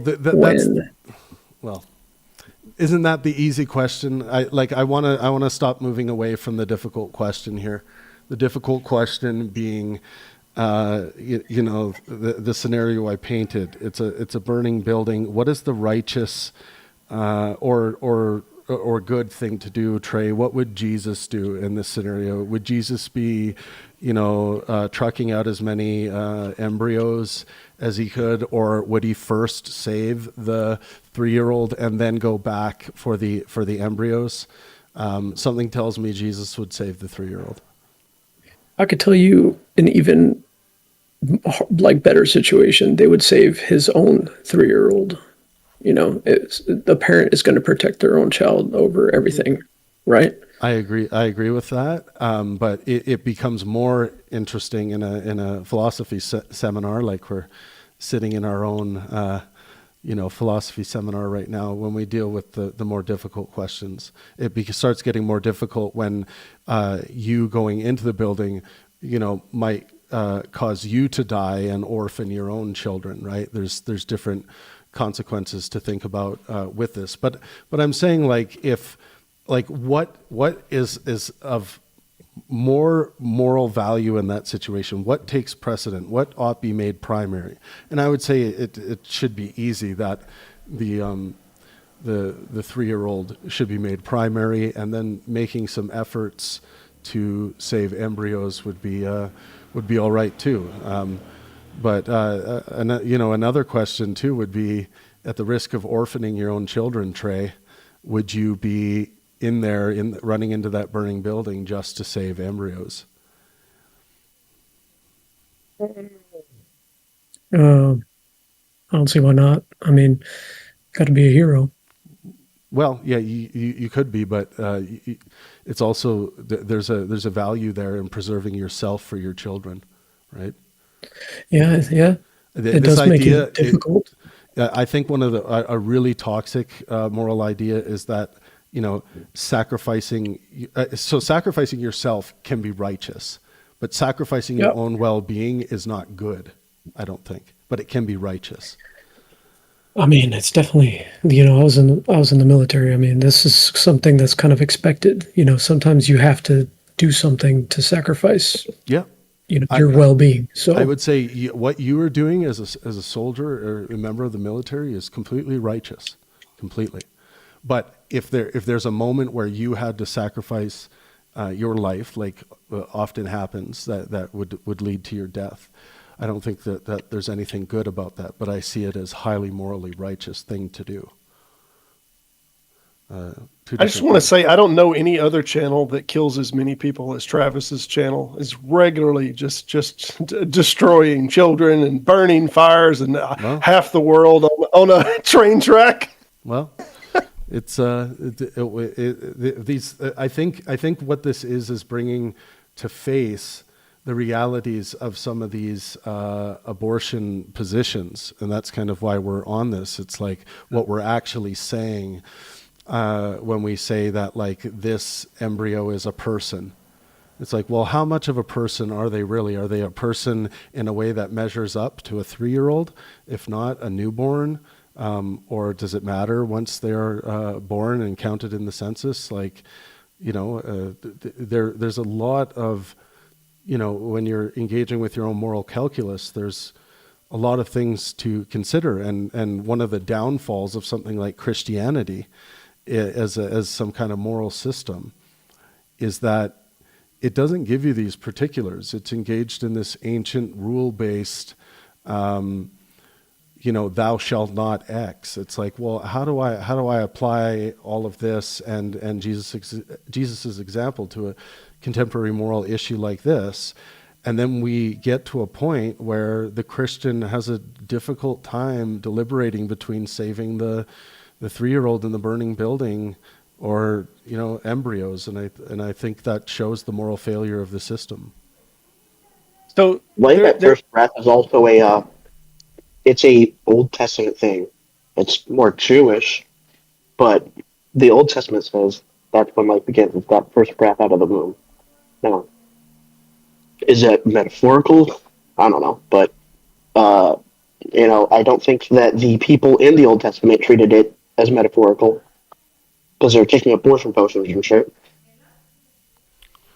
Yeah, I don't but know you don't anything think about that. so? Yeah, I know something about it, but go ahead. With everything you just laid out, Travis, I think you still believe that there's moral value to a fertilized egg. Of course. And I think so much so, Trey, just to add to that I too, like you, would feel like I would want to save those if I didn't have a great chance of losing my life and orphaning my children. I would not only consider that, as well. Yeah. You would also want to preserve life even in an ordinary situation, such as somebody trying to get an abortion. Well, no. If someone to me, like I'm not going to be a black and white thinker about abortion, and I never am. So when it comes to abortions themselves, they are bad things. Why? Because they carry a particular kind of risk to the carrying mother, and health risks are not good things in my worldview. And it also comes with the idea of, if the carrying mother does not want the fertilized egg, the embryo, then she has to deal with the moral guilt and the deliberation involved with terminating the pregnancy. So there's a lot not to like about the abortion topic as a moral well-beingist, but the consideration that should be made primary is the consideration for the subject that is capable of conscious experience, and that is the carrying mother. Now, I think that should be made primary, but that does not mean that there isn't any value below or underneath the carrying mother's wishes or desires. There's still moral value in the pregnancy. You could ask it, Travis. Go ahead. You could ask it like this. Earlier, you mentioned that you would go into the burning building, that you very well may go into the burning building for the fetuses. Would it be right as us as a society to force you to go into that burning building for the fetuses? No. Okay. No. So then this is where this is exactly the point that I make with it. Like a mother has, or we should reasonably believe that she has her autonomy over her own body. So even if you think of this as she doesn't want to support this life that is starting to grow inside of her, if she just wants the autonomy to separate it, does it have the ability to live on its own? And the answer to that is no. But can we force her because of that to keep carrying that? I think that would be as absurd as saying that we can force you to go into that building. Yeah, no, we can't force people to go into these buildings. But if it's a case that, the child, like imagining a case where it would be reasonable for someone to either break the window or, maybe open a door for the 3-year-old that cannot open the door that they can't get out of, like something like this. Based on what I looked up, there can be a criminal negligence in cases like that where a judge would look at it and be like, wait a second, You could have just opened the door for the 3-year-old and you were standing there for 15 minutes. And then you decided, and then you realized that there was embryos in the building, and you went into the building, got the embryos, and you didn't once think to open that door for that 3-year-old, and now the 3-year-old died. You're going to fucking prison. Like that's a for the embryos. Okay. I really like your analogy, Travis, or hypothetical. I've not heard it like this before, and I think it's probably one of the best ones for talking about it. But anyways, like for me, I think the only time it would be illegal to let the embryo die is if you see a burning building, you intentionally don't have fire equipment or anything, and you walk in with a bunch of embryos, set it down, and walk out. I think that might be criminal. And I feel the same about real abortions, right? That's an interesting question. I'm not like, I wonder what courts would have to say about that. It's like, well, I mean, if they were your embryos, like let's say you cultivated them yourself, and you own the property. I'm going to look that up because that's an interesting question. I think it's murder, in my opinion. Legally, probably not, but in my opinion, it's murder. I don't think it's murder. I disagree. Yeah. And I think the way we would deal with it presently is the same way that the Old Testament did whenever we see someone that caused... and again, our laws presently, if someone caused under a violent act for someone to lose a child while pregnant, there could be some, I won't say a life sentence, but I think the punishment for that was like 50 shekels. Right, but in the Bible, it was clear that it was a monetary punishment. So it was a monetary punishment, which has led many scholars to suggest that they did not see that as a viable life because it is a monetary, not an eye for an eye kind of thing. So if someone was caused to miscarry, I think we have good biblical basis that they think that is not tantamount to murder. They didn't see it as that. Apparently, agreed, but the Bible is wrong on that. So. Apparently, if the embryos are legally considered your property, they are considered reproductive tissue, and you're allowed to dispose of reproductive tissue in any way you want, so long as you're not like breaking any environmental laws or anything like that. In the state of Louisiana, under the Louisiana Statutory Guide, we actually have a section called theft of sperm or ovules. And it is a specific section that you can be charged with. I don't know what the sentence is on it, but I remember it was one of those trivia things back when I was early in the sheriff's department that we had that as our own thing: theft of sperm or ovules. Interesting. Travis, the reason that law exists is because if that law didn't exist, fertility clinics would have a shit ton of leftover embryos that they couldn't get rid of without it being murder, right? Mm. So, otherwise, they'd have to all of them into perpetuity, which is a good question. But right. So it looks like Alabama and Louisiana have the highest risk of a court considering the frozen embryos to be children under wrongful death law. There can be civil liability created, though. However, Alabama later passed legislation protecting IVF providers from certain liabilities, so the situation remains very complicated. Louisiana treats IVF embryos as jurisdictional persons.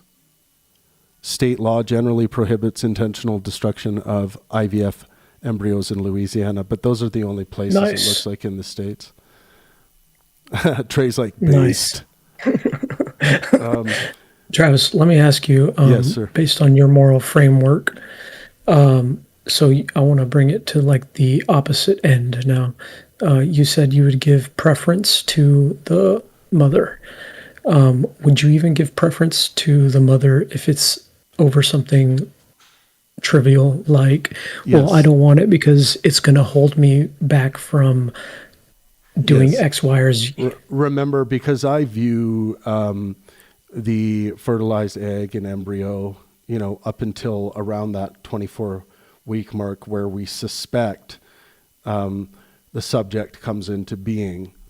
At least that's our best guess and bet at this point. We have some reason to believe that that's when it happens.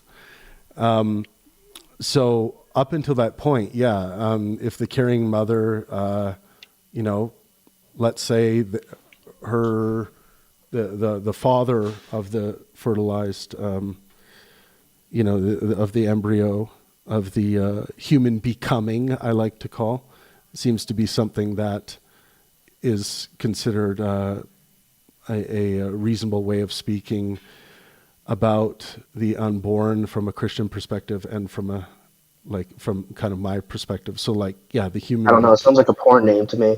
It is. It is all pornography.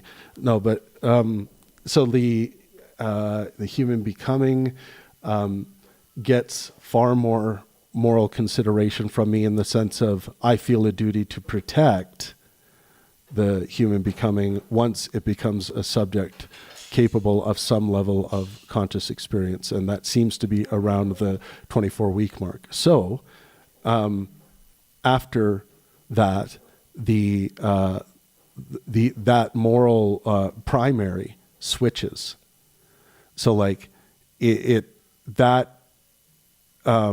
that pregnancy now, and also based on Canadian law and other laws, that the unborn gets certain rights after that stage, and I think that's okay. right. I don't know if you want to talk about this, but there is a famous person now. I don't know if it's true or not, but I've seen videos of a pregnant mom out at a bar, and she's a famous person. Maybe you all have seen it. And she's drinking, taking shots. I don't know if it's real. Right. Have you seen it or no? I haven't. I haven't, but this is something that happens all the time. It's some cultures, it's not as rare as one would hope that the mother is out drinking alcohol or in some cases, I've seen a lot of pregnant women using fentanyl and different drugs on during my work on Hastings Street. So it's an unfortunate reality, and that bothers me a lot, right? And it bothers me for reasons of my physical, mental, and social health calculus. It bothers me because of the challenges it can present for the pregnancy and for the health of the carrying mother, and also for the human becoming. So it's not like the human becoming, like I said before, my only thing is that the moral worth for the human becoming, up until we believe it has the capability of conscious experience, it has less moral value than the wishes of the carrying mother. But that doesn't mean I think it's okay. That mean do I? No. Do I think it's okay for? Yeah. So if the mother, and this is a good question, if the carrying mother is planning to see this pregnancy through and engaging in all kinds of behavior that's potentially causing future physical, mental, and social health detriments for the unborn and for herself, that's not okay. That's bad. That's bad behavior. To be clear, though, for all we already have scheduled for abortion. And I just want to say that. What's that? Say that again, Robert? For all we know, the mother may, in this specific video that you're mentioning, may have already had her appointment already scheduled. Exactly. So that's it may different. Already be. Yeah. So if I don't know. If there now the reckless thing about that is that a human being can change their mind tomorrow, right? So someone should be a carrying mother should be having this abortion before they go out and do anything like this, in my opinion. Yeah, and to me, it's kind of like saying, "Oh, we're gonna pull the plug on grandma tomorrow. Let's give her some drugs, or and fuck her up today." And we're in that same category of let's say there's a mother who is, or let's say there's a pregnant woman who is 2 weeks pregnant, right? And she gets murdered. In many places around the world, that is considered a double murder. It's a murder of the mother and the unborn, and there is an assumption there, unless something was explicitly made, and this might come up during the trial for mitigating circumstances. But I think a trial lawyer is going to be making a huge mistake if they try to say that, like, well, I mean, and if you look at some of the things she says, she was planning on aborting this anyway. Like, that's not going to play well with a judge or a court, right? So, like, yeah, there's that. I think there is good reason why we put an emphasis on that being a double murder, but that doesn't mean that another person has been murdered in the sense of another entity capable of, that is in fact a subject capable of conscious experience. But that whole potentiality has been robbed by the murderer. It wasn't a choice by the carrying mother. It's different. This is why, and you mentioned this earlier, like why we do like these grape cases and these extreme ones, because a lot of people, they're arguing two different sides of this. They're either arguing that that it's wrong because of the mother made the decision that caused to these outcomes, right? So some people could say, well, she's doing this, but she's the one that caused the thing to happen. And then they'll pivot and make the argument more about the autonomy of the individual, of the child. And this is why this grape situation gets brought up, is because we want to hear this hill died on, to say, that we really don't care.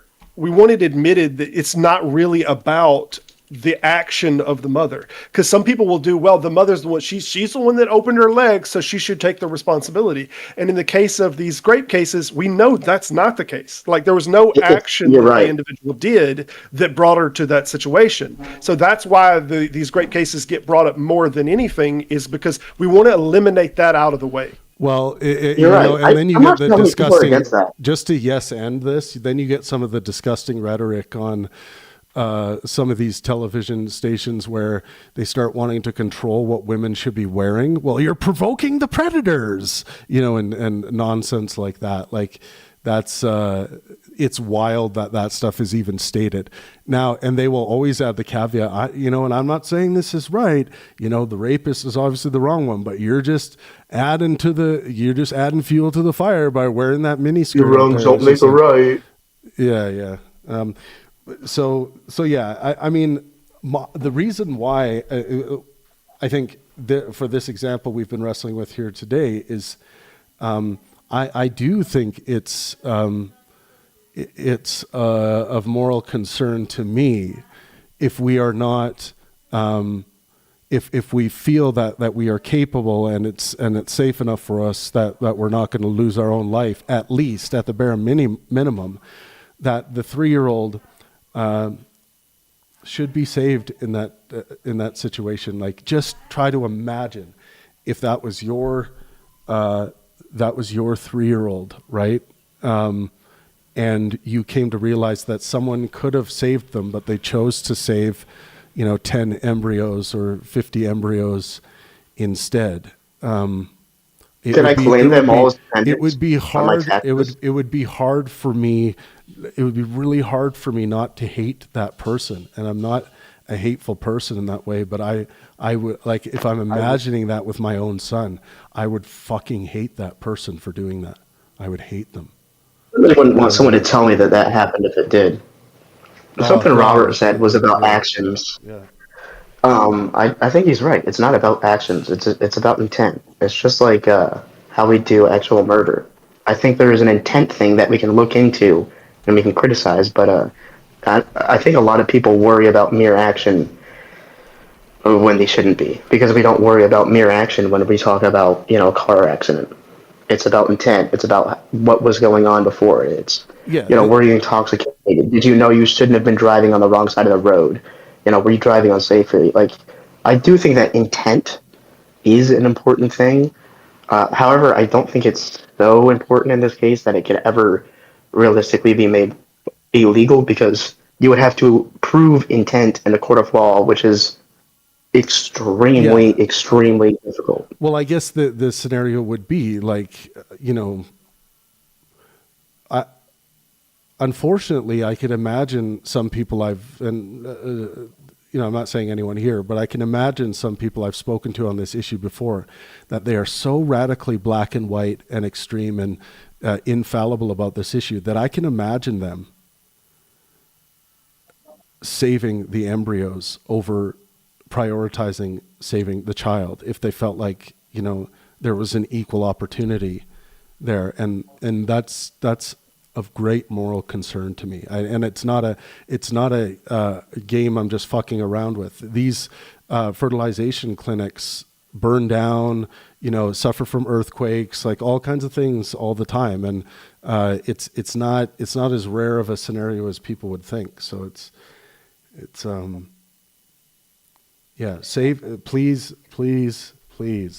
I implore you to save the 3-year-old. Simos, you've been uncharacteristically quiet during all of this. I'd love to hear from you on this. But I'm very interested in how this would change if all of these embryos, in any way that we could create a scenario that these embryos were not in a refrigerator, but they're inside of a womb. Does this now change the scenario? And it seems like these appeal to naturalism kind of thing seems to want to intuitively think, oh, but if it's inside of the womb, now the situation has changed. And I don't understand where it has. I think that also, if you ask any woman who has an unwanted pregnancy, if there was a chance that they could take the embryo and raise it in like an incubator outside of herself, she would be fine with it. Meaning that if people who assume that this is murder are also applying intent onto women, the reality is that women don't want babies to die. They want to not experience the pregnancy. They don't want to experience the pains, the changes, scars. They simply wish to have autonomy over how this affects their future. Don't want to lose that beach body. Their careers. That's a tacit dismissal of what's going on here. There's their entire futures and how it's going to affect it. So to do that beach body kind of vanities thing, I think it was super. I think it was meant to be lighthearted. That was my interpretation. Well, some of the things that you said, Anka, were like kind of like vain. I feel like some of them. Which ones? Go on. The scars. And like this is where I think, Travis, like your philosophical argument, it does justify saving a 3-year-old, but I don't think it justifies having an abortion for any reason whatsoever. Oh, it does. I mean, did I not deliver my sermon on the primacy of the the carrying mother's wishes when considering their physical, mental, and social health, and that the unborn, up until they're capable, where we believe they start being capable of conscious experience, then that's when that there is a equalization of between the carrying mother and the unborn, where there is a duty, a moral duty, in my view, for the carrying mother to continue with the pregnancy. It's not that I believe a carrying mother should, at any stage of the game, including 8 months into the pregnancy, be allowed to just be like, and to say, no, I want it dead. I don't want it taken out of my body. I want it dead. Obviously, we're not going to honor her wishes, and we should never honor her wishes. And of course, not to mention, this never fucking happens, right? It just never happens. We don't have these maniacal, carrying mothers out there that get to 8 months and they're like, I want this thing dead. I don't want it just out of me. I want it dead. It's like, no, minus some cases of severe mental health catastrophe where, there are doctors and clinicians who are well suited to help people in that circumstance. It's just not anything like I understand like how some people want to be appeased in the sense of like, oh, I want it in the books right now that a woman is not allowed to have an abortion at 8 months and 12 days. And it's like, yeah, that never happens. That's not when abortions happen. We can put it in the books to appease you, but we would really not be changing the game at all with regards to what's actually going on. But I feel like it would tame the rhetoric so much. I agree with you 100%. Though it wouldn't really change much. I've thought about this. Like it might tame the rhetoric, but it's one of those things that like. When we start writing, it's that when we start like appeasing the most radical, crazy perspectives that really don't graft on to reality and start giving them legislative weight and burning money, needlessly on things like this. Like, it's just, I understand that it could appease large swaths of people who have this like conspiratorial view that like, so long as it's not made explicit in the law, there could be a woman that comes along at some point somewhere in this country that wants to do this. And then they're like, yeah, but the doctors wouldn't allow it. It's just not something that's not something that's done. Yeah, but they could. And then we're going to spend like millions of dollars like arguing this and getting it codified into law where it would probably never be, accepted. Like, I just like, holy fucking shitballs. I don't know. Well, I mean, we did have it for we had the opposite. The opposite for a long time. Yeah, for good reason. We had the opposite. Get shut down. Yeah, for good reason we had the opposite because women weren't given the ability to make these decisions. Like their moral rights weren't. Their right to their own moral deliberation with regards to their body and their, pregnancy was not made primary for so long. This was, and still in places in the United States, like this is made secondary to the life of the fertilized egg. I don't know why they didn't for like 50, 70, 80 years. I don't remember. It was at least 50 years. Make a law enshrining that case law. Like, it would have been completely within their rights to do so, and they screwed themselves over by being complacent and letting it rest on that Supreme Court case. Yeah. I don't know why they thought it was a problem, but... I think... fascinatingly... Yeah, go ahead, Tyson. Yeah. I said, fascinatingly enough, when we're predicating so much on potential life, my question is, at what point do I become a genocidal maniac when I'm just jerking off? I mean... At the end of the day, each sperm cell has the potential to become life. We can ask Trey, because Trey seems to be, at least right now, of people who have spoken up, the one like, kind of pro-life, seemingly absolutist. So it's like, Trey, do you think of like male ejaculate in that same way, or what do you? I think, what do you think? that whoever said that is a genocidal maniac. I knew it. Thank you very much, sir. They're definitely the armies drive straight to their death. Tyson's definitely one of the most insane genocidal maniacs in human history. Definitely. Oh my goodness. I do think there is a difference though between I give Solomon a good name. Let me tell you. Embryos, right? One is a human. One is a gamete. One is only like half of the instructions for a human.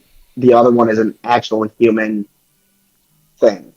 Once the gametes meet, I think that's a slippery slope, man. That's just it's not. That's completely just not. one ejaculation to what happened in 1945, right there. Okay, just you're fucking with me.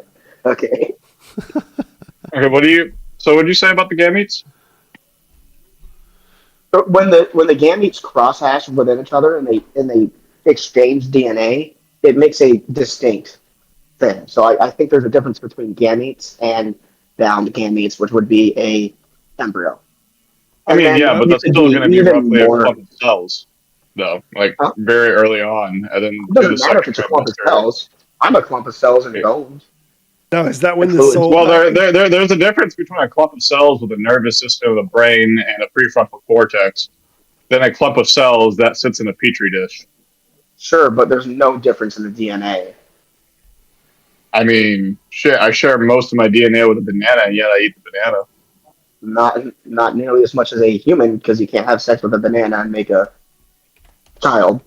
I've tried it. And also, like, you know, your trait you named there doesn't really split that well because, again, when you jerk off, that's 100% human DNA there. 100%. It's not human though. It's gametes. I'm talking about a species. That's 100% human chromosome right there. Huh? If you put the DNA from just a gamete into anything, it wouldn't make a human. That's not how I think it works. it's your DNA though. Like it's not. It doesn't have its own distinct DNA, right? I'm not a scientist. Yes, it is your DNA. I mean, at that point, you're just killing yourself multiple times. Then. Well, it's not. It's not. With my love. There's also a difference in the production of the gametes where it pre-rearranges them in the gamete itself. So it is all your DNA, but it's jumbled differently. So it's even the gametes are all unique, but they're not human because they don't have a full set of chromosomes. Well, yeah. I mean, yes, but again, the traits that like an embryo would have would not be fully human yet. I mean, it doesn't have arms, legs, nor a heartbeat. I'm going about something with human DNA that's living and can, if given the right environment and food, become a human. Right? Well, what about like a blood cell or like any other kind of cell you have that's singular cellular? Yeah, it has like both blood sets cells of become humans. I could be wrong, but I can take your blood cell and turn it into a white or a K. What was it? Just like turn it back to a primitive cell, essentially, and have it diverge and make different things with stem cells, for instance. I mean, this is done often in laboratories. Yeah. Okay. So technically, I can clone you with just a hair. No, you can't. Well, if you wanted to clone me with just a hair, you'd have to put my DNA together, which wouldn't work because I'm a male, and then you'd have to put that DNA into a gamete, turning it into an embryo. Yeah, I'd still need the gametes, but still, it's still possible to clone you. It would you. need to be a female gamete too, so you can't you can technically clone women, at least in mammals, in humans mostly. Well, yeah, you could make what are they called? I forgot what they did one time, but yeah, you could technically do that with a woman. But I mean, it's not going to come out well. There's a huge scandal about that. This scientist from Japan was faking clones for a long time, but we don't need to get into that. I mean, that being said, I mean, I just don't really see the difference because we're willing to classify embryonic life in a higher regard than sperm, right? But yet the embryonic life has no markers of anything that you would consider to have a moral value, have moral worth, other than potential life. Other than that's the only differentiator. Well, I do value human DNA. life. I do also, to a small extent, value life generally, but I do value human life especially. Now, it's not an embodied person. Human life. So, like Travis was saying earlier, there's a difference between a 3-year-old and an embryo, but that's only in specifically that the embryo is not into personhood yet. It hasn't developed that yet. It may not. Well, yes. Well, it hasn't developed. I mean, very early on, even it's very common that women will accidentally just have miscarriages, right? Or won't even know they had a miscarriage. No, mainly just because I'm telling you, that's the damn woman's fault. Yeah, she shouldn't have worn those socks. She wouldn't have miscarried. Yeah, she's the one that damn got pregnant in the first place. I mean, that's why I don't really give a shit about an embryo. Because an embryo is one thing, but surely it's got to be a man, so it must be Jesus. Yeah, Jesus impregnated every single woman that's ever been impregnated. Now there's a difference between also done every abortion. Exactly. Yeah. Well, there's a difference between an embryo third trimester baby, for instance. Like a third trimester, like it's almost out of the womb. By the way, just like to add a little bit of lighthearted air to this, my baby girl is only a month away from arriving. I'm really excited. Holy shit. I'm really excited. Congrats, you did nothing. Is that your first? No, Or do you have a boy? You have a boy, don't you? I have my little boy, Gian, and then his little sister, Journey, will be here very soon. I bet y'all feel bad about trying to kill all those embryos now, huh? Yeah, asshole. Exactly. I love killing embryos. I don't know if anybody. God damn it, Don Don goes to the arcade to play the kill the embryo whack-a-mole game. That's his favorite. And it usually, and by the arcade, I mean the hospital. By the hospital, I mean the NICU unit. By the whack and by embryos, I mean newborns. And by the whack-a-mole, he means a sex toy. And by a sex toy, that's another thing altogether. And by a hammer, he means his penis. Yeah, we need to stop. Did anybody mention that another point about which gets overlooked in the abortion debate, in my opinion, is that the woman's right to bodily autonomy and certainly control of sexual maturity of the species in some way is also not just a local good for the woman herself, all right, because it's an important thing to give people autonomy and control over their own bodies, but also for also for societies to allow this to happen. It benefits society to a large degree to allow women to have autonomy. Those are very any true. of that. I disagree. I couldn't disagree more. Okay. Base CJ, I guess. Goddamn. But what I will say though is like, raising children is like very expensive for human beings. You will spend 18 years raising a organism, or like another very intelligent mind, which is a human being. And if you're not ready to do so, my question is, why are we forcing a person to go through with it anyway? I mean, that's a great comment, assuming that it's accidental. Well, like let's say we catch it like where we usually catch it, the second trimester. Right. In some states, a woman's not going to be allowed to terminate it. Yep. It's because people have a moral opposition to that. No, that's the answer. Well, I know. Really? They have a moral ask a better opposition. question. Ask a better question, Tyson, because that's the answer to that question. Why would someone do that? He gave you the answer. That's the answer. That's why someone would do it. I mean, that's fair enough. You can have a moral opposition. I mean, I guess that's not really my question, though, in its entirety. The question in its entirety is going to be more pointed towards, I suppose, if we are allowed to, if we're giving the right to people to have kids in the first place, then why don't we standardize it towards people that are ready, rather than people that are not ready? I'm not entirely... Because there's entire philosophical branches like antinatalism that deal with human suffering on a whole. So I'm very pro-life, right? But I'm not entirely against what you just said, because I've seen it myself. Some people just should not be parents. So I'm not entirely against that. We got to break the cycle of I mean, is that wrong to have that point of view that some people just should not be parents? I agree. Some people shouldn't be parents, but I mean, I agree with that. I don't think that some people shouldn't be children. I also don't think we should take away their right to have kids, right? So, I don't know about that. Yeah, I 100% know about that. I would definitely be in favor of that for some people. Bizarre.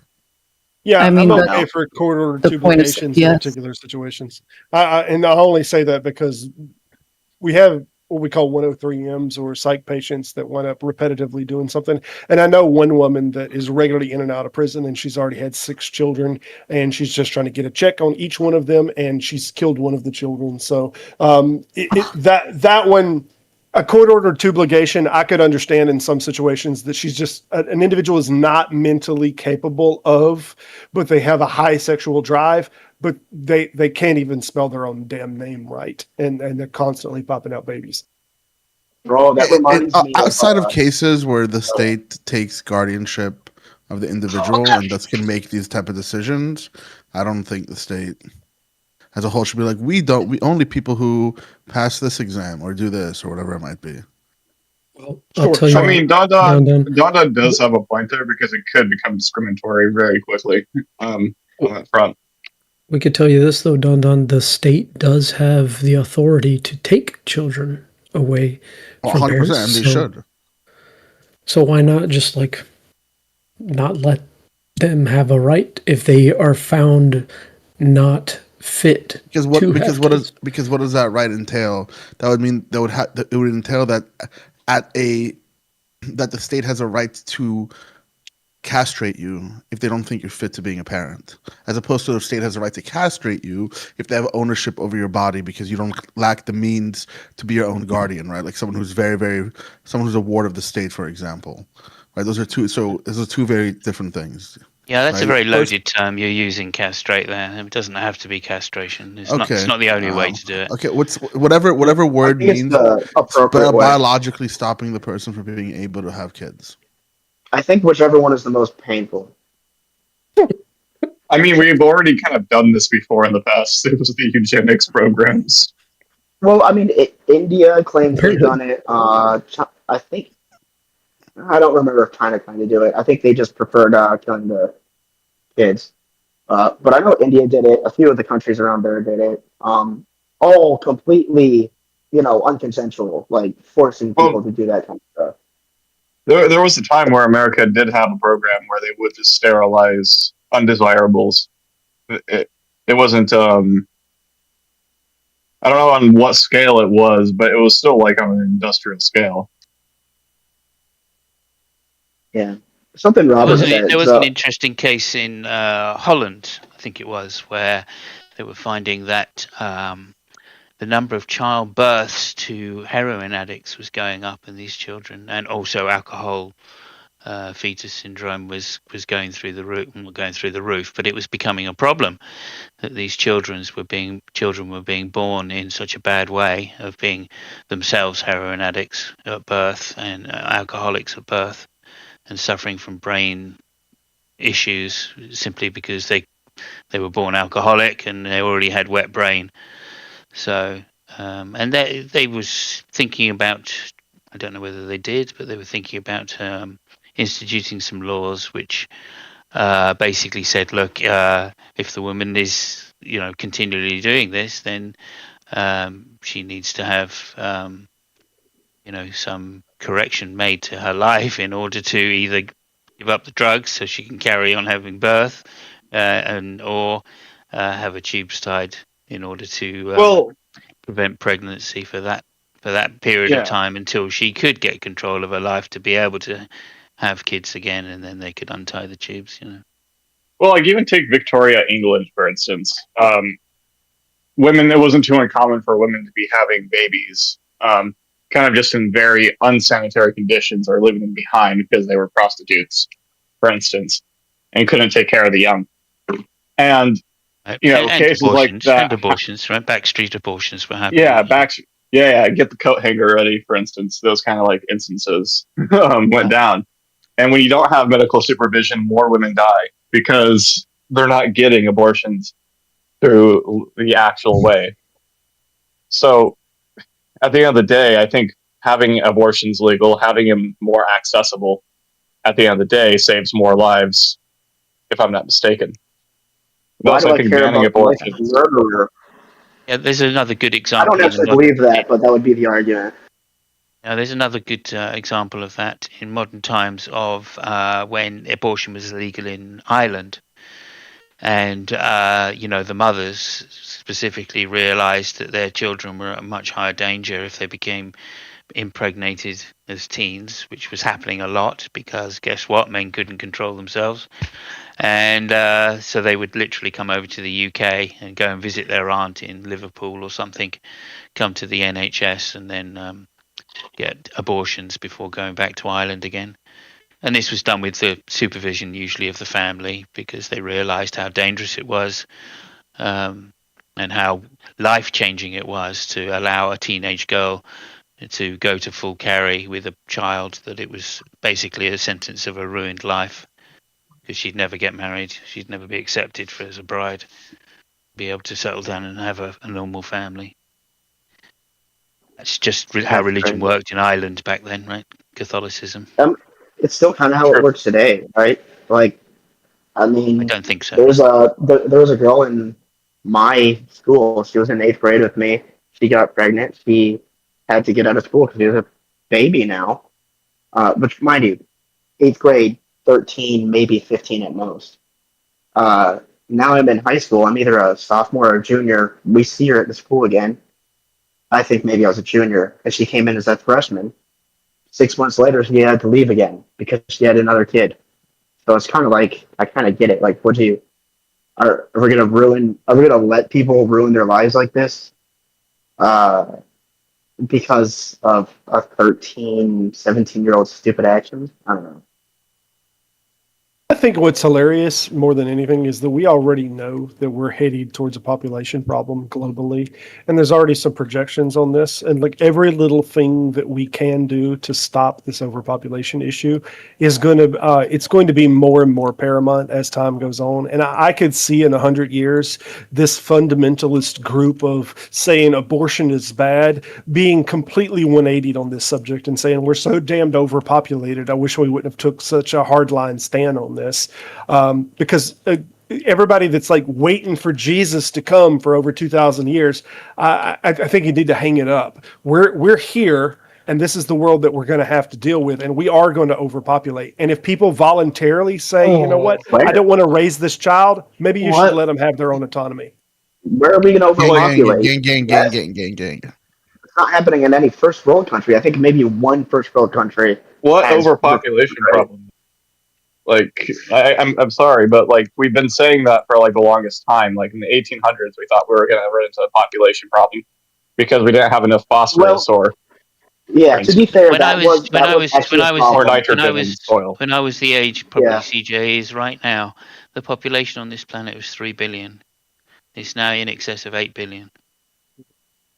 Doesn't mean one lifetime. One lifetime. Well, yes, but also in the first world we have declining demographics. One lifetime it's tripled. Oh, sorry. That doesn't mean we're overpopulated. I mean, I read it shows exponential growth, though, is what it shows.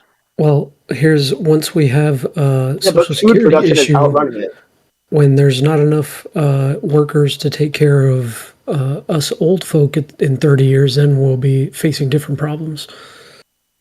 Agreed. Well, you guys something have that more needs kids. to be dealt with. Agreed. But I don't think just continually ignoring the Earth is, the Earth's population is the answer to. I don't think it's ignoring the Earth's population to say that we had like 2 scares where we thought we would actually have a overpopulation, and then science fixed it. Like, it was actually a Jewish scientist in Germany. There's a whole book about it, and it's awesome. He also happens to be the guy that made Zyklon A that turned into Zyklon B. Crazy story. Oh my god, like funny. I think we have to realize we're already seeing the effects of a large population. I think about 2010, the UN did about 2010. The UN did a big worldwide survey, and they estimated that the amount of food that could be produced with the available land currently could possibly support 14 billion in the way our model is currently being used. If we changed over to vegetarianism, right, and stopped breeding cows, etc., which take up a lot more energy and a lot more land, Oh, then potentially we could get a higher population than that. So I I mean, don't. we're 5 billion away from that I particular figure. So that's a little worrying, I think.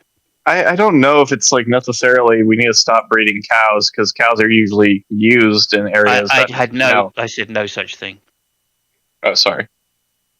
Well, did you say like livestock or what? He didn't say not using I cows. said if we right. wanted to go beyond the 14 billion, okay, right, then the UN suggested that there were ways to do that with the current land that we Vegetarian. have, and that's Oh, yeah. vegetarianism because cows take up so much of the produce estate. already. I mean, basically we're feeding plants to cows in order to feed meat to humans, and I that guess we we'll get start. a lot less. There's a lot less meat. I mean, that depends. That depends on the statistics we're using for them, though. I guess. Although I can go more in depth on that later. I guess we'll start population control at 13,999 billion then.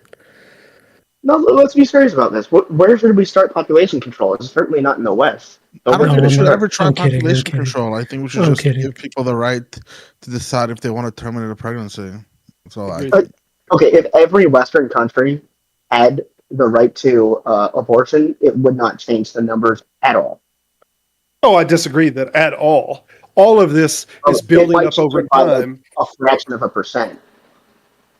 Not only is all of this building Bangladesh up. is a very good example where they introduced autonomy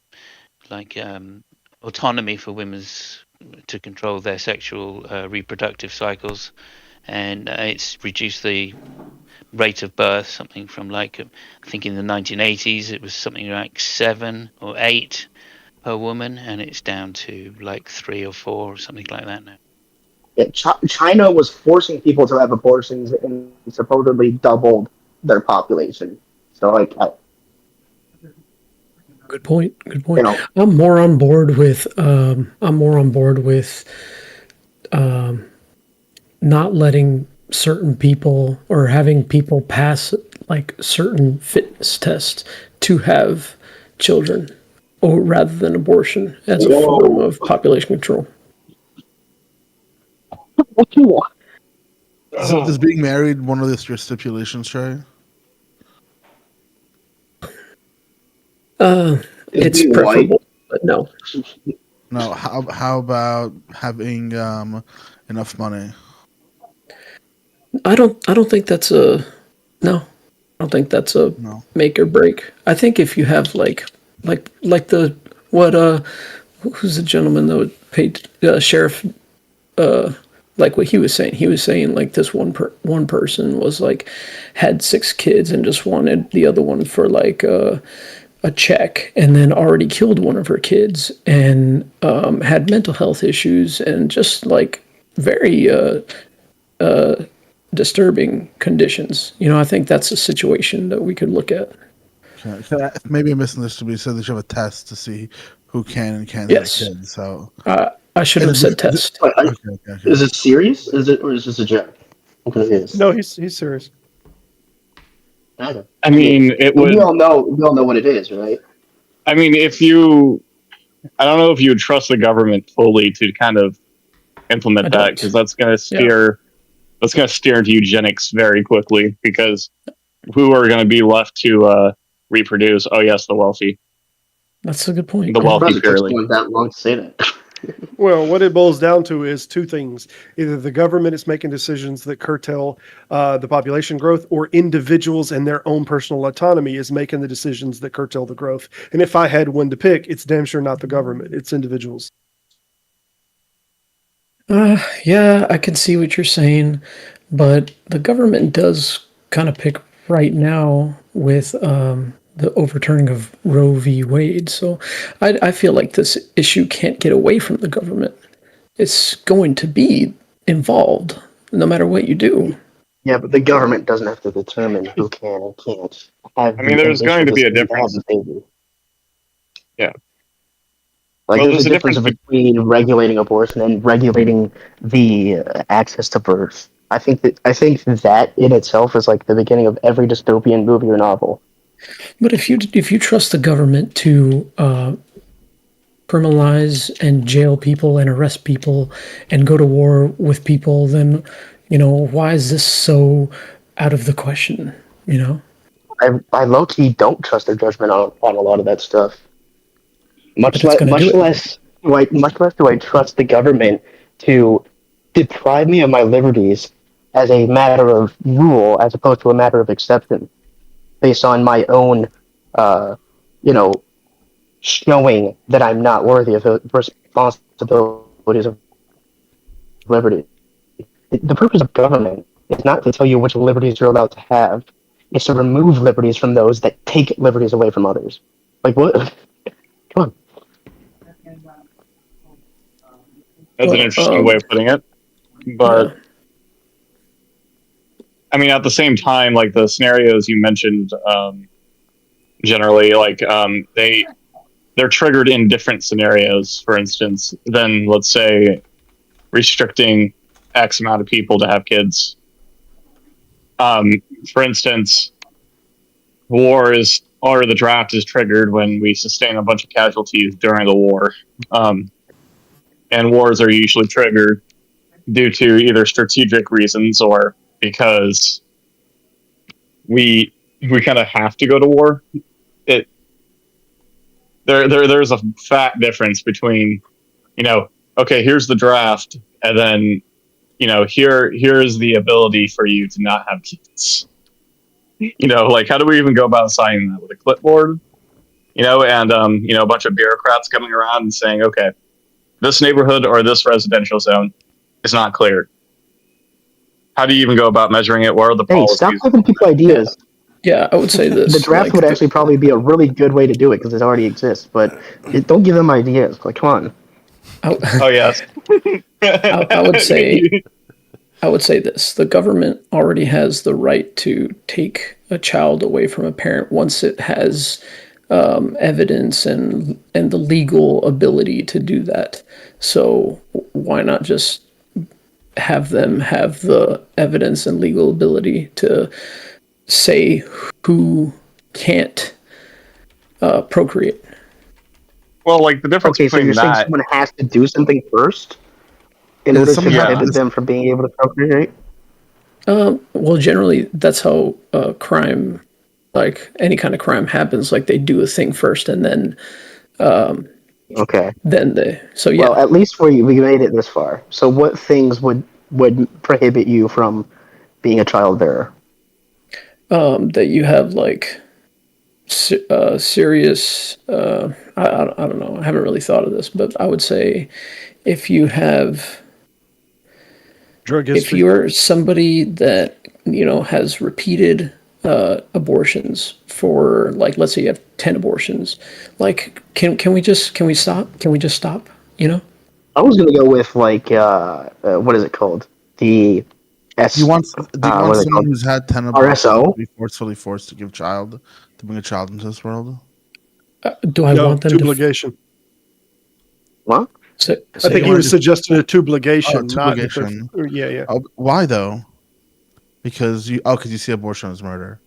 I see what you're. Well, I'm just like, I thought you were gonna say like RSOs or something like that, or like violent murderers or something. I mean, this is this is so much more effort and more like civil liberties lost in the process than just kind of giving people the option to choose between contraceptives and also being able to have an abortion. Oh, because at the same time, they can't do that. Yeah, contraceptives is good. On the right track, that's good. But I found that abortion is always really where conversations come. I feel like anything. People skirt into the subject of abortion from another subject, but they never skirt out of it.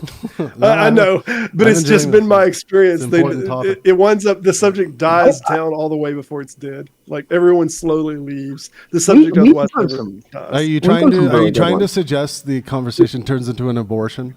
Well, no, I'm just saying every time. Yeah, kind of. That's funnily enough. All right, time for the conversation to start taking the plan B. Let's get it going. Do not have the conversation. No, I would say, Trey. By the way, Trey, it's nice to see you back in here, man. That's awesome. So appreciate it. I would say like I like that we're doing it now as a a reactive thing and not as a proactive blanket. But I would say like something that could maybe put you on the list for you're not allowed to have kids, which by the way, this technically already exists, is being on the was it registered sex offender list, stuff like that. He stopped you from stuff having with kids. kids. Well, you can't be know, around kids, so I don't think you can have custody of them either. You can have a child. It's your own You can still have Yeah. one, but you can't really be around them. So Yes, you it kind can. of Your defeats child purpose. is an exception to that. Is it? It shouldn't be. 'Cause I do know one RSO that I know one RSO that has two kids, and it makes me really upset because they were the same age as the. Anyways, I only know him. I don't know him personally. I just knew him because he worked with me. Anyways, I don't think he should be allowed to be around kids. I don't think he should be allowed to be around me. He made me feel uncomfortable. I don't want him around kids. So I think that's a reasonable thing. If we're gonna start preventing people from having kids, but I think the cases would be so rare that it almost wouldn't matter. CJ, that's a wild ass example. I think you're right, CJ. Dude, you don't know this guy. This guy is a freak. Almost as bad as the freak that the other freak that I used to work with that he got caught by one of those predator YouTubers. Like one of those predator catchers. Oh shit, that's crazy. Oh, that reminds me. PJ, I don't think you should have kids. Why do you even know these people? I've never in my life. How would you get in the position where you know people like that? I worked a blue collar job. I also had a boss that was in the Navy that told me some crazy thing. Yeah, the blue collar network is crawling with the creeps. No, but that reminds me. We did an episode. Have we discussed? Sorry, like Prince Andrew. I'm just imagining the construction worker getting off work to go to the preschool. Okay, Anka was coming in with something. Go ahead, Anka. My question is: have we discussed yet the scenario of fetus developing with some sort of neurodegenerative condition? Anka, thank you so much for bringing that up because that's exactly where I want to go next. You really asked me about that? Well, because it connects to abortion, and there's been a lot of talk recently about aborting, Down syndrome fetuses, and there's a lot of disagreement within even like pro-choice circles whether they themselves would opt to abort for that given reason, whereas other people would not opt to abort. So that's an interesting topic. Why or why not would you opt to abort a Down syndrome fetus? I think we know Trey's position. He's going to say, you don't kill children because they're disabled, but not that I want to exclude you also, from the their conversation. chance of survival after they're born is also very diminished. Down syndrome is only one example of neurodegenerative disease. There are some that are much worse. It's not neurodegenerative. That's okay. Sorry? It's not neurodegenerative. It's developmental. It's developmental. Oh, right. You're correct. I'm talking about the ones that are neurodegenerative. So, although people with Down syndrome don't live as long, if I'm not mistaken. I would abort my child if that's yeah. Down syndrome mortality is 5%. Yeah, and like Down a syndrome 5% mortality rate for Down syndrome. By the way, Down syndrome is on a very, very wide. I would never. Wide, long spectrum. My friend, some of you have got to meet Reese, who's an extraordinary person. He's got his own media company now. He produces Reese of the Rings that I played the Blue Wizard in for his series on Instagram and TikTok. But it's basically a Lord of the Rings fan fiction thing where Reese the elf he goes through. Anyways, I'll share a link for it. But that's awesome. Reese has lived on his own.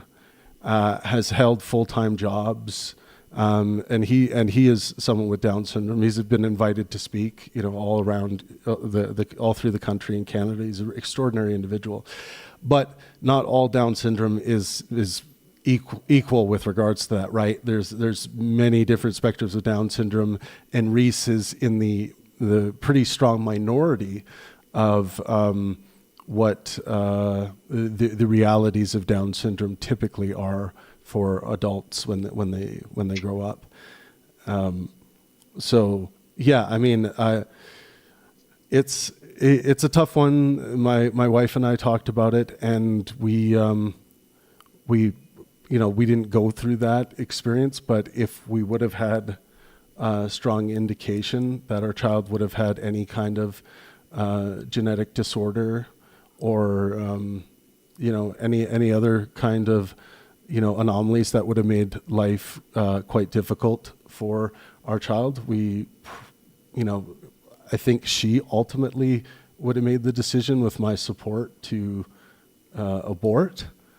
That's probably would have been our decision and her decision. But I also understand how someone who's like not religious, who's actually pro-choice, why they would, they would be totally fine having, a Down syndrome child. And I've talked. Go ahead. Yeah, no, people should weigh in on this because it's interesting because the calculus tends to be quite a bit different than we expect. So. Yeah, I mean, living in the state I'm in, I would be more likely to abort. But if I lived in a area where I had a lot of support through government programs and all that kind of stuff, I wouldn't see that as a reason. I'd be happy to have the baby. I watched a video for one of my classes where there was a person with Down syndrome testifying to Congress over it and saying, like, from his perspective that they live very happy lives. And it's like, yeah, if we have the supports available, then... Yeah. So happiness, though, Casey, is one thing I would just kind of throw into this mix.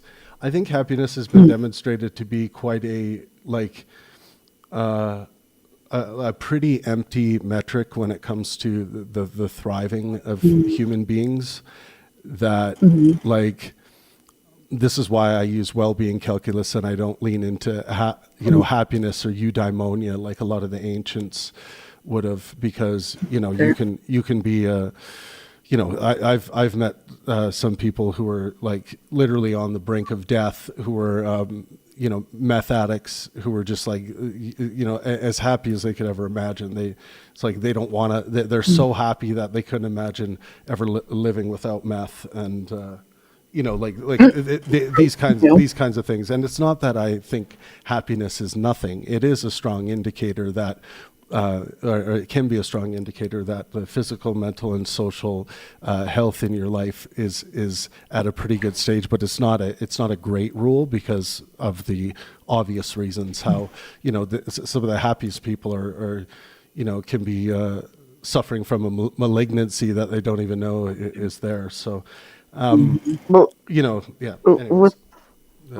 Casey was saying, like I don't think that Down syndrome people have a necessarily what would you call it? I would say that many of them seem to be very happy with life, but even if they're not super happy with life, they don't seem to be suffering. Whereas like someone with cerebral palsy might be, or someone with a crippling neurological or physical condition. I think maybe that's where Casey was going with that. That's where I would go with that. Is that they seem to not suffer much, or at least not as much as other things, and not all that much more than genotypical humans. Since we're on the topic, though, I am going to read some information into the record because I think it's important. But some other people can carry on. But Down syndrome doesn't just come with, it is a spectrum. Learning disability. There are some like much higher chances of having other physical impairments that lead to higher levels of suffering, along with the mental impairments, and of course the social health element of how difficult it is even for someone like Reese to garner and create a good amount of social health for himself, because as much as there's a lot of people out there who want to like show that they're accepting of Down syndrome people, it's like, well, are you friends with any? Are they part of your social circles? Are you actively trying to hang out with them? And are you doing it more because you really want to hang out with them? Or are you doing it more because you feel you have a moral responsibility to do it? Like it's really the layers of suffering that can be missed in this conversation, in a conversation like this, is many. But I'll pull up some stuff here and I'll read it in a bit. I just don't think you're asking a very hard-hitting question, Travis, because it's hard because, like, to me at least, I need to know to what extent this child's going to suffer at the same time. You don't get to know that. And you don't get to know that when you make this decision. You don't get to know that. That's the difficult part. When you see that, I'm gonna have to go for fetus deletus then. Yeah, I'm gonna have to go for fetus deletus then. When you It's very hard on it's very hard on on it's very hard on the parents as well. It's not an easy Yeah. position to deal with. I know. Because, like, the reason I say it like that is because it's just, like, I don't know, like, Down syndrome can come with a whole host of physical complications. And I don't know to what extent they're going to have those complications. So, like, yeah, I'm going to have to go for it. I wouldn't do it merely on knowing, trust me.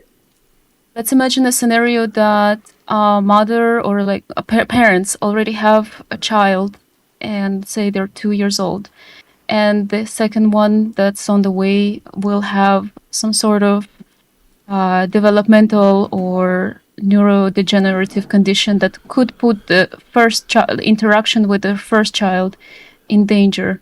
You would have to factor that in. I don't think that you could know that pre-birth that it would be harmful to the other child. I don't know. I mean, I can tell you the real world scenarios is when you have a very low functioning child with autism who's violent. That does have a heavy impact on parents. Yeah, but you can't really you can't genetically pre-birth diagnose that. But if you could. Oh, okay. Right.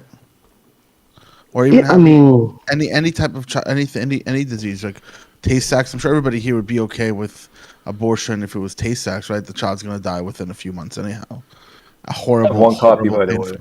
So horrible, painful death. Yeah. So I have some certainly to save suffering. We should get some more opinions after I read this into the record here. So people with Down syndrome can live meaningful, happy, and fulfilling lives, but they also face significantly elevated risks of medical, cognitive, and social challenges compared to the general population. If you're not speaking, could you please mute? I'm hearing some background noise. The severity varies greatly from person to person. What is Down syndrome? Down syndrome is usually caused by an extra copy of chromosome 21, trisomy 21. This affects development throughout the body and brain. Common cognitive challenges. Most individuals with Down syndrome have mild to moderate intellectual disability, slower language development, delayed learning and memory formation, difficulties with abstract reasoning, reduced executive functions, planning, organization, impulse control. Average IQ is often reported between 40 and 70, though there is substantial variation. Common physical and medical challenge. And by the way, the average intelligence quotient would sit around 100, so they're quite below the average intelligent quotient. An intelligent quotient in medicine Isn't the average 100? is not nothing. It is used for diagnostic purposes. Common physical and medical challenges: heart defects. One of the biggest medical concerns regarding people with Down syndrome. About 40 to 50% are born with congenital heart defects. Examples: atrioventricular septal defects, ventricular septal defects, and atrial septal defects. Some require surgery in infancy. Hearing problems: many experience chronic ear infections, hearing loss, fluid buildup in the ears. Vision problems: common issues include cataracts, strabismus, crossed eyes, nearsightedness or farsightedness, reduced visual acuity. Sleep disorders, especially common obstructive sleep apnea, poor sleep quality, daytime fatigue because of airway anatomy, and low muscle tone. Sleep apnea rates are much higher than in the general population. Increased risk of other disorders, thyroid disease, particularly hypothyroidism. This can worsen fatigue, weight gain, cognitive difficulties. Leukemia. Children with Down syndrome have increased risk of acute lymphoblastic leukemia, acute myeloid leukemia. The absolute risk remains relatively low, but it is substantially higher than average. Alzheimer's disease, one of the most striking associations. People with Down syndrome have dramatically increased risk of Alzheimer's disease. Many develop the brain pathology of Alzheimer's disease decades earlier than the general population. By older adulthood, dementia becomes a major concern. Autism rates are higher than average. Studies often estimate approximately 10 to 20% might also meet criteria for autism spectrum disorder. Mental health difficulties, higher rates of anxiety, depression, obsessive compulsive symptoms, behavioral challenges, though severe psychiatric illness remains less common. Physical limitations, many experience low muscle tone, hypotonia, delayed motor development, joint instability, reduced strength, reduced endurance. This can affect walking, sports participation, physical independence.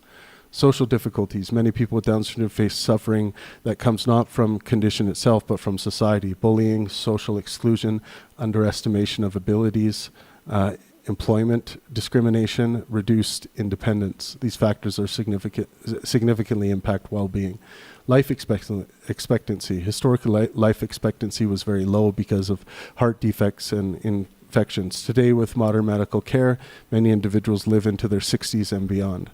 The reality is neither Down syndrome is pure suffering, nor Down syndrome is no challenge at all. The condition usually involves permanent intellectual disability, increased medical problems, greater dependence on caregivers, elevated risk of serious health conditions. At the same time, many individuals with Down syndrome report high life satisfaction, form deep relationships, enjoy hobbies, work, contribute to their communities, and experience joy and meaning in their lives.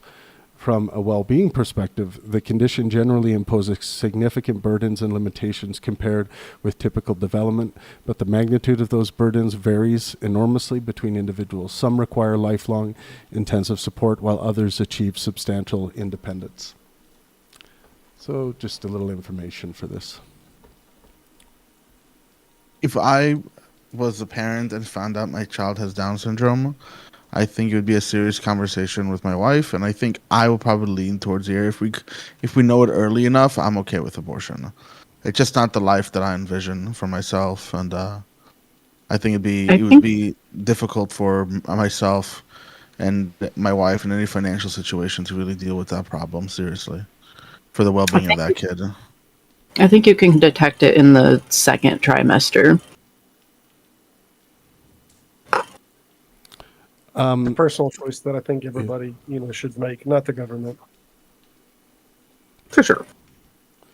I think there's a genetic test for it now, so they can. There is, yeah. So the question is, though, I had a.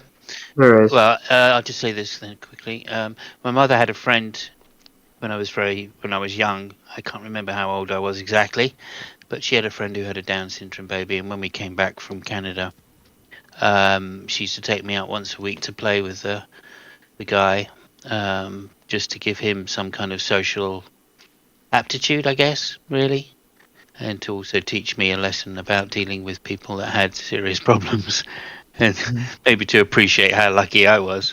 And it, I genuinely found him very engaging in some sense. I mean, the communication wasn't there.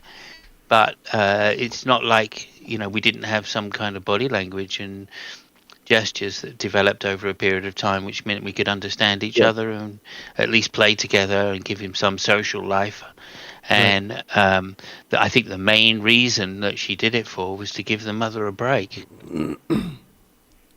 That was the important thing, that the mother could socialize with her for a few hours and not have to worry about the child, It was, that's something I noticed really too. Big, it's a really big thing to have a Down syndrome baby over a whole number of years. The stress is huge. She really suffered, this woman. Anyway, that's my personal thing. It doesn't No, mean I much really in like the what you said about. bigger picture of it. I like what you said about communication because something I learned when I was working with some people in Haiti is, just because someone can't talk, just because someone can't see, doesn't mean that they can't communicate. You know, people have a lot more capacity for uh, interacting with people, and I mean, everyone wants to talk with people. We're all here because we want to talk with people, interact with people, and people with disabilities are no different. And sometimes it's easy to forget that until they're right in front of you and interacting with you, and even without words, like communicating things that you didn't think would be possible, but it's just an everyday thing for them. And you got to think it's really difficult for them to do it too, and they do it because they want to. They want to be just like everyone else. They just want to hang out with people and have friends and play and learn. It's really an incredible thing when you interact with people that a lot of society tells you, oh, those people are worthless. They can't do anything. It's not true. Damn. They have done. I've seen those kids that we were supposedly there to help because they were, you know, they weren't able to help themselves. One of them had a seizure and they all ran to their basically their siblings' age because they all live together and helped him. They put him on a cot and gave him a pillow, had some water set up for him, and we didn't know what the hell to do because we're just a bunch of stupid kids that weren't used to it. It was a lot. I really appreciate that experience. Hell yeah. Yeah, I look back at it as being a positive experience, even though at the time I used to bitch like crazy. I work with our community till today, and I think it's a difficult job that not every parent's up to, and the amount of neglect I've seen from parents who can't handle those situations. Right, so many people who are special needs fall under the cracks, experience immense amount of privation, suffering. Even when they do live in group homes and are wards of the state, the amount of it's a revolving door. They end up becoming terrified of losing relationships, terrified of losing staff. Abuse is rampant.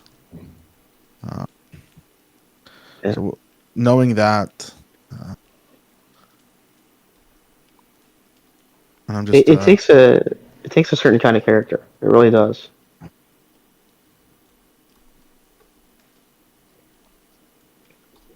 I remember there's this kid. Me and this girl were hanging out a lot on this trip. All right, we were into each other, but there's this kid there, and he kept calling her mom and me dad, and I was like, it's cute at first, but then you realize, oh, I gotta leave, right? And then it feels like the worst thing ever. He just wanted something normal, and it was really sad.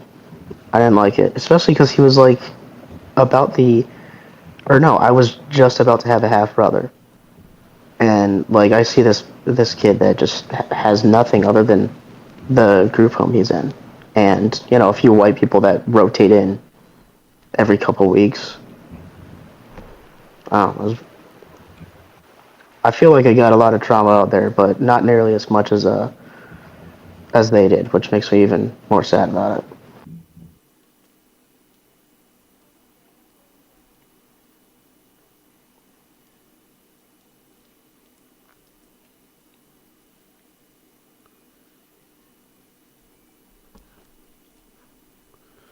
And a hush falls over the crowd.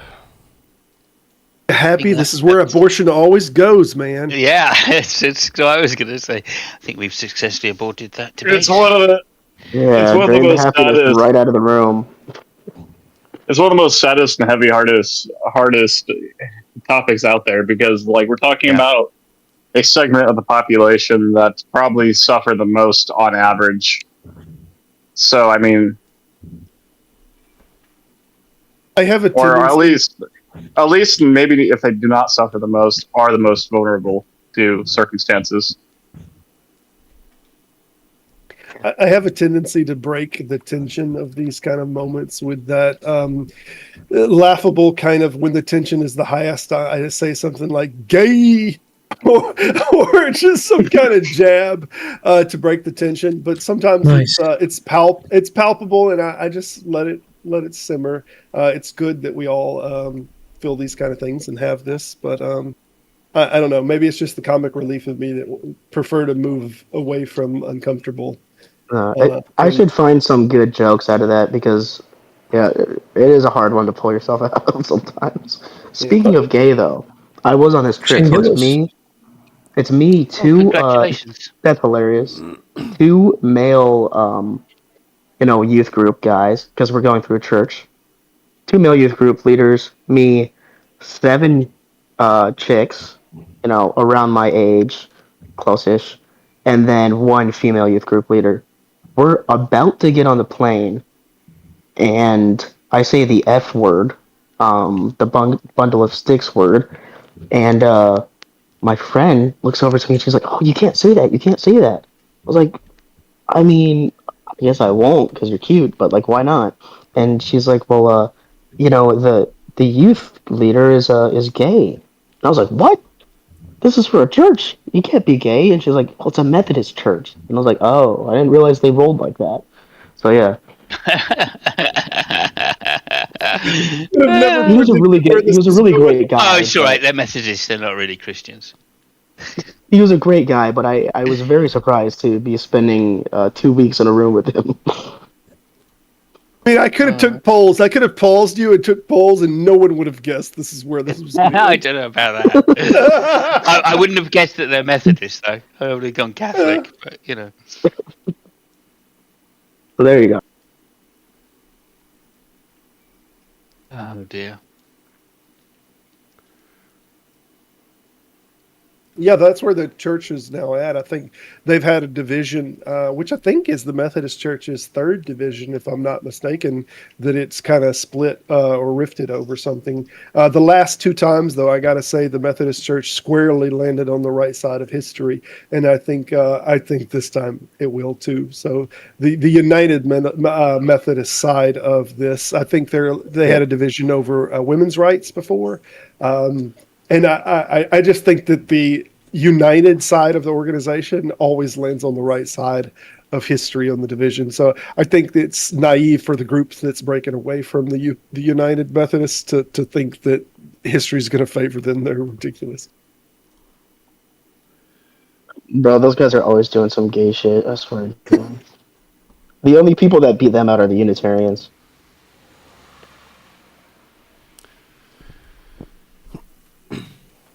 Yeah, maybe.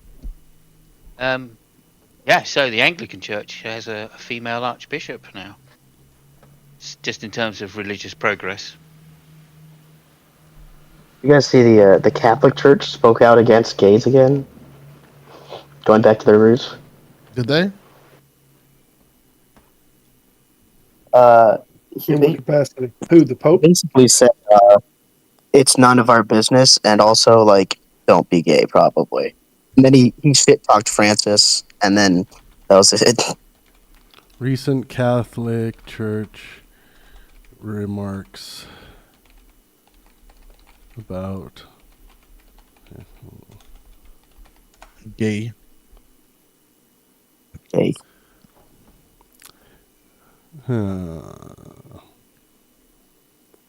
Where did you hear this? This was April? I saw it on Instagram, so. The unity or division of the church should not revolve around sexual matters. That sounds about right.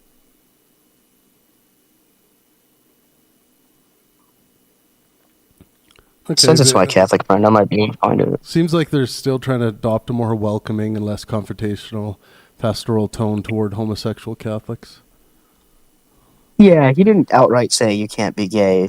He was just like, I don't think that we should be even making these proclamations in the first place. It's not my place. It's not the church's place. That's what it sounded like. Right. Right. I have a question.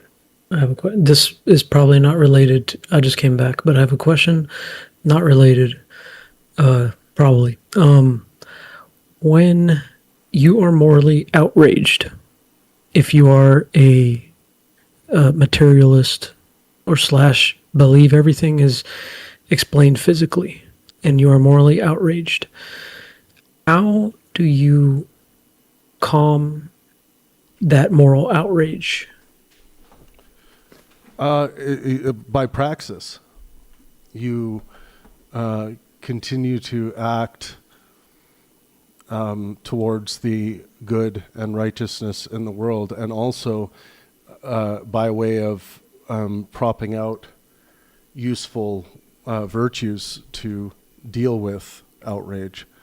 So I would say within the 6 Pangburn virtues and maxims, things that are going to help deal with outrage is patience, cultivating a strong posture of patience and lightheartedness. Those are going to definitely help you. But those go for nothing if you don't have a discernible, deontological moral quest, I think. So it's important to know your moral trajectory, like where you're headed. And you should have virtues that help ground you in those morally outrageous scenarios. Yeah, when I experience like a sense of like moral frustration with the world, and like I feel like I'm outraged about what's going on, I remind myself that I'm just another ape who's really convicted about what he believes, and then laugh at it. Yeah. Yeah, when I get mad at the world, I just start genociding. I was gonna say, do you ever calm down, like just think for a second, hey, everything is just, it's just a physical process, everything. And does that ever calm you down? Never, because that's just that would just be me like stating a descriptive fact about the world.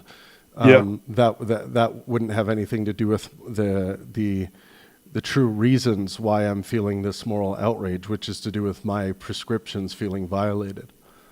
Yeah, it would be like me saying, "Wow, my child is just got diagnosed with stage 2 cancer, and I'm going to focus." And it's all just physical, right? Like it doesn't help anything. It doesn't help anything. Like, it doesn't help anything. It's still a. I mean, it is definitionally physical. The reason that I want to give you pushback on this subject, because I know the direction you're coming from is that there's some kind of metaphysical involvement or a thing that is beyond physical. And the thing is, just like with the cancer scenario, it is still a physical thing. We know that it's a physical thing that's happening, but obviously this is affecting us at a very emotional level. That saying that it is physical adds nothing to this conversation whatsoever. Interesting. So it's. I feel like it's that would deeper. just me more if someone said it's just physical, because then it's inevitable and nothing could change it, and that makes me sad. You know, like it was determined to suck. Inevitability come into play, but they do, I guess. I would just quote favorite person of mine, Alex Malpass, and say, "Keep calm and metaphysically speculate." Perfect. Hey, I'm so glad you found an opportunity to put that in The Art there. of Not Giving Fucks. You can also try that. I've read it. Okay, good. I read it years ago, but yeah, I've read it before.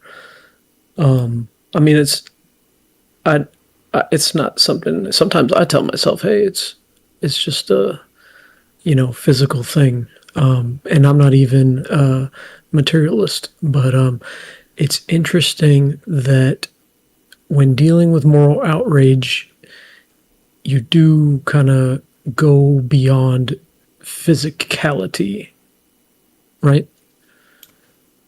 You're talking about a sense of indignation. Sorry, I missed it. Beg your pardon. Go ahead, Anka. I'm saying you're talking about a feeling of indignation. I'm not sure what that means. Could you say it differently? When you say you're going through like a moral rage, you feel like is it from I guess it's a sense of indignation, right? Like you find that. I guess the question is it applied towards an individual or like a whole society system? What is it? Oh, well, I'm just asking in general, like how a materialist or physical, I don't know, but the best way I know how to say is materialist, how a materialist will deal with moral outrage if everything is supposed to be explained by a physical process. And some of the things I heard kind of appeal to things that aren't necessarily physical, but can still be explained. But I get it. Like physical process is the very base layer, and there are other layers above it. I have to clear something up here because there might be some category issues happening. So physicalism is the belief that all things are physical. This includes conceptualizations. This includes moral conceptualizations, moral oughts, these things that fundamentally they are physical. So it's not like when we start talking about prescriptions, we're somehow escaping the physical from a physicalist perspective. Now, and also when you say like, when you're saying like, you could see how like, if there's moral outrage, someone would just lean into like, well, that's descriptively just what happens. That's a taxonomical error in philosophy. So it's like, it's called the naturalistic fallacy for the reason of the taxonomical error, the reason of category error that's being made when people conflate is with the ought. So it's considered an error because they're not understanding the categories that are in place. So it's like if someone says, well, what's natural is what's good, and then someone says, well, I mean, 9/11 was natural, is that good?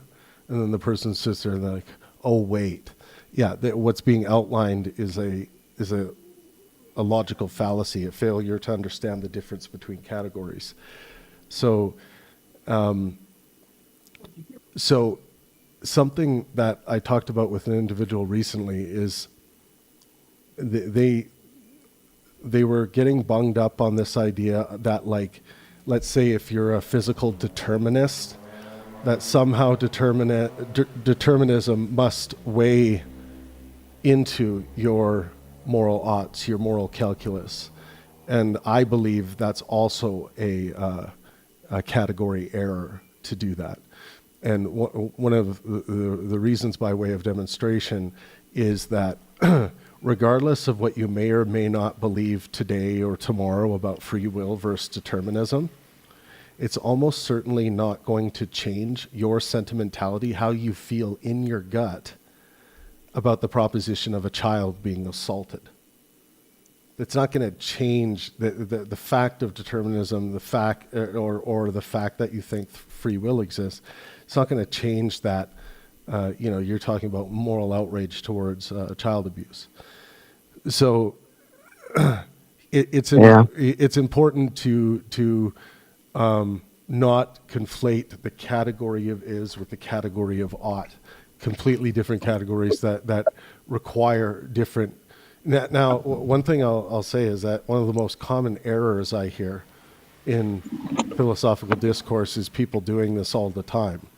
Like the religious person will be like, why is it a good thing for us to continue on living and try to pursue any kind of life? And then the person will give a descriptive answer, like an evolutionary answer. That's a taxonomical error.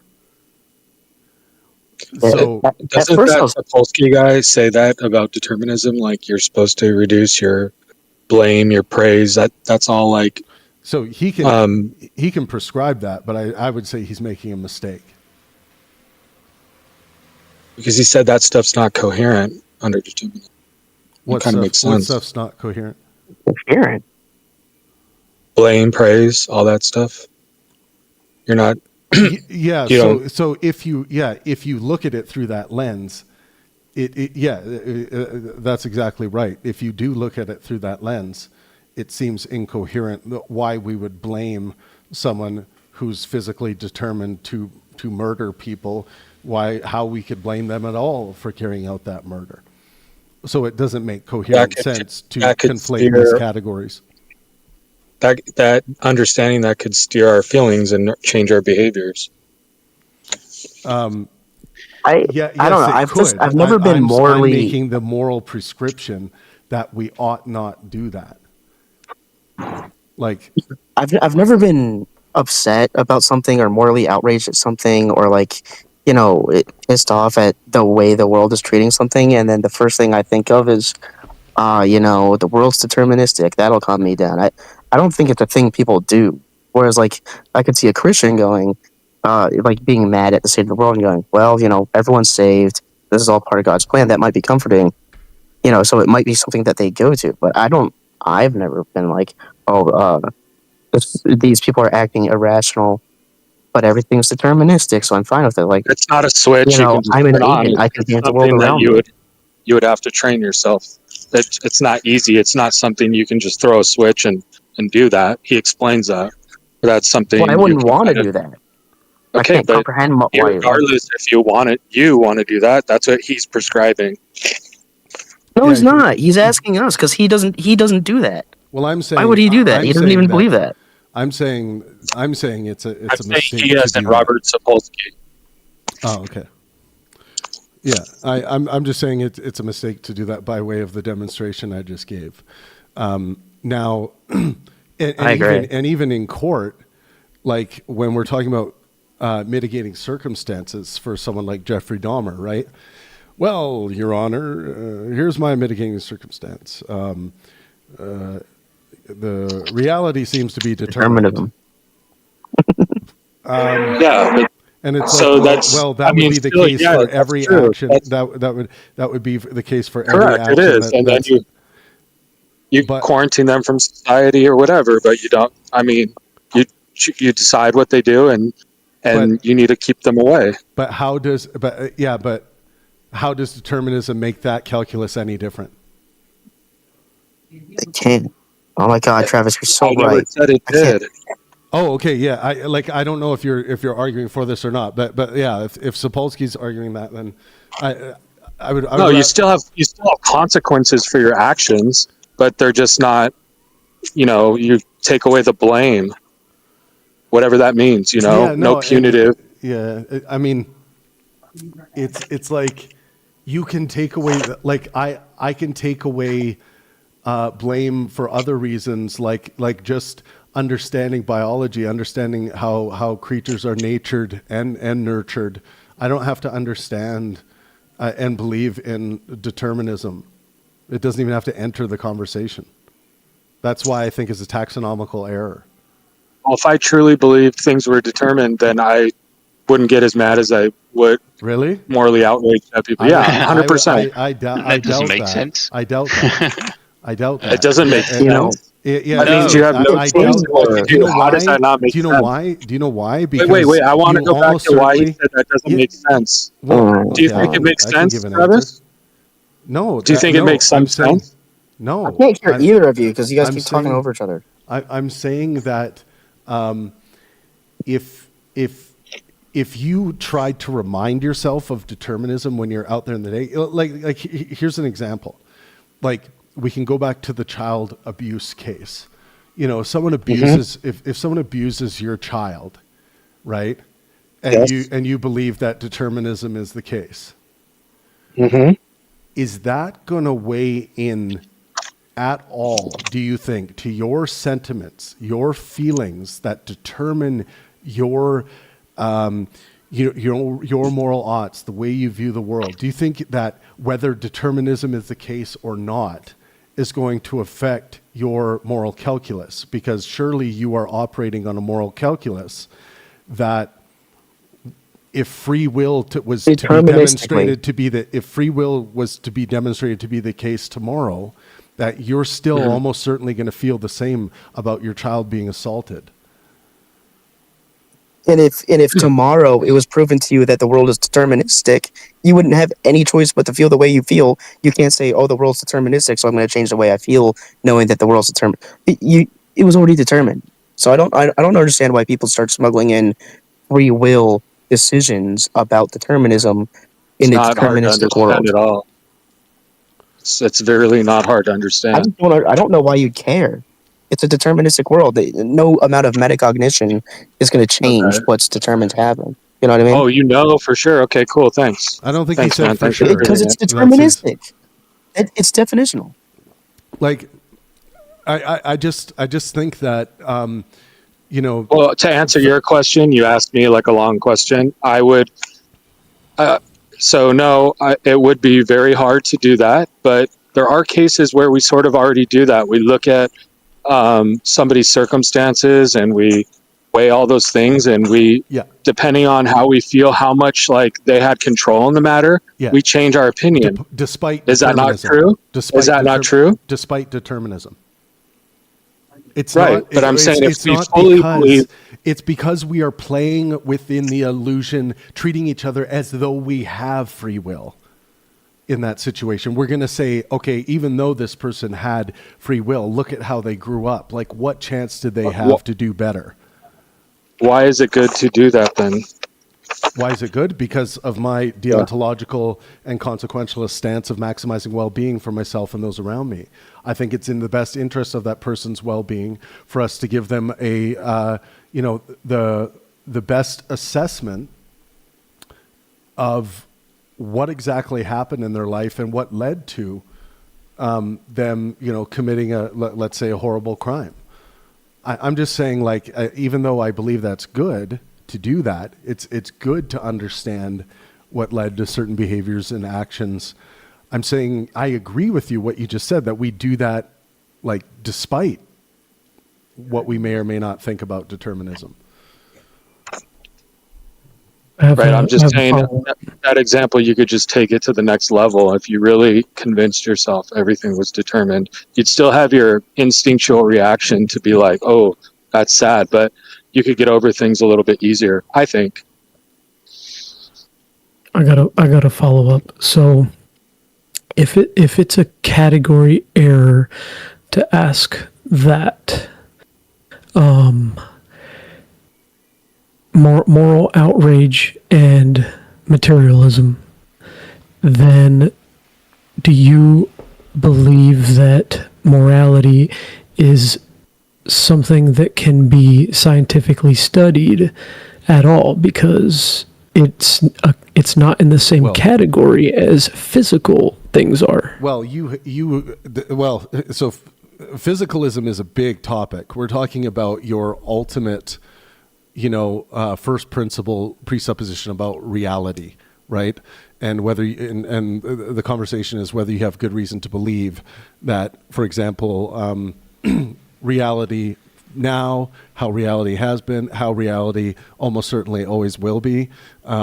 Is it good to place our bet on physicalism, that reality will continue to be made of discernible objects that we can fit into scientific modeling and do what physicalists do, and that is physics. So yeah, from that perspective, we can study human beings and how we come to dance in the intersubjective space where morality exists, the good, bads, rights, and wrongs. We can study all that. The ultimate prediction, I like to make about the future of physicalism is that it's almost certainly the case that we will master the physics of the mind, and I think this is a bet I'm placing. I think it's a really good bet to place that we will master the physics of the mind, at least to the level that we've mastered, chemistry and the standard model. So that would mean that we would start understanding like the structures of conceptualizations, the structures of what moral oughts look like in the mind. So maybe that's what you're asking. Maybe you're not. But I think that's a good bet to place, as opposed to something like the idealists would posit, which has to do with more that there is a kind of a collective consciousness that we're all kind of individual pillars connected to, like Bernardo Kastrup will argue. So like fundamentally, he would argue that it's a better bet to place a bet on mind being reality, reality being mind at its most fundamental layer. But yeah, so I guess like after saying all that, does that answer your question? And I guess to just add one more layer to it, we know through our best cognitive scientific modeling that our moral prescriptions are simply born out of our sentiments, in the sense of like we are constantly in this selection process, reacting to propositions that come our way by way of our experience. So like, a proposition will be like, someone will say, it is bad to fly a kite when there is a thunderstorm.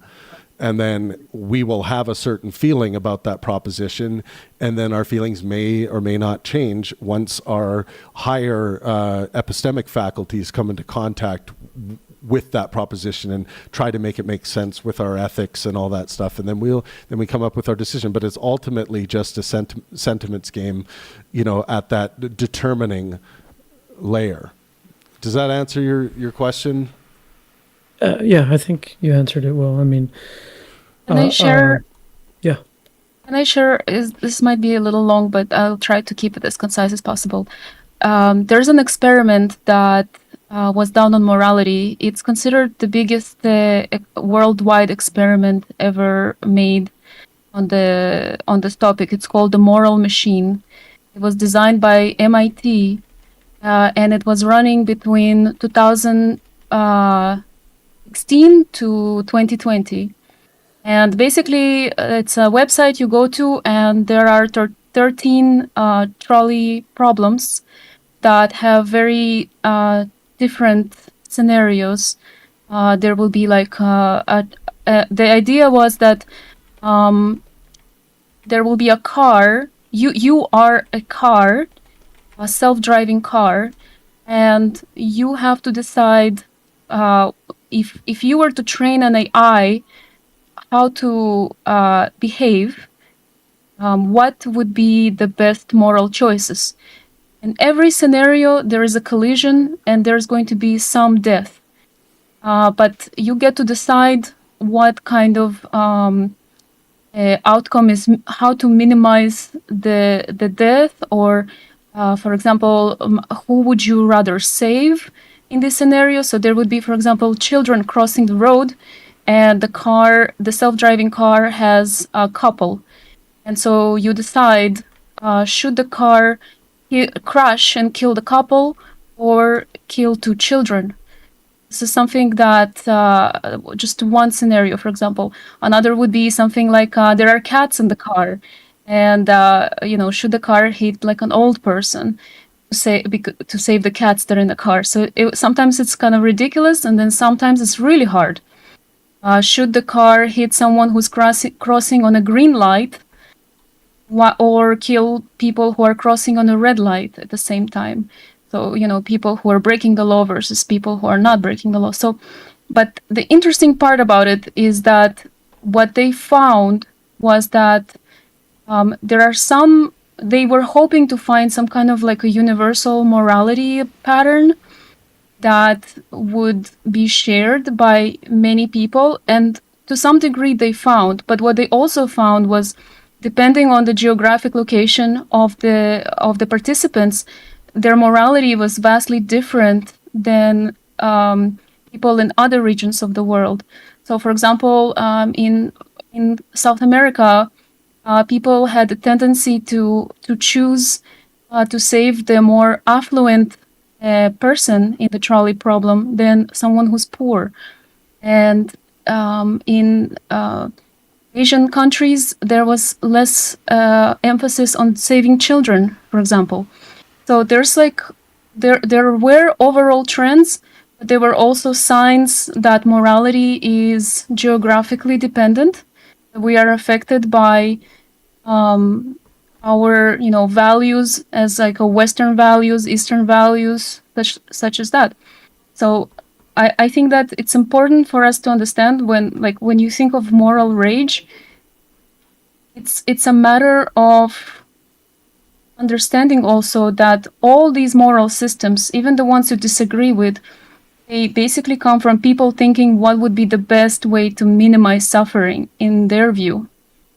And understanding that, like just realizing the fact that people are mostly trying to guarantee the best life for each other, it doesn't necessarily going to agree with your moral system, but give them at least like a benefit of a doubt and expose yourself to their framework of thinking about morality might help you overcome that kind of moral rage. And I'm not saying you shouldn't have it. The closer to home it is, the worse it gets. But just in general, I think it will be better to kind of give people the benefit of a doubt that they're trying to do better for the world. Thanks, I wanted Anka. to mention something that I agree. I also put Anka's moral machine, the idea she was talking about, in the side chat. If people want to look at some of the details that I was able to find. Yep. Yeah, you can actually play it too. I remember when that came out, and a few people said that if that was the case, they'd never get in a self-driving car. So this problem has been around for actually a very long time before this experiment came about. Philosophers pushed back on Asimov's 3 laws years ago. We've even had this incorporated into the movie I, Robot, that there's an inevitability of the 3 laws and the failure of them. The decision of the robot to make the decision on who had the highest chance of living was mentioned inside of that movie, that it picked the grown man over the child because it calculated a higher percentage chance of living. And these things have been flirted with back since the 1940s. So I think that this was a very telling. We already knew that these results were going to be a problem. It's always going to be an internal intuition as to what we think is best. I think there's a lot of things that many humans agree because they've lived similar lived experiences, but for the most part, they're all over the board. People are going to have disagreements on what is the best decision. And to save this person or that person, people are going to have different intuitions. I mean, wasn't the whole of iRobot exploring the 3 rules and like explaining the reasons why there's issues with them? That's what I got when I was reading it. And also the movie, as much as it was a good movie. Not the book. Yeah. Didn't really explore those. Fuck the movie, dude. The book mostly explores different scenarios in which the three laws of robotics fail. They're basic. The book is broken down into like I believe 5 or 6 stories. I think 5. And each one explores how will the 3 laws of robotics, while working fine at first, will continue to work but fail in a sense of the outcome. So the laws are not really failing, but the outcome that we expect to get out of them is completely distorted. Yeah, they might not be ideal. I mean, I think the funniest one is where the guy is they're trying to get this robot to run an installation, and it's this new super smart robot, and it's super smart, so it wakes up and it's like, hey, what the hell's going on? Like, I don't remember anything. So they're like, oh, we built you. We put you together here. And it looks at them and it's like, no, you guys are inferior to me. I'm better. You can't make something that's better than you. And then it starts this whole religious cult. And these guys are running around trying to get it to stop being religious and stuff. And it's taking over the facility. And then at the end, I'm in. and then at the end, it pulls off this miracle maneuver. And these guys are like, how did you do it? How did you do it? And it's like, I was just following my cult thing. They're like, okay, I guess it can have a religion if it does its job. But like, you know, it had these like weird AI hallucinations, but at the end of the day, it was still following the 3 rules of robotics, just in this weird way. And it's kind of like, I mean, the end. I won't spoil the ending of the book, but the way that book ends, it's like, oh, the robots are following the 3 rules, and it's like making this society where it's kind of like, yeah, I won't ruin it, but the end is great. If you don't want to read the whole book, just read the last bit of it. Yeah, every story the stakes get higher and higher. Yeah, that's what I remember from it. As he gets older and older, right? Because he starts writing it in his late teens or something like that. The first one's written. First one's published when he was 17 or something, and then it goes through till he's like 30 or something when he writes the last one. So I think they start out quite naive in their thing. I mean, they're brilliant. Don't get me wrong, but it's still quite naive at the beginning, and then towards the end of the book, it becomes a little more philosophical. But even then, it suffers from the same thing that Star Trek suffers from, which is anthropomorphizing the robots.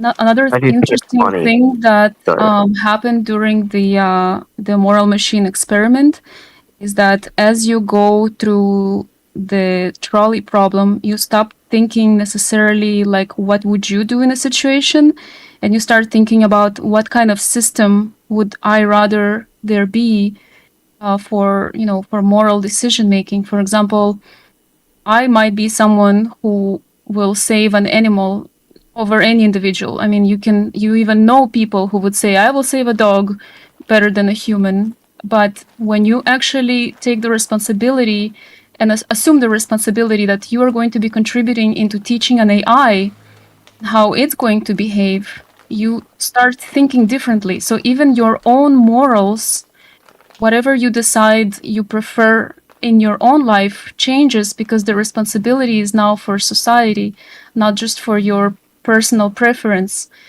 So you start to notice that you have to let go of certain biases. For example, if you prefer rich people, or if you prefer fit people over overweight people, once you start thinking about what kind of AI you want to train, you detach your personal preferences and start thinking about more like how would society be built in a moral way, and there's definitely a disconnect there. So I think it's a very cool experiment. It's over now, but you can still go and play the game and kind of get the feel for it. And I think that you will get a lot out of it on a personal note. Can you win in the game?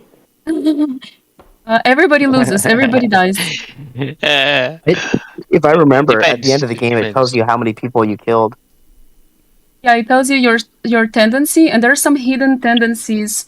So, for example, you might be someone who is in favor of non-intervention. So, this is a case for many people in the Western countries. They tend to say, well, the car should not explicitly change its course to kill someone in order to save someone else. If there has to be some death, then let it be on intervention, like the car does not make a decision. The car will just drive over them, and there will be like no it will be there will be no intervention. And in other cases, and then of course at the end of all that you get to see which were the people you saved. But there could be also accidental cases of, for example, you were saving more thieves than normal people who don't steal, but it just happened because the amount of scenarios that were presented to you had more thieves. It might have not been something you even factored in, but it just so happened in those scenarios. So there's a lot of really unexpected stats that you can get from it. Yeah, it's the same with the trolley problem, isn't it? Like some people say, Yes. I'm not going to touch the lever because that's me deliberately doing something to kill Exactly. somebody, whereas I could let 5 people die without doing anything. Right, so that's that, and then Yeah. there's another one, isn't there, where you have to push a guy off a bridge to stop the trolley, killing 5 people. Make it Yeah. more explicit that that's happening. You know, I'll have to say, Some I people think, say, well, I wouldn't kill that one what's that? person because, just to save 5 people because I'm deliberately killing somebody, then, makes me a murderer. This reminds me of what Robert was saying earlier about abortion leading to a dead conversation. I think it was in this server a while ago. Travis was probably there too. Someone said, anytime someone brings up the trolley problem, the conversation's dead. It's over. No, I think You don't think there's an I think answer? some people just get Explain, I think some people get uncomfortable and burnt out by the moral calculus and moral weight that is demanded of conversations relating to abortion, because it does it's really morally relevant, and it's a ethically taxing conversation if you care about If you've human got the wrong well-being, opinion. which most people do. I mean, I can sense a moral outrage, for example, when I feel that in the case of abortion, my bodily autonomy is not being considered.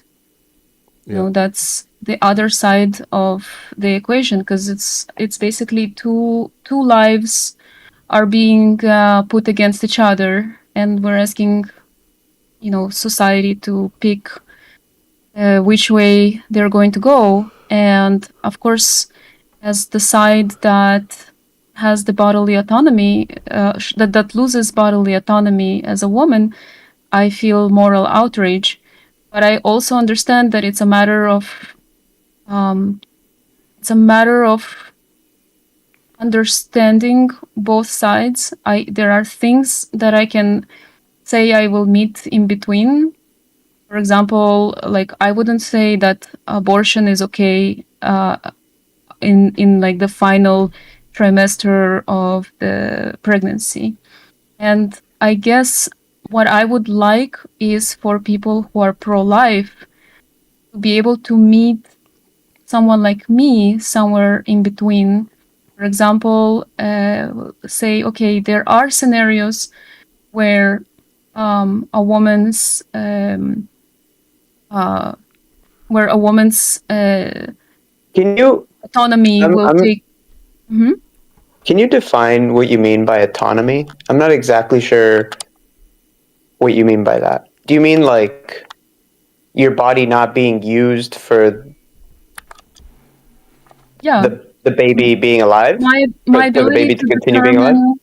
my ability to determine what happens to me physically as an agent, and how much I allow another agent to have an effect on it. Okay. How do you account for responsibility in that sense? How do I account for responsibility? Yeah, like for example, the Responsibility child to do often what? didn't choose to be there. The child was put there in a sense, like somebody else, the man usually, right, is the person, unless the woman somehow purposefully impregnated herself, is the person who put the ingredients there so that the kid would kind of be there. And had it not been for those people doing those things, the kid wouldn't have maybe chosen that, or the autonomous agent, you could say, right? Well, do you think that society should impose responsibility on individuals to take care of other individuals at the expense of their bodies? Well, I largely am taking into account the consequences of one's action, right? And I feel as though the child had no say in the matter of being put there, and having had no say, right? Of abortion, but I feel like that's a minority of cases. We could talk about that in a moment if you want. The child had no say, but once you Right. are a thinking agent, that kind of gives you a say. And so taking away a thinking agent's say on the matter No, but for the sake of something that they doesn't had a yet have an say. experience. Well, the They child had a doesn't have a say. say. No. The thinking agent had a say in Yeah. whether or not their body would be used to house another. Not always. Usually. Right, not Yes, always, but but in the case of consent, which is, I would say, 98 to 99% consent to of pregnancy abortions. or consent to have sex? Consent to having sex is the same as having consent to pregnancy in the same way No, that. it's not. It's Oh, not. okay. When you have sex, We view that differently. every time you have sex, you consent to pregnancy. You consent to the risk of pregnancy, yes. The risk is not the same. Like, for example, if I go outside, do I consent to getting skin cancer? You consent to the risk of it. Yes, you do. Yes, okay, you consent, That's but why you should wear sunblock, right? So that's that called you could prevent protection. that. Yeah, that's called protection. You should protect Right. yourself. But if an undesired outcome still occurs, like if you say Right. you apply the skin cream and it was expired and it didn't work. Yeah. Okay, so you are in a situation where you did not consent for the negative outcome. Now what? And you still got it?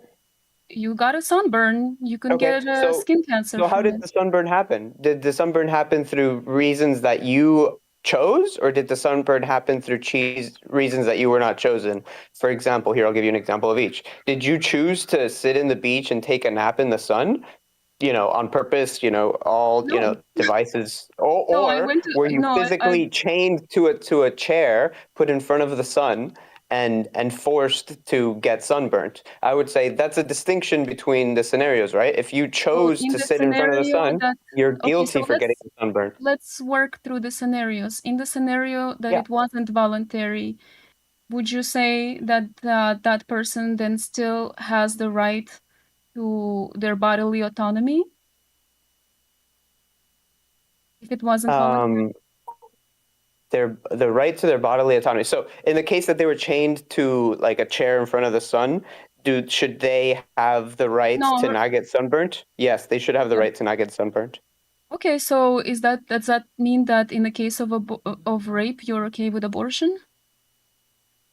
No, it doesn't actually, because Okay, so the situations don't transcribe from one scenario to the other. I could tell no, you the because difference there's no between the perfect example that you're analogy. giving. Yeah, I could tell you the difference between the analogy and the rape scenario if you want. But there is a distinction which is I mean, go ahead. why I agree with one and not the other. Steps. What was that? Because there's another life involved, is that it? That's exactly right, yeah. Okay, yeah, I understand that, but then we go back to the original question. Should Okay, yeah, go ahead. a I'm pretty person sure two be parties are forced? involved in rape, but I could be wrong. It's actually three parties, but at least when the rape results in a conceived being, there's three parties. Okay, well that wasn't what we're talking about. But either Okay, way, so like there's two parties. That's the only at thing least I'm in each talking one. about. Now that we are No, it's concerned not with because you're responding to is. someone that said something else.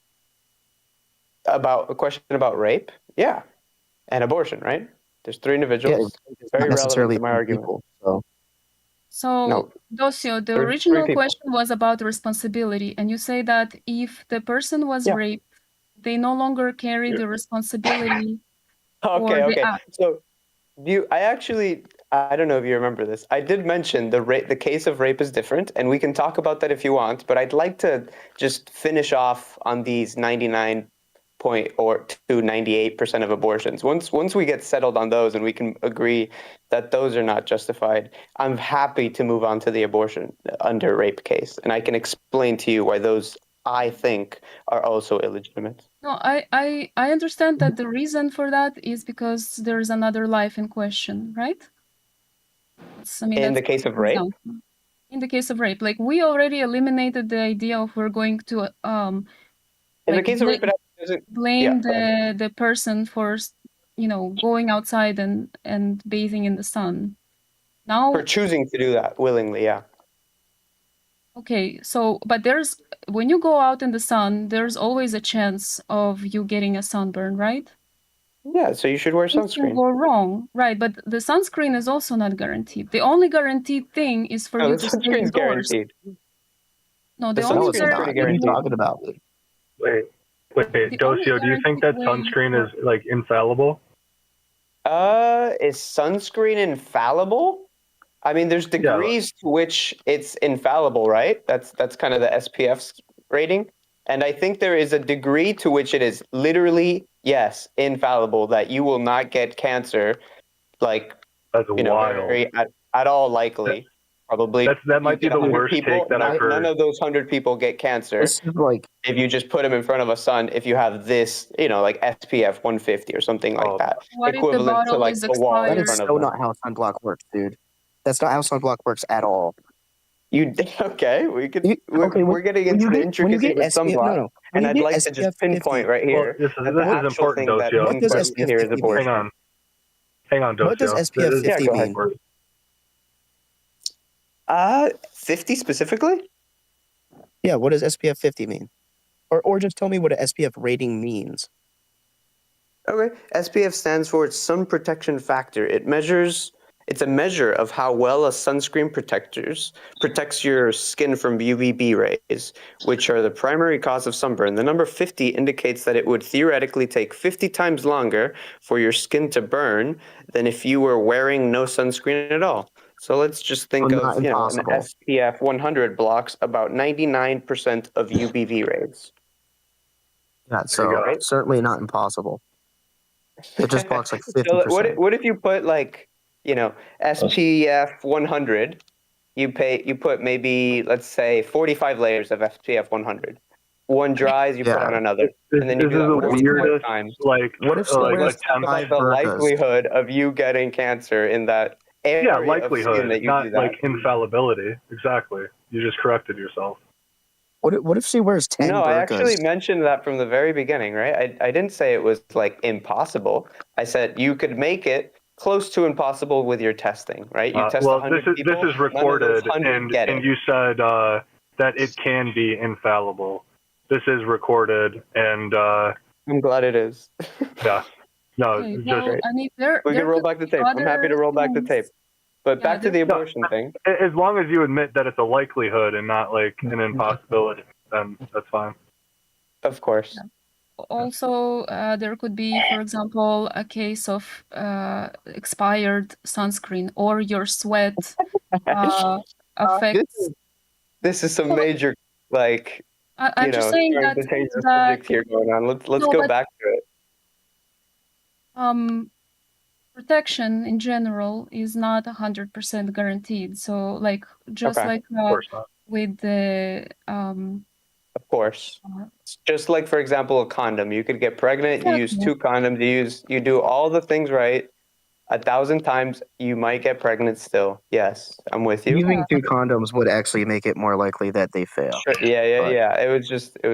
It's a way of saying you're being extra careful. Right. I like so how Jadosio mind the works. only It's like, way to not get a sunburn is to basically stay indoors. The only way to not get pregnant is to not have sex. That's right. Yeah. Right, but you got it. Wow. I like how Dosio's mind works. It's like just meeting a person. You're consenting to get ass raped because there's a percentage chance that the person can just grab you. I don't know where you're getting this from. There's a massive straw man. Just dick you up the ass. Massive. So it is consenting. It's almost like you don't know how mind. your mind works. To you, the straw men are jokes, which I actually appreciate. That we take life risks all the time to basically improve our quality of living. For example, we get in the car knowing the risks. You're consenting with me driving off of the ledge. When you get in a car, you're consenting to the risks of a car. You don't agree? Consenting to to a bodily risk. Yeah. That's right. That's exactly right. You're not consenting to the risk. You are taking you are taking the risk, but you're not consenting to the injury itself. No, yeah, that's right. You're not Somebody you're not consenting to the injury. You're consenting to the risk of the injury. I agree with that.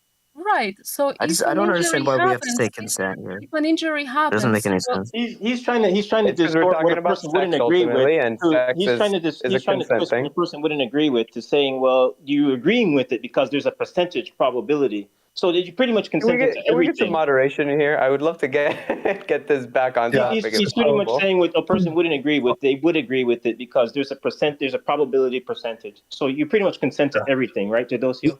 We hear you, Nev. I agree, Docio. Let's all try and like take a half step back. I will use my moderative opportunity here to ask a question. Maybe we can get on a good track. So, well, I'll just make a point actually to Anka. Actually, Anka, I wouldn't say that staying indoors guarantees that you don't get skin cancer. I'll have to look. I'll have to look that up. But I also don't think Docio believes that there's it's impossible to get pregnant without having sex. I mean, you are a Christian, right, Docio? I am not a Christian. No, I'm agnostic. I don't know what you're okay. It's cool. Gotcha. No worries. I thought I've heard you argue but for by the way, actually, you do make a pro-Christianity. case. I have heard the idea that you could get pregnant. Sure. Yeah, it's a scientific phenomena actually, and so I'm very interested in those, and I would believe that it could be possible that somehow some possible mutation could occur in which you self-impregnate. Sure. In which case you should not kill that person. I agree. I believe there's some animals that do that a lot. Do that a lot? Yeah, there's some animals where that just like happens like regularly. They probably have a very different biology than we do. They're probably not sexual organisms. They're asexual, likely. Well, That's usually the definition of an asexual organism. No. It's self-reproduce. That's not what I'm talking about. There are some mammals that do it rarely. Reptiles do it, which one? fairly often, depending on the reptile, stuff like that. Like which one? Snakes. Which mammal? Are one, but I don't remember exactly which mammal, but I know there have been immaculate conception mammals, and they come out as clones. Platypus are like insane. They're weird. Biologically, it's probably one of them. I think I remember it was like a sheep or something, but I can't remember exactly what it was. Interesting. Never heard of that one. Just to keep this thing moving, I think we can agree that putting yourself in a situation of risk is not consenting to the injury, right? Or any kind of unwanted outcome out of it. Not the same. To Docio it is. Having sex is not the same as wanting a pregnancy. That's correct. Having sex is not the same as wanting a pregnancy. I'm with you. I agree with you. Right. So we can basically take out the idea of we're going to like I guess not shame, but basically hold people accountable for doing things that give them meaning. I disagree. Wait, hold on. You think we should not hold people accountable to things they didn't mean to do? No, we should hold them accountable to some degree, but I'm talking about someone crashed. For example, let me give you an example, Anka. You're driving a car. Oh my god. You're driving pretty well. You crash. You didn't consent to the crash, but it's your fault. You know, it happened because of the way you were driving, the actions you chose to do. Are you not responsible for the consequences of the crash? How is this? Help me understand how you understand whether someone is or isn't responsible. Or we hurt them, there is responsibility, but there's also responsibility for us not to pay the price. For example, if I'm injured from the situation, and I am responsible for initiating this situation, should I not get the care for my injury? Oh, of course. Okay, so if I am in a situation where obviously it wasn't my intent to cause an injury, but an accident happens. There's nothing. There's nothing that in society will say, well, you did it, so you're going to have to pay the like a physical pain for it, right? Oh, you're right. Fair enough. Yeah, there's no physical pain you have Okay. to pay for it. Okay. This is, by the way, Well, it's not in the society case of a that incurs. pregnancy, It's nature that causes the physical, right? Like it's just a happenstance that it's painful to have children, right? If it was everything is just physical. Everything is physical. Your thoughts are physical. Everything is part of nature. okay. All right, So let's stick to abortion, please. I don't want to go back there. okay, so should the person who were in the circumstances that they didn't intend, but they were negative, should be paying with pain? No, not with pain. No, Okay. not Well, necessarily. Yeah, I agree. pregnancy does bring women pain. You Oh understand? Do boy. you know? Anka, Mhm. Anka, you must understand. There's another person there I that you are understand that there's another suggesting. person. Now the That question you are is, Yeah, but suggesting. Anka's asking you to see the other side and see her What point other that there's side? The other side that of how it's uncomfortable to have to bear the child? How it would just be better to kill it? Like, how is that well, let another me answer, side? but what you're yeah. saying, Docio, what you're implying is that we should have a society where we obligate people No, not obligate. to keep other people alive at the expense Yes. of their body. Okay, we already Yeah. do that. Like, people are Not already alive at the involuntarily, expense of what? not legally. It's a voluntary Yes, thing. legally. Legally, your parents are bound until you're 18 years to take care of you. If anything happens to you before you are 18 years of age, your parents are responsible and go to jail for child abuse if they do something that doesn't allow for you to be a healthy, growing adult. And that tracks onto the womb. I don't know why you don't see that.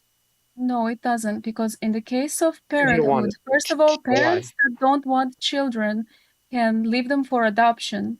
Secondly, there is no direct bodily dependency on another human, meaning that, yes, if you want to raise children, you have responsibilities, financial, you can have help from other people, but when it comes to pregnancy, a woman's body is pretty much Why is the that only different?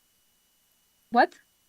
Why, for example, you agree that there's financial responsibility, that you're not allowed to harm the child, that you have that's born, that you're not allowed to Yeah, and you can cause opt them out of that unreasonable responsibility. psychological, right? Like You you can agree opt with all out. these things of the born child. Why don't you transfer those same respects that you have for the born child to the unborn child? Explain that to me. I don't Not fully about understand respect. that. It's about having an option. As a parent, you have the option to opt out of parenthood. You You can do. you You can can yes, opt out of parenthood. but You could totally just not have a so child. so obviously parenthood is not the same as pregnancy then. Oh, okay. So you think you can opt out of parenthood once you already have a child? The child is Yes. here and alive, but you think you can just be like opt out? Yes, you can. You can leave them to adoption, or if you are deemed to be dangerous to them, child services will take them and take care of them. Um, I mean, I think you're like, for example, what do you think? What do you make of a man that harms a pregnant woman?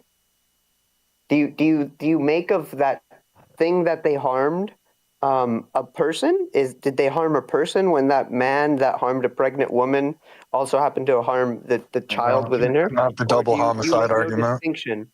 Yeah, Do you make no that's what distinction? this thing. Well, I think that first of all, the man harms a woman, Yeah, as because he might not. We don't know with what stage of pregnancy, so we don't know we what's do. happening there. But Hypothetical. I know all of it. It's a regardless hypothetical. of I know. the, I mean, yeah, of course, if a man harms a woman, if a man harms any living things, is bad. Okay, that we Okay, no, can no, no. agree. Harming Anka, in you're not general. answering my question. I asked you, is there a I mean, you're also distinction interrupting between the her two? while she's answering your question constantly, so it's kind of hard for her to answer the question. Or at least Go ahead. I would I assume think it she is. was. I think she was not answering the question, but if she was, maybe I'm wrong. I think Go you were ahead. constantly interrupting. I was just You letting you fail know. again to acknowledge the things that your interlocutors are telling you. In this case, it's that you're interrupting, but you keep going to like the issue that you have. I think you should Right. She was acknowledge more tangenting, but sure.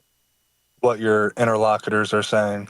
Try to work on the interrupting, please. Yeah, I acknowledge that I interrupted you, but I interrupted you, Anka, because I thought you were steering away from my question. Constantly is that not just that Fine. It's particular fine. I agree. I You think you're already constantly asked doing your it. question, so I can Yeah, for sure. There's imagine two scenarios, okay? One scenario, a man harms a woman who is not pregnant. And then another scenario, a man harms a woman who is pregnant. Right now, currently in law, there is a distinction between the punishments of the man when he does one of those things versus the other. Do you agree with that distinction? Yes. You do? Why do you agree? Why do you agree there should be a distinction to the punishment that the man receives when the woman, for example, receives no punishment for what happens to the child? Can I just speed run this, Anka? Not only did he hurt the woman physically, he also interrupted her pregnancy, which is something that it's It's what? It's hers to decide. It's her determination. It's still her bodily autonomy that was violated. Okay, so you're saying because she can no longer continue the pregnancy, she's getting the choice to continue or not continue the pregnancy removed. He should be punished, and that's an extra thing that wasn't happening in the other one. I don't know exactly the law, but that's my feeling about it. No, yes, for sure. I mean, the law it doesn't is the specify law, why and it is that we he's already being went punished. over this earlier. We were talking about how sometimes the defendant can like bring up how, oh, this woman was thinking about having an abortion or wasn't fit to be a mother, and therefore we shouldn't consider the fetus as a life here. There are those scenarios.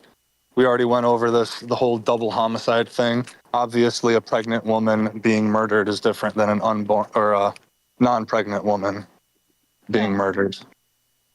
Okay, so you acknowledge the fact that the child in the womb is a human child that. Well, no, that's is a different claim. That's okay. I'm asking different. Anka actually.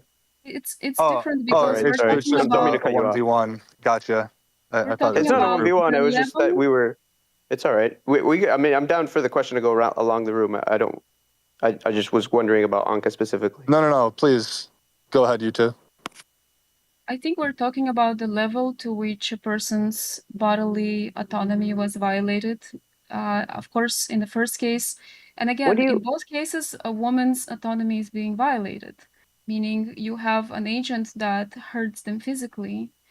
And in the case of a pregnant woman, if the child is hurt, that will affect the future of her, of people involved. So yes, we tend to think of a human that was hurt without desire as something that is bad. Okay, so I think I got you there. How do you? Because so then you still see the fetus as a human. I'm sorry. I guess that's what I'm trying to I'm ascertain here. okay with seeing the fetus as a potential human, but then again, the question is, should humans should humans be obligated to keep other humans alive by the way of being giving their bodily autonomy away? Like, for example, if you had a child, and your child had a situation of, like, I don't know, maybe failing kidneys, should we by law obligate you to be on dialysis with your child? Or should it be voluntary? Right. Yeah, I mean, to me, it's super obvious. To me, like a person's body is already being called to not be autonomous when we force parents to care for their children, right? We're forcing parents to care for their children in ways in which encumber their bodies. It encumbers their time, right? They might not be Actually, no. physically connected to them in some way, but that to me is No, there is neither here there nor is no there. law that obligates you to have a dialysis with your child. Even if your child is in danger of dying, it's completely voluntary. Okay, sure. So if we are not obligating people to use their bodies to save even their own offspring, why should we do this to women? Well, I think there's a distinction. Well, yeah. To start with, there's a distinction between like you and your connection to a random person, and a mother's connection to their child, right? Like I think as there are already laws that force parents to protect their children from harm, those should continue, right? And one of those things is like you can't like you remove this child from your womb, they die, and so that No, seemed the like analogy that thing I that was giving you, the scenario that I was giving you was not strangers. It was you as a father and your son. Are you obligated to be connected to them via dialysis machine legally? Meaning that if you don't do it, you'll be accused of murder. Right. I think the distinction is the inception of the problem, right? Like we all go through the birthing stage. We don't go all through the dialysis stage, right? If there none of us would be here had this It's thing a that I'm talking hypothetical. about not occurred. It's a hypothetical. Can you Yeah, just this is a engage with the hypothetical. hypothetical? Oh, with the idea that like whether or not some father should be forced to do dialysis? Is that the question you're trying to Or ascertain? give up their kidney or something like that to save their child. Yeah, I think they should. But should they be like legally forced to? Right. Yeah, I think they should. You're saying that if someone if your son doesn't receive a kidney from you, you should be charged with murder? No, I don't think murder is probably the right term. It's probably somehow like in my mind a malpractice, not a malpractice. When a parent allows their child to be harmed and they could have prevented it but they didn't, like for example if you leave your child in the car and they die, it's kind of I would apply a similar charge. No, but in the case of negligence, there There, was negligence no word. forcing involved in you losing your bodily autonomy for the sake of your child. In the There was case in the no case again of I answered the question. Or do you think I didn't?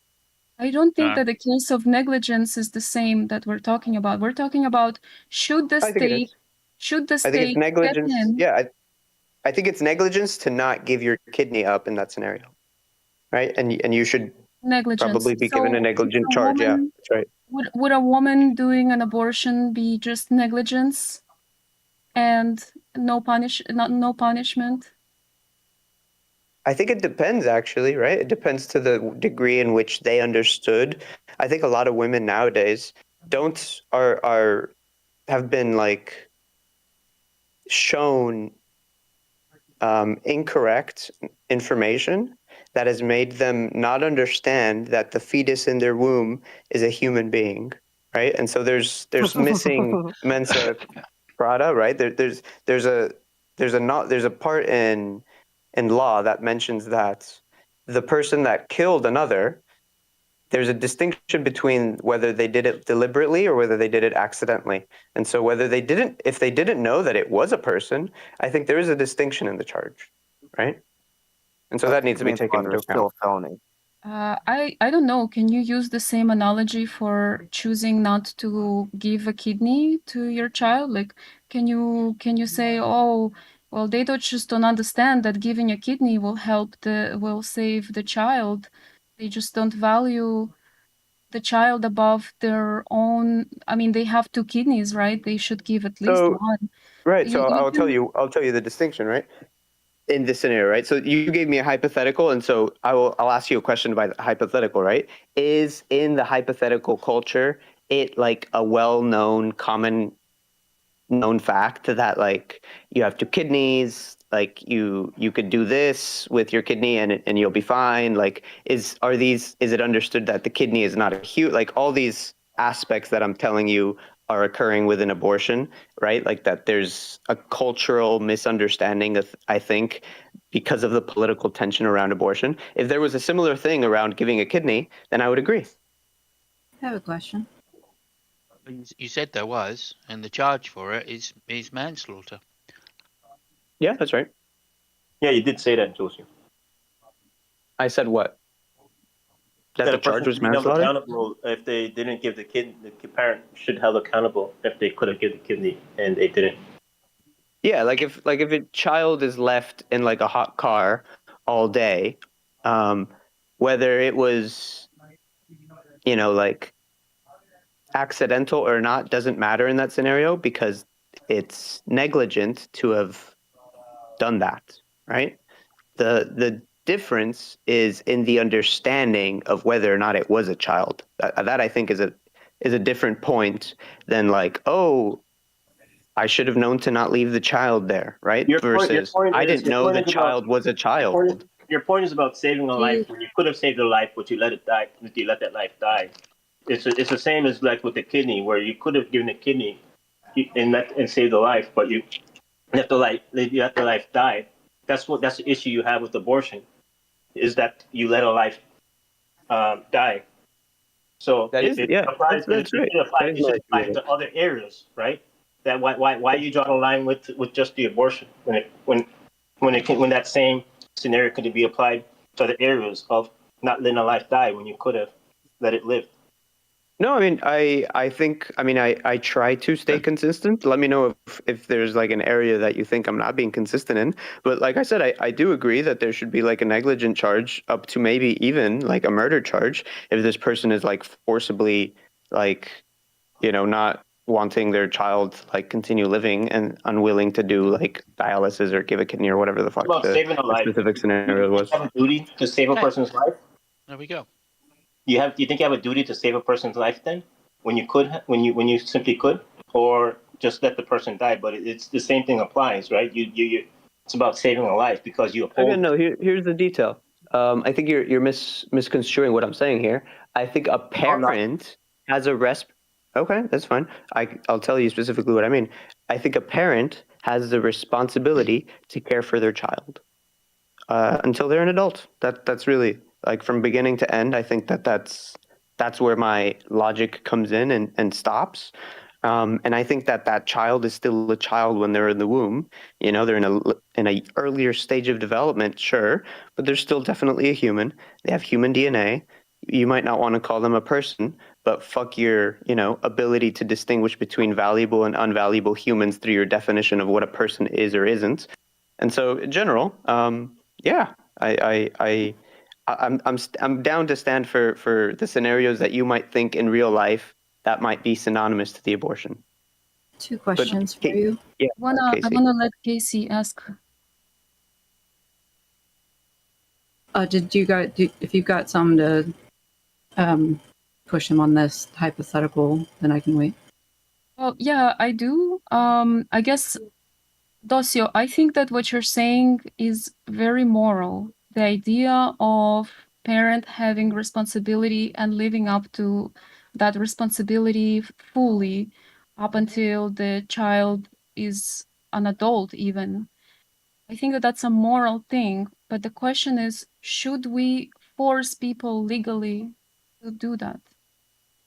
Most certainly. Let me ask you a question, because just before you, Casey, before you ask you the question, but I'm super happy to hear it, Casey. But just because, Anka, you keep making the bodily autonomy case, what do you make of the bodily autonomy of the child? They have a body, they have a brain, they have a mind about to be. I don't think we fully understand what the mind is, Casey. I read your message in the right, and so you might think you can say, oh, this person is or isn't conscious, but I'd question your qualifications and understanding of what consciousness is, right? Okay, brother. All right. Right. I'm happy to, and we I'm can gonna go give through the the floor very to nitty gritty Casey for a details. while. But Anka, what do you make of the child's bodily autonomy? Why do they not get a choice as to what should happen to their body? Let me get to that after Casey. Okay. Yeah, of course. Questions. So, I mean, I'll answer that real quick. The fetus isn't autonomous. It is reliant upon the person that's carrying, just to start off. Second off, how do you define consciousness, Dozio? How do I define consciousness? As a zero wavelength electromagnetism wave. A zero? Repeat that for Is me. that even a coherent thought? I mean, No, what? I mean, is we the could get into concept the coherent? consciousness debate. We could get into the Yeah, I would consciousness like debate. to. What do you mean I by would like zero to talk wave? about. It can't be a wave if it's zero. That's actually very, very astute. That's a good point. That's why I think it's very consciousness-esque, the idea. Okay. Have you guys heard of the Qualia Institute, the Research Qualia Institute? I'll say no. It might as well explain it for everyone and the viewers. What's the what is it? Okay. Yeah. So the idea is that, you know how like it kind of goes back to that classic question of like, the red that I see, is it the red that you see, or is Are you the gaining a new qualia of experience the from red that I'm seeing? seeing? Correct. Right? Is that a like where is that phenomena occurring? The idea of the color of the red, like what I'm actually seeing, right? Do you think that a single cell organism is capable of experiencing what it is seeing? Is it aware of what it is seeing, or I guess sensing, because it can't see, right? Yeah, so I think like often we confuse like our phenomenological like experience of consciousness to be the experience of consciousness, right? And so to be super And like my clear, question. I do think the rock is conscious. Maybe I So you think think it a likely rock? doesn't Okay, experience. perfect. It doesn't Let me. experience the aspects of consciousness that we do, as in awareness and thought and those things. But I do think it has an aspect of consciousness. Yes. Okay, because my definition for consciousness does involve being aware. You can have a sentient life form, such as a single cell organism that is alive, but it is not aware of what's happening around it. A rock has none of these qualities. And we have these definitions because they have predictive explanatory power. Is a single cell organism feeling pain, or is it simply reacting to the environment based off the DNA that it holds? And when we use those same metrics, we gather that it is most likely the case that a fetus, up until the point that it is that its brain, the neural connections, along with the spinal cord, are developed by the third trimester roundabout, that it is most likely not a conscious being. It is sentient, it is human, but it is not conscious. So my second question to you, how do you feel? Okay, that's fine. How do you feel about a coma patient that we're being told is predictably not going to wake up? How do you feel about family or doctors deciding to unplug them? I think it's the choice of the family, next of kin, ultimately. Why? Yeah, that's a good question. I think it's it's a question. Well, actually, first off, I think it's to whatever the person said, right? Like if they wrote down in a will or in like a statement what they wanted to happen in this case, first do that. If there is none of that, then do the family. Because I think the family will best know what that person would have wanted. And if there is no family, then you could do a doctor. And why? I think a person's will should be carried out until they're dead. Like, right? Like, if you wanted to live, that should be allowed. I don't see why we should. Okay, so you think stop a that a person who coma wanted to live. patient, if they have a living will saying that they want to continue to be alive, yeah, just keep them on life support until they naturally die. That's what you're saying? That's what they wanted. Yeah, sure. Yeah, of course. Why? Because it seems inappropriate to kill a person who does not want to be killed. Does it not to you? They're not a conscious being at that point. They're very unlikely to be conscious again. So I'm okay with pulling the plug, yes. Oh, okay. But what if but you understand that they actually could become conscious again, right? No, the doctors have told me that they're not going to be conscious again. Oh, so you're just like, the doctors are holders of the truth. They must know it all. The doctors are very likely going to be more educated than I am. Yes, I could seek out a second or third or infinite. If I were to ask every doctor in the world and they all told me that. Yeah. They could all be wrong. How would you feel about it They could all be wrong. Okay, Casey. no, Not only could Docio, they all come be on. wrong, they have No, all been wrong how are you before. allowed to have absolute control over your hypothetical, but other people can't have absolute control over their hypotheticals? What did I control about Just grant the Casey's hypothetical? What did I control about the hypothetical? I didn't say that you're controlling Casey's hypothetical. I said when you were presenting a hypothetical to Anka earlier, you had complete control over the Is it just me, or are you roboting? Yet when Casey says, "Oh, I have complete control," when on, Casey CJ, says, you're roboting. "I have Give it complete a control of the known second. factors," you say, "Well, no. How do I know? How do I know?" It's a hypothetical, dude. Hold on, Casey. You cut off there. I heard that it's a hypothetical, dude, but I didn't hear what you think I'm not acknowledging of the hypothetical. And if you think I'm not acknowledging something, please tell me so that I can acknowledge it.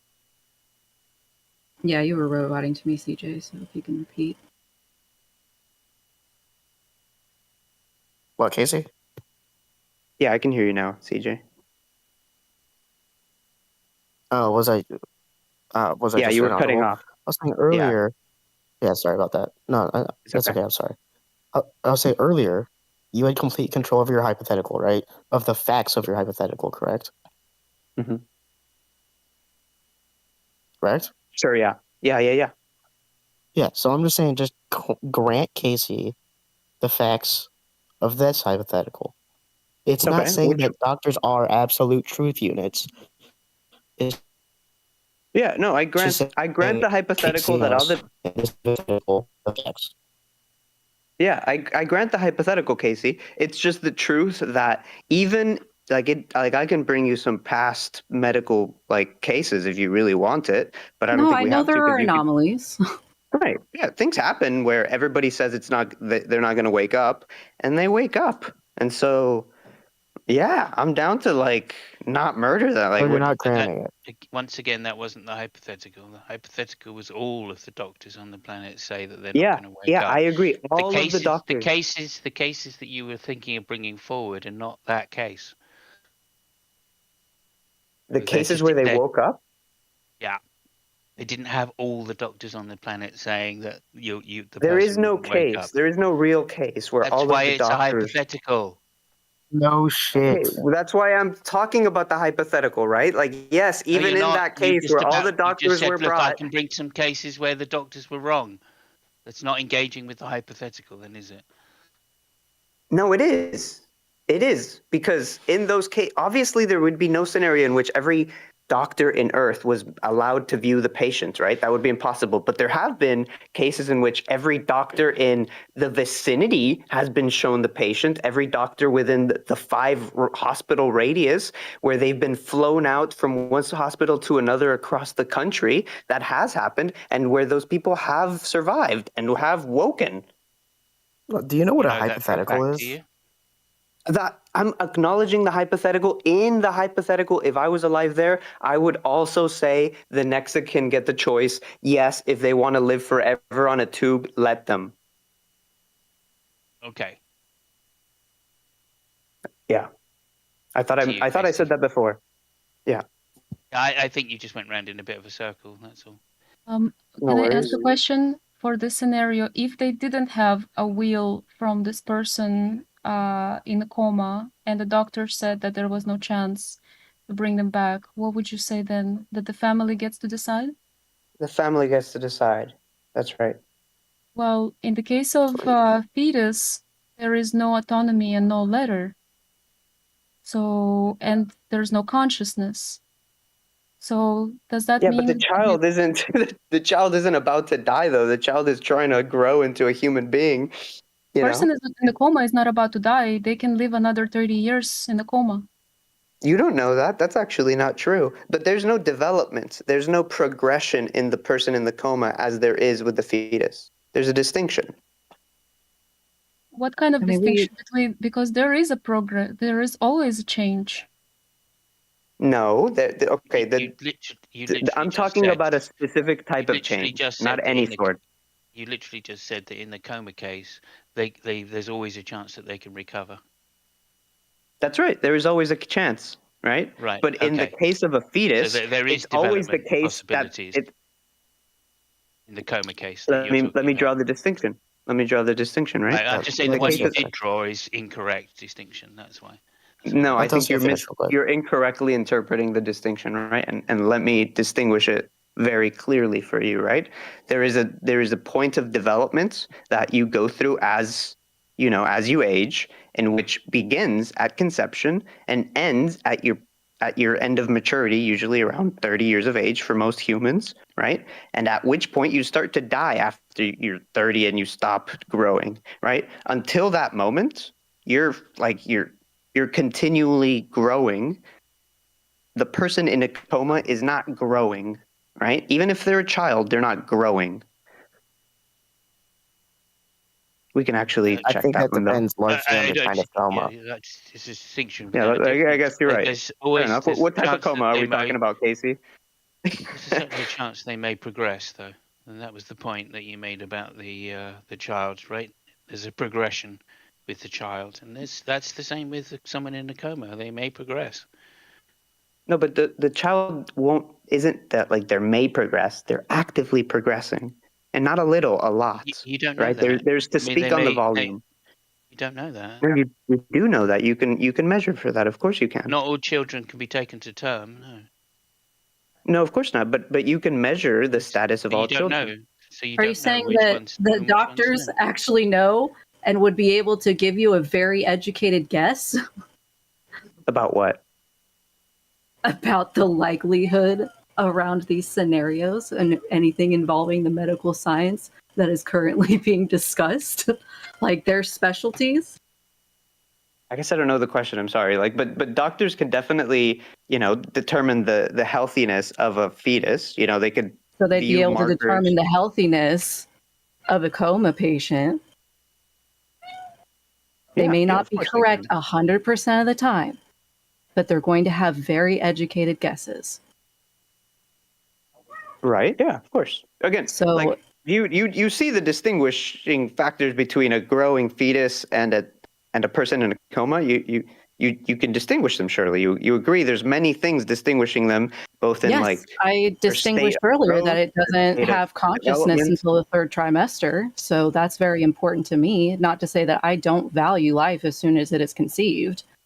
Okay, what do you make of the chance that the consciousness will occur, right? Like, for example, a doctor could probably give you some estimate of the chance that this specific fetus will come to term, right? And I think they could probably do the same with like the coma patient, and they'd probably give you two very different figures, right? One very low and one very, or actually vice versa. And so, what do you make of that? You don't account for the fact that the doctor thinks the child is very likely to survive, and the coma patient not. No, I'm saying I have a distinction there that I know very reasonably that it will develop consciousness by a specific point in the pregnancy. And it's not that I wouldn't value the life up until that point personally, but I may or may not value my own life before that. And if it's not conscious, I'm not going to take it as hard. My body will. That was something I wanted to bring up. Snow had said something earlier, I think, over in the side chat about like that a person's body when we become pregnant, if you have a miscarriage, if you elect to have an abortion, anything like that, like your body is responding in a way to prepare for that pregnancy, to prepare for the birth of this baby. And when you have that ended, it involves a lot of like, it was Snow had said earlier about like the reason we don't have like funerals and stuff for people that miscarry. That's unfortunate to me. And there are plenty of people that do, because it is a difficult process to go through, right?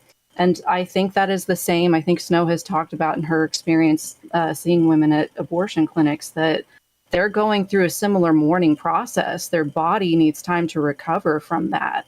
And your brain doesn't quite catch up with that that cognitive, like you can like logically know that the baby's gone, but you're still in mourning, even if you made that decision. And I think the same applies to a coma patient.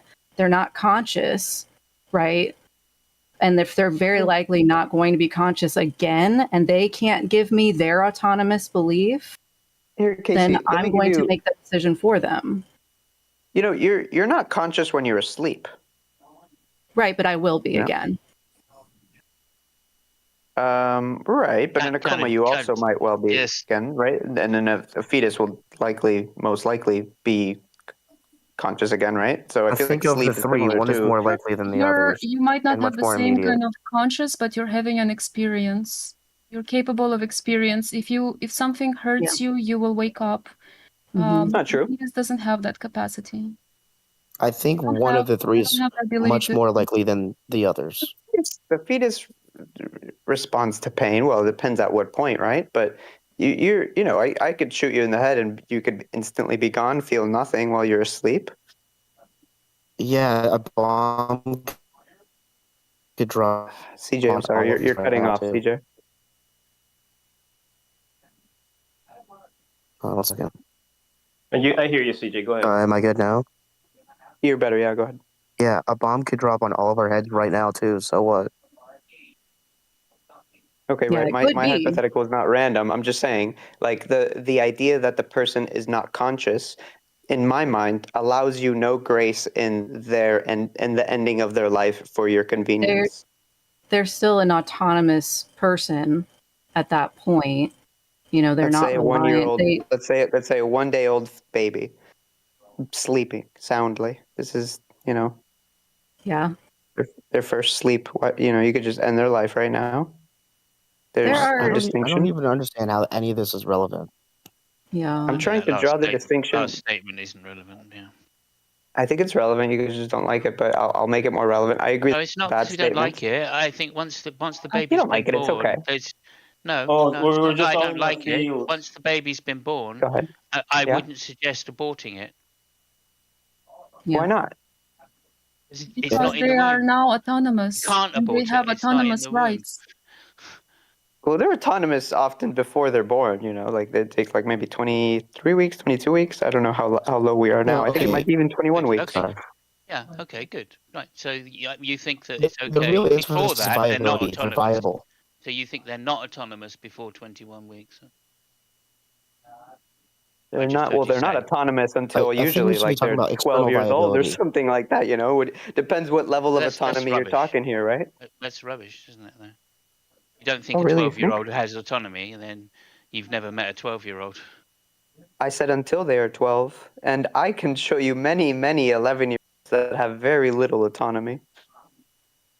I doubt that. I really doubt It that. doesn't matter. Fucking go to school. Go to a school. You'll see many fucking 11-year-olds that Funnily lack enough, I can autonomy. remember being 11. Yeah. Okay, I mean, I remember being 11 too. I used to cycle to school. I think Okay, yes. when we I say used autonomy, to walk to school. Okay, so you had autonomy. There we go. That's fine. Oh yeah, you okay? The, So the difference between because you could walk baby. to school, you had autonomy. On your own, yeah. Meant you on your own, yeah. You didn't need Had no somebody to ability to move your feed legs myself. for you. Had no Didn't ability need to somebody- produce a living. Had no So- shelter You to couldn't feed house yourself me. at 12? What are you talking about? Telling me you never went down a sweet These shop. I don't think your parents did a good job. Oh my goodness. You had money to These are not- earned This is money just as a levels 12-year-old of- consistently and levels. I don't managed your think- bank account. You I managed was a food I was bill, earning money. a I was earning budget. money. Wow. I was earning Can we- money at 12, yeah. Y'all, can we please You acknowledge paid that rent. this is a You paid rent. spectrum? You had This is a housing that you accounted for on your own. No. Sorry, Casey just noticed that he's now arguing that 11-year-olds don't have autonomy just because he said 11-year-olds certainly don't have autonomy.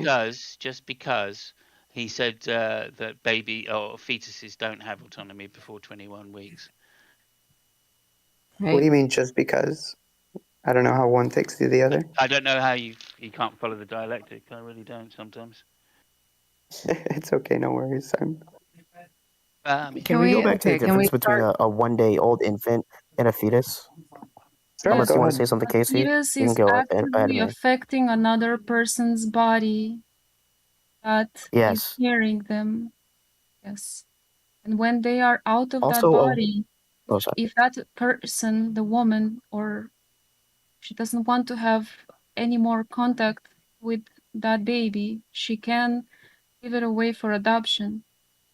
There's an option Yes, there. because it's externally viable. Yes. Yeah, exactly. Right? You can't give While away it's a but while 1-week-old it's not baby. viable Sorry, a 1-week-old external, fetus. exactly, and it's I'm sorry, affecting. what? Go ahead. Sorry. You can No, you I cannot was give trying to away a understand what you were 1-week-old saying. fetus. Here. CJ, I Oh. think you're breaking up again. What were you saying, Anka? I'm sorry, I missed what your point Sorry. was between the distinction of the fetus and the 1-week-old baby or something. Right.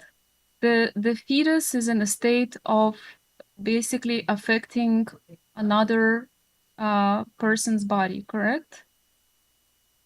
Okay, yeah, I mean, I think the 1-week-old baby is also. But there is an option to not continue that. Yeah, I agree. Right. There's that distinction, yes. Right. So that's the biggest issue, is that women don't want to come to a state where they are forced to basically be the life support of a baby or a being that they don't want in them. Just like if you have a child and you don't want to take care of it, you have that option. Right. What I mean, to me, the image that you're painting is like the baby's already there. The human's already there, right? And so the only option now is to kill the baby, right? It's to end their life. That's the option that you're presenting, right? And to me, there's very little distinction between the killing of this slightly less developed human versus this slightly more developed human, specifically on all of these marks that you've accounted for, on the marks of autonomy, on the there is a marks of difference, though. attachment to the individual, on the marks of, like the health consequences to the mother, on all of these marks, there seems to be minuscule distinction between the idea of a fetus and the idea of a 1-week-old child to me. Yes, because Can I give you the distinction? Go ahead. I've been Go for begging it. to. Yeah, go The for it. I mean, distinction again, is the that distinctions are real, but minuscule in my mind. Go ahead. no, they're not minuscule, and I'm going to explain why. A Yeah. fetus, right? A let's say first or second semester fetus. What happens when you take it out of the mom? Death. Yeah, almost certainly, right? Yeah.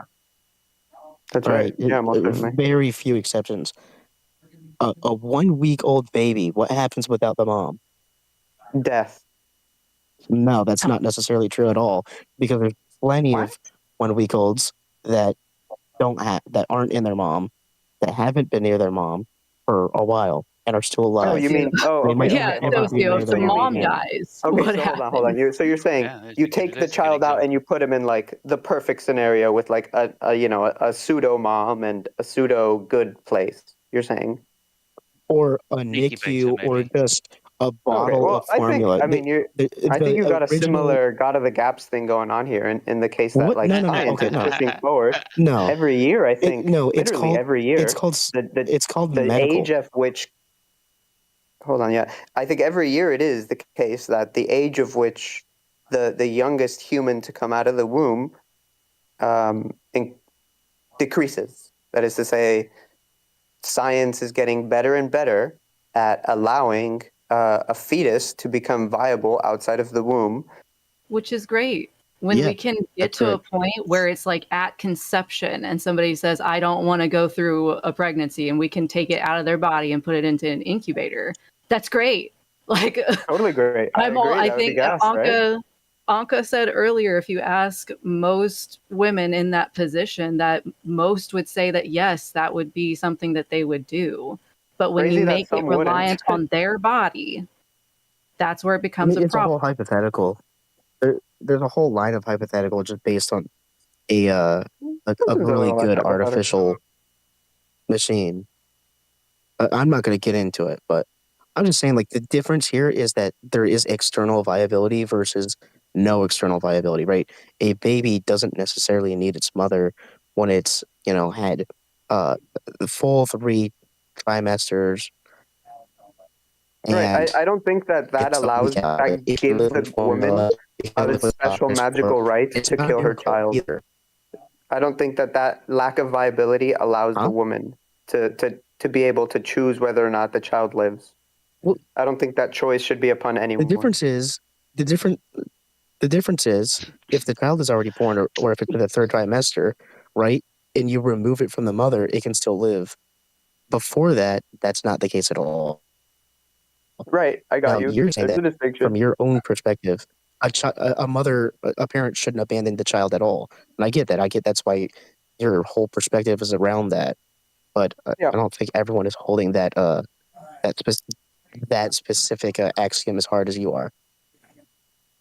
Okay. And I appreciate that you have that. It's just I think the rest of us don't hold to it as much as you do. We can test that, which is to ask you, do you think there are any exceptions to what you're saying? To what?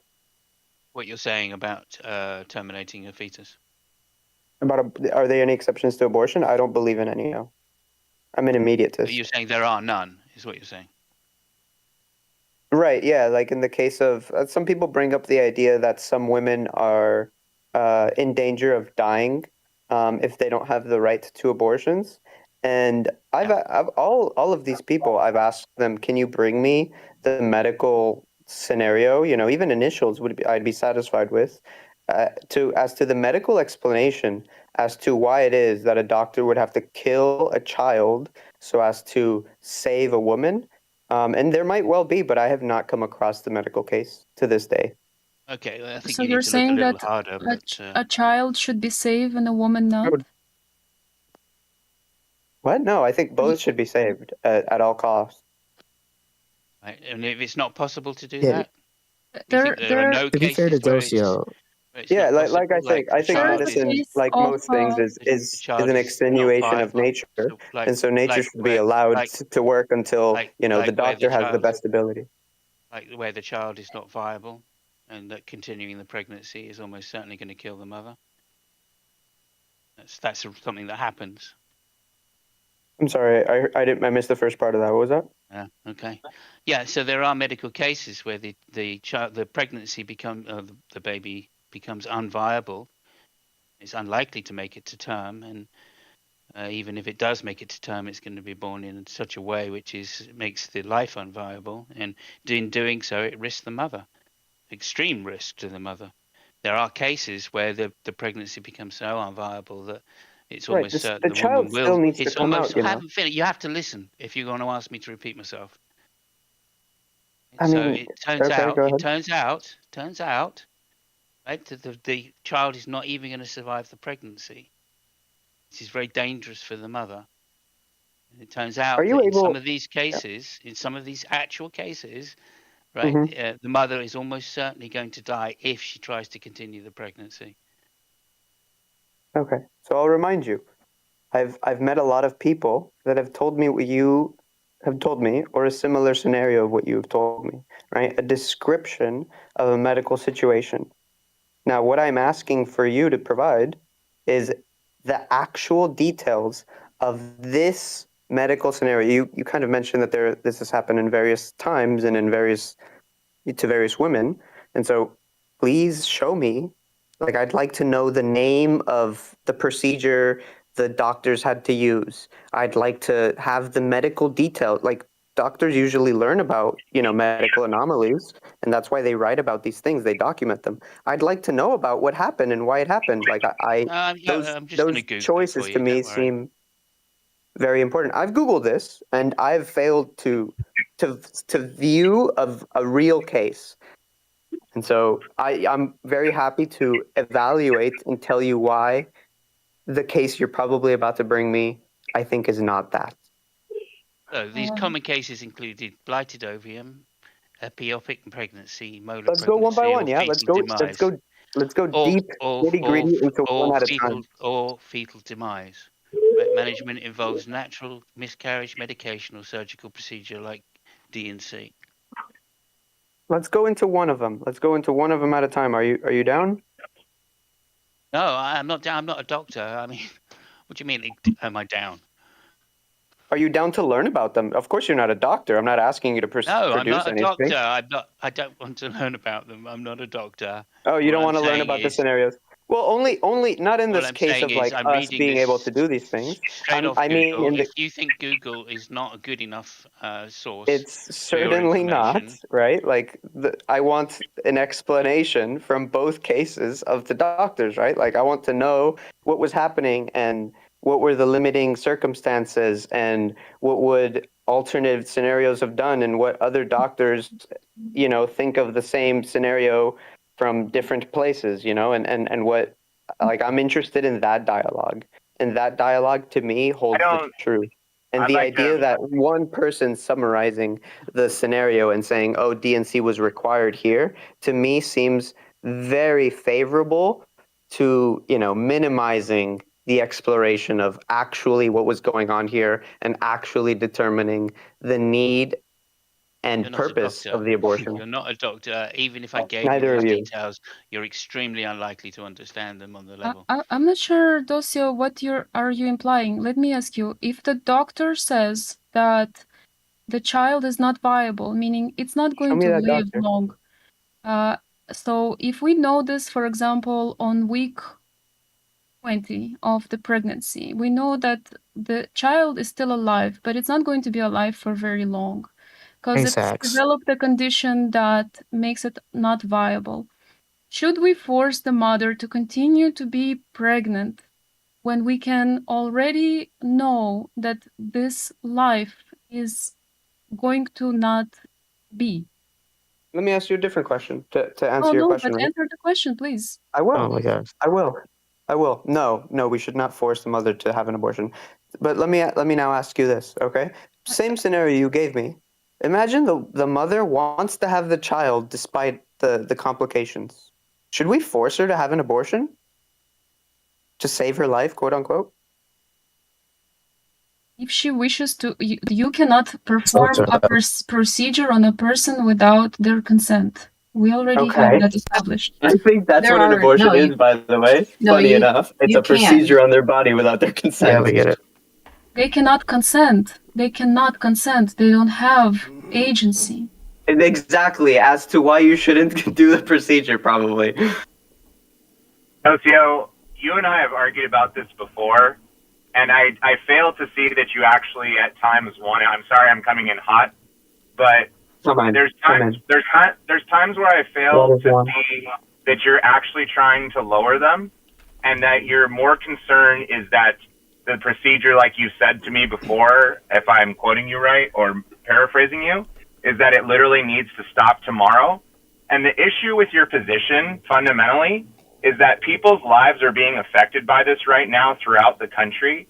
Women's health has deteriorated overall, and I can show you that I'm not driving. And please don't laugh at this because it's not a laughing matter. But it's a laughing matter because you're rolling over the children. You know You're what's rolling over laughable? The fact that you cannot let the anyone choice to finish a murder sentence. children. You're talking about mother's choice in healthcare. You're actually talking about mother's choice to murder their children, my friend. Let's let Brett finish first, and then we'll go back to those two. And you can argue that to your blue in the face, but what everyone here is trying to impress upon you, you can, and we're going to outvote you. Because in society, you have to listen to other people's actual perceptions. And I do agree with you that I want to lower abortions, but going to the extreme to say that all women are just doing this to be murderers is just not. It's not what I said. I never said that. And I don't believe that. Okay, so then you have to make that more clear, because there's times where you go off on a tangent and you're talking about like women's needs and the baby's rights and such, but it's the equivalent of the government hovering over a person's uterus to say, we are taking away your independent agency because we believe that you're going to do something that is completely immoral and just in this way. And it's disrespectful to women's, not just their autonomy, but also like I said, if you actually want to lower abortions, I'm 100% with you. But the thing of like framing it as that anyone who is doing a procedure like that is just like the equivalent of an evil monster creating genocide is just not. Again, don't believe that. Okay. Again, we talked about this earlier, right? In the case that, you might have been here, you might have not been here. It's okay. I'll just bring it up again, right? Okay. I do think that in our culture, right, the idea of what the fetus is has been the line between what a human is and what it means to respect your neighbor in the sense of, like what your neighbor even might be, whether it's a human or a dog or what calls for respecting. All of these lines have been very blurred by our media today, such that I can understand how today a woman might go to an abortion clinic, have an abortion, and genuinely not believe that she ended a human's life. Like she's just convinced that was not a human, that like it's all okay in that aspect of it, right? It's not a conscious life. I didn't say a conscious life. I said a human, Casey. But to assume, ended a human life. I understand. I'm giving you my distinction and why I'm okay with it. Okay, understood. Yeah, I mean, we go unconscious every day. There's all sorts of unconscious. I don't think we should kill those.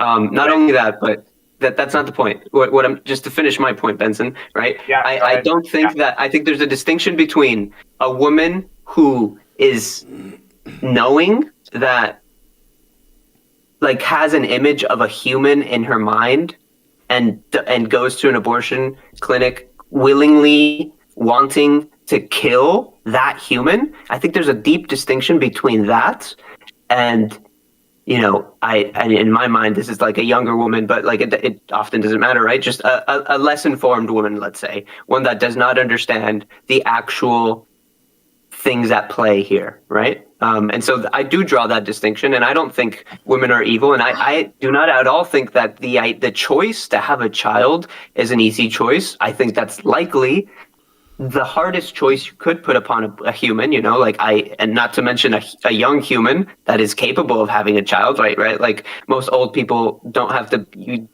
bear with these things. They either they did in the past or don't have to anymore. But I think it is one of the hardest things to have to choose to have a child, right? Like that. I think that's a thing that I relate with in like a religious sense, even, right? Like right. I'm not going to go into that because I don't think that matters right now, but I sympathize with that idea. What I don't sympathize with is the conscious ending of the human life. That's what I don't vibe with. Then we should create scenarios in society where viably numbers are dropped. That is a huge consciousness shift with men who begin pregnancy. That is with the larger culture at hand, where you said there's a demonization, like where it's like very downplayed. That's with sexual education and health reform, so that younger people in their teens understand the gravity of pregnancy. That is with many. I'm not. Hold on. You got to talk for a bit. Let me go for a second here, and I promise I'll come back.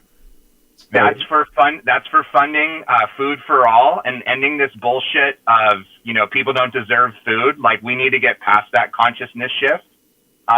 It's for making daycare and other things tenable in society that are not so expensive as to be as much as rent, and creating all of those incentives. If you come at it from an angle that the woman is uninformed, in part what I thought I was hearing from you earlier, it's condescending from the very beginning. And so that to me is very problematic. If you're actually going to talk to another adult human being and say, like, hey, we would really like to work these things out in our society where we do love abortion. So, yeah. I'll stop there. I have, just to be clear, I have no interest in incremental improvements here. I'm an immediatist. I side with the abolitionists in this matter, right? I have no interest in leaving this up to the state. I have no interest in this being we get closer year by year or state by state. I par this with slavery, right? Okay. This is, in fact, I par this greater than slavery in my mind. To me, this is a greater evil than that of slavery in the 1700s. Okay. So you don't. So go ahead. Sorry. Explain. Yeah.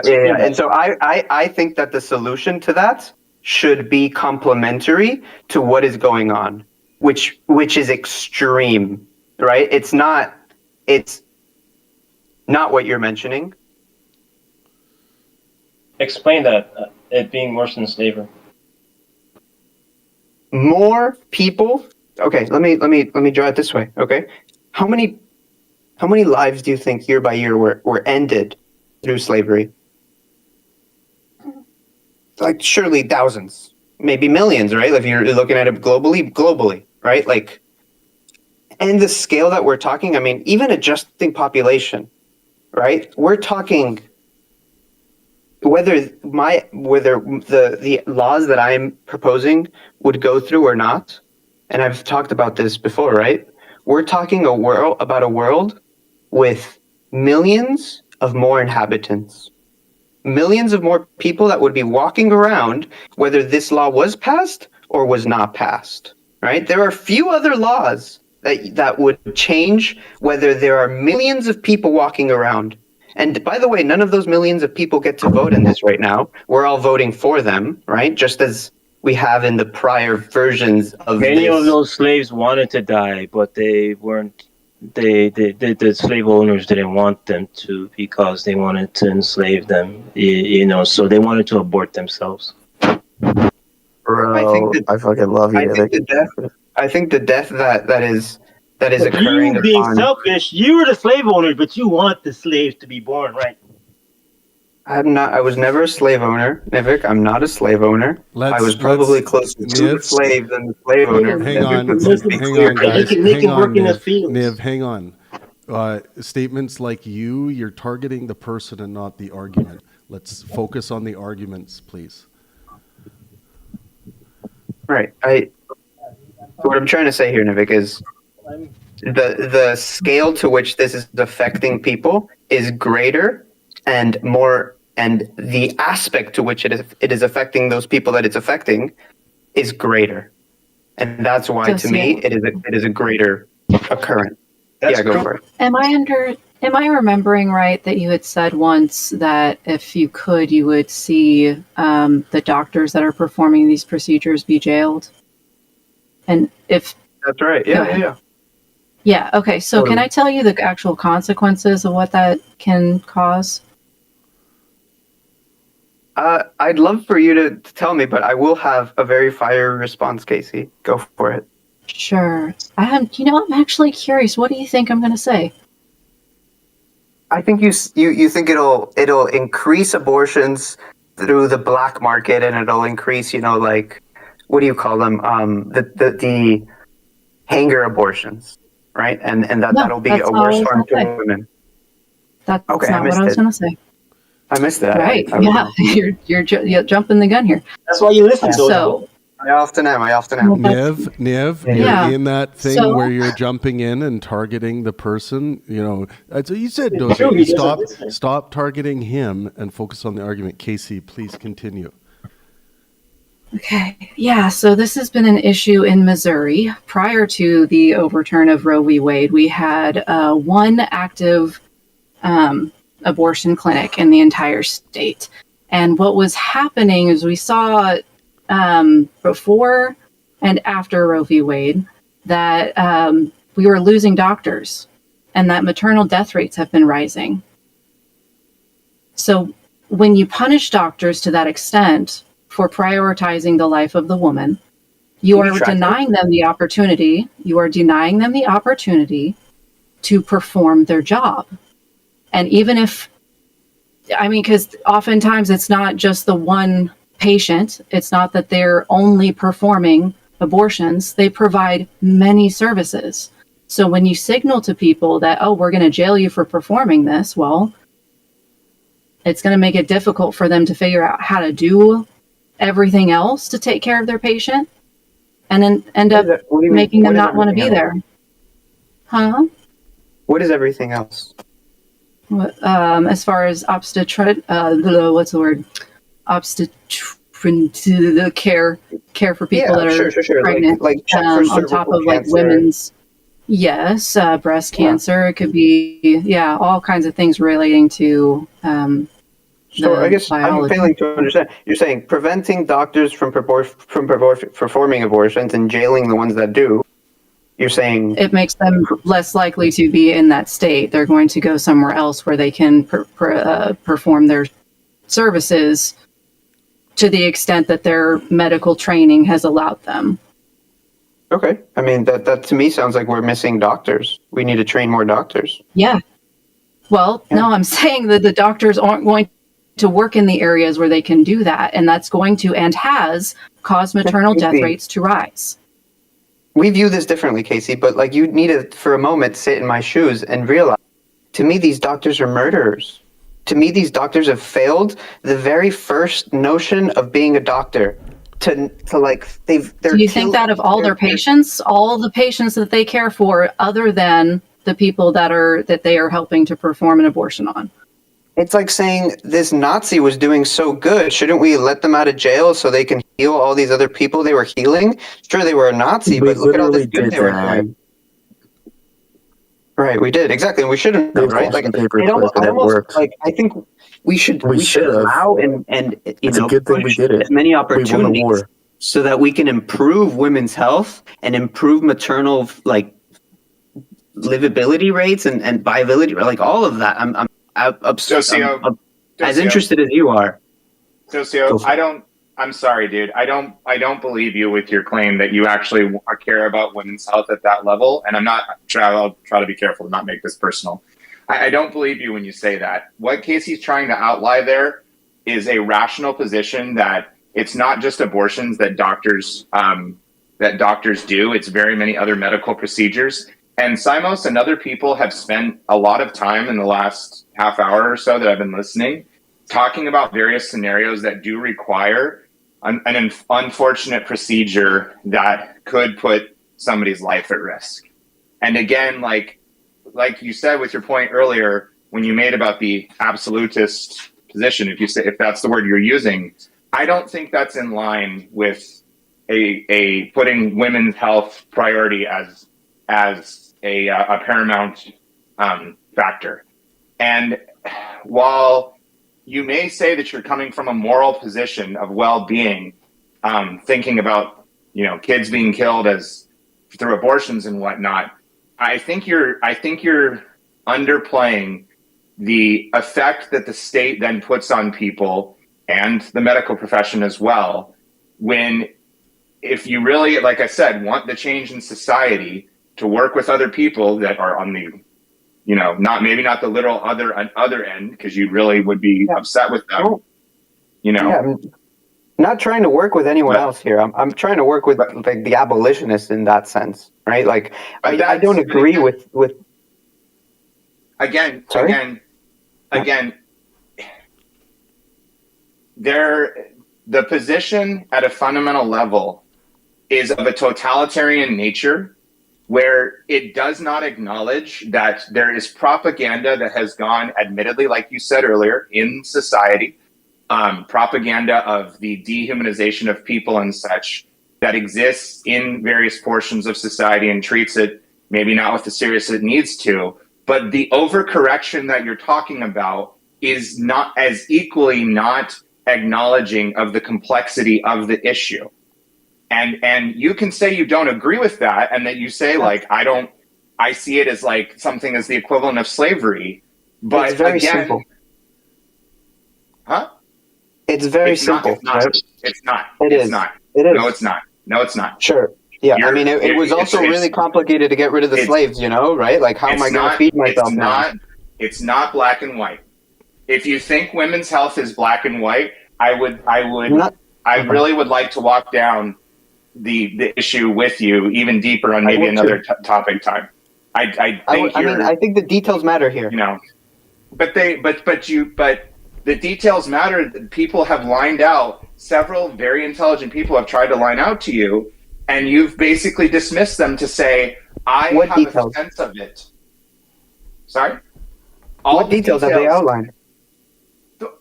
Okay, now you're choosing to downplay the fact that CMOS and several other people have listed several things the last half hour to you? Like, CMOS rejected the conversation about getting into the details of the conversation because we are not doctors, apparently. Hang on, Docio. Again, we're starting to lean into targeting the person and not the argument. So let's get back to targeting the arguments. I apologize, Trav. Docio, I talked for a bit. If you want to go ahead. I think it's okay. No worries. I don't think CMOS was willing or wanting to talk about the specific circumstances that he brought about. And I question the actual legitimacy of whether or not the procedure was life or death in the sense in which he is describing it. Yeah, I'm not a doctor. I'm unable to go into the minutiae of the details about medical procedures because of that reason. And even if I did, and I was a doctor, I'm pretty sure you wouldn't understand them because you're not a doctor. So there's no point in having a conversation about minutiae of unviable fetuses, right? I'm interested in the conversation. I'm sorry to tell you that I am. They exist. There's no need to deny the medical literature on it, and you can certainly go and find it yourself if you're interested. Right. I just couldn't understand it even if I read it. I'm questioning your conclusion upon the medical literature. I just couldn't understand it even if I read it. So there's no point in me trying to find it. I think you could. I implore you to think that you could look up every word you misunderstood in a book and figure out which every word meant through enough diligence and truly figure out what it meant. I'm not doing that because I have the abstracts, which I read to you, right, of which come from medical sources, right? And that's the best I can do in a debate like this. Right? I'm not going to spend 10 years becoming a doctor just so I can go to you. Okay, so here it is. This is what really happens. Oh, come on, be courteous, Simos. I think it could take half an hour if you wanted to. Simos, come on, be courteous. Go do the 10 years of school and then come back to the debate. We'll wait for you. We'll take a quick break. I think the idea that it would take 10 years to figure out what's going on here is a little crazy. I did want to say about Simos real quick before I left. I do think that you're doing a really good job trying to represent your position. And I respect the hell out of it. And it's a little frustrating to hear, that what he was saying was taken in less than good faith, because I really thought he was doing his best. All of us are. All of us are trying to, within our own means, represent what we're trying to represent of our own position as best as possible. I don't think anyone here is trying to be bad faith, so I kind of regret hearing that. I did not accuse him of being in bad faith. I'm just saying. Cut him off, to deny such Niv? things as that there are cases of fucking anti, bro. unviable pregnancies which will kill the mother if left to go to term. Here, Right, I just think that I'll that's a do a little ridiculous research on position it. to come back. Now, I think it's a ridiculous position to come back and say, well, you know, let's until I see the minutia on what exactly is going to kill the mother. I mean, that's just crazy talk. Right? It's usually You know, mass hemorrhage. they absolutely really do uninterested exist. in the I heard minutia. them about. Like, I first started hearing about them when I was in my 20s. Right, and I like mean- nothing's changed in all of the years. They're still unviable pregnancies. It's like, yeah, it's a literal, like, just a fact that women die from I got some you. I of this got you. shit. I'll post it's my not I'll post my sources. hypothetical. It's about 1 in 5,000 Please. pregnancies in the U.S. are fatal, Please, and most of those are please. hemorrhage. Hey, please make sure if you're gonna post a source, I'm dead ass serious when I say this. If you're gonna post a source, it needs to be a medical professional. It needs to be someone in the relevant field. Okay, because I don't want Dr. One-Off who's been disbarred. I missed you'll what get you a guys you'll are get a trying. barred doctor. Don't worry. What are you? But I don't think the bar is. I think the bar's lawyers. By the way. What It's are you irrelevant. What are you guys trying to figure out empirically? Can someone say it to me? So originally the question, the hypothetical was posed was the Docio. Someone said, Docio, if there was a case where the mother's life was on the line, if they did not get an abortion, would you be in that case in favor of an abortion? And then Docio said something. You can speak for yourself on this, Docio, but I believe he said something on the lines of, I don't really see any empirical cases where having an abortion would have saved the mother's life. Right. Yeah, exactly. There are many, so the idea is just two seconds. I just read this into the record. So there are many documented cases where pregnancy threatened a mother's life so severely that ending the pregnancy was considered medically necessary to save her. A few examples: estopic pregnancy. An estopic pregnancy occurs when an embryo. What's that? Ectopic. Ectopic? Yeah, okay. Yeah, an ectopic pregnancy occurs when an embryo implants outside the uterus, usually in a fallopian tube. The embryo cannot survive to birth as it grows. It can rupture the tube and cause catastrophic internal bleeding.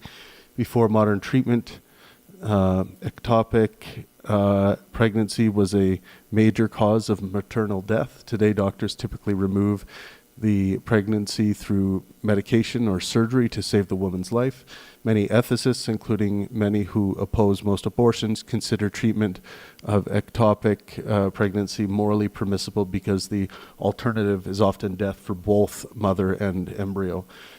So, Savita Halapanavar in Ireland in 2012, Savita was experiencing an inevitable miscarriage at about 17 weeks. The fetus could not survive. Doctors did not immediately terminate the pregnancy while fetal cardiac activity remained. She developed sepsis and died. The case became internally significant because many argued that earlier intervention could have saved her life and influenced subsequent abortion law debates in Ireland. Severe preeclampsia or HELP syndrome. Preeclampsia can cause stroke, organ fatigue, seizures, liver rupture, and death, in some cases before fetal viability. The one effective treatment is ending the pregnancy. Without intervention, both mother and fetus may die. Hospitals around the world perform pregnancy terminations in such situations when continuing the pregnancy presents an immediate serious threat to the mother's life. Choriomyositis, severe uterine infection, a bacterial infection of the amniotic sac, can rapidly progress to sepsis. If it occurs before viability, doctors may recommend immediate termination because delaying treatment can lead to maternal death. Cancer during pregnancy. Some women develop aggressive cancers while pregnant. Examples include acute leukemia, aggressive cervical cancer or certain rapidly progressing breast cancer. In some cases, treatment cannot begin safely unless the pregnancy is ended. Historically, some women have chosen termination to begin life-saving chemotherapy or surgery. The ethical significance here, these cases are often discussed because they create a conflict between preserving fetal life and preserving the mother's life. Many ethical systems, including numerous religious traditions, have concluded that when one life cannot be saved without asking the death of both, saving the mother can be morally justified. Anyways, there you have it. Right. I mean, I could address each of them if you want, one by one. Whatever anyone else wants. I just wanted to read that into the record. I just want to say bye, and also I wanted to shame all the sluts. Bye, bye, guys. That's what I'm talking to you. Bye. Peace.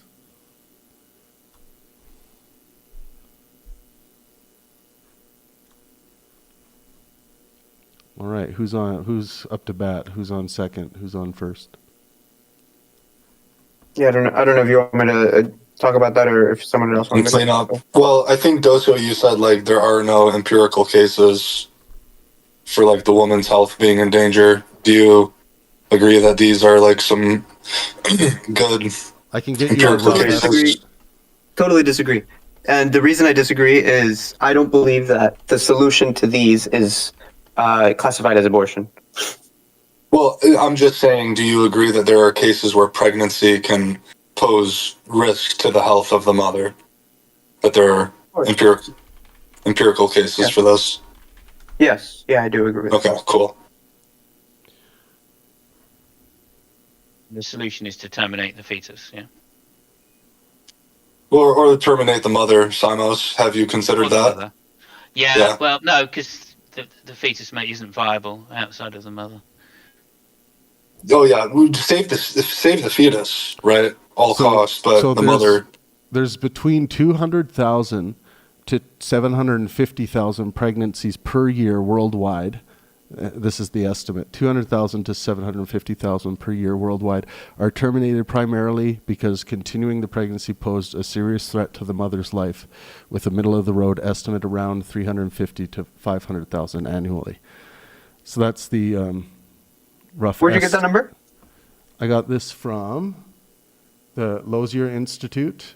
Who's funding the research, though?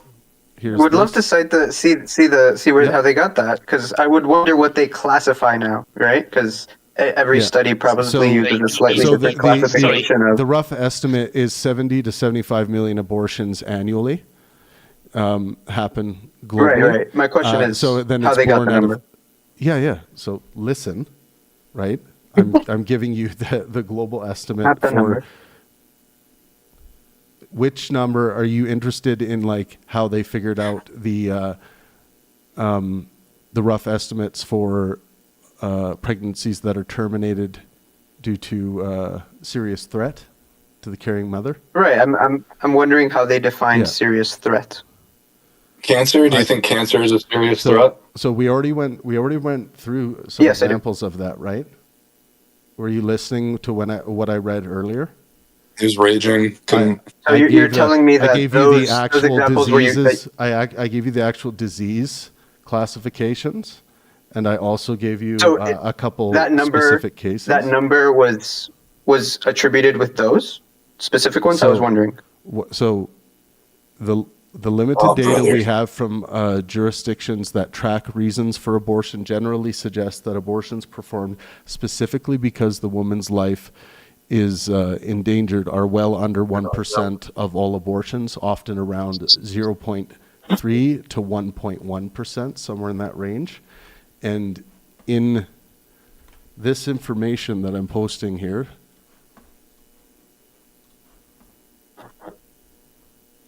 and so I have a list of all of the sources here. Oh, so they group risk to the woman's life with risk to a major part of the woman's life. I wonder if it lets me put all or major sources bodily function into a list. So I think that's a big group to be grouping together. I'm going to give you all the sources here that are being used to justify this generalization.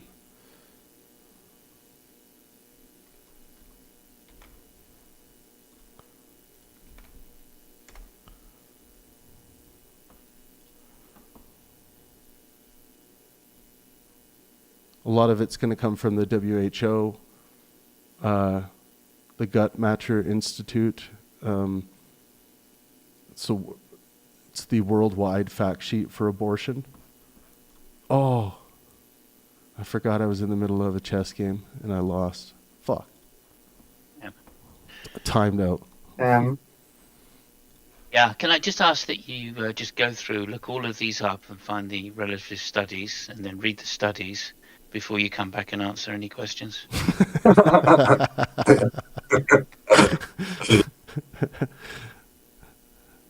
You know, it's actually. You didn't answer my question, it's funny actually. that you You didn't say answer that, my 'cause question. You didn't answer my question, actually. It's funny because which you was, think that you need to read every word to be able to answer a very specific question, but if you really you were didn't answer my interested in question. answering the very specific question, you'd find out that usually a paragraph or two is enough. You gotta skim the majority of it, and you'll find the information you need usually pretty quickly if you're willing to look for it. Do you But you believe, weren't like very in this specific case, on the question. Before we, But before you didn't we, answer my question. That do you agree I did answer your that question, actually. terminating the child for the woman's health? Do you agree that that's necessary in some cases? I disagree that that's ever necessary. Just checking that you're still being consistent. That's counter Docio to. Is anything ever necessary? World Health Organization and any other, reputable, Yeah, I think the definitions of what I'm saying matter. Where do you if draw the line? Where do you draw the line? So, but that's a great question, Ivik. I'll tell you where I draw the line. I draw the line at the point of the pregnancy being viable on its own, right? I draw the line at the distinction between the woman choosing to kill the fetus for the idea of the fetus no longer living, or kill the fetus for the purpose of being able to continue living so as to be able to maybe, just have the rest of their life. No, for the baby So to be aborted. I'm taking those things into account. No, for the baby to be aborted, where would you no case in which the baby should be aborted. Again, the definition I'm using is specific here. For example, some people would classify miscarriage or the removal of a miscarriage as an abortion. I strictly do not. I do not categorize the removal of an ectopic pregnancy as a abortion. Just to be clear, so we can just so we can adjust to your private language usage here, and actually, not private. There is super something public. Actually, I get my definitions from abolitionists and the CDC. Okay, I fair enough. I think that. When I look up and I get information from the World Health Organization and different organizations and institutions telling me that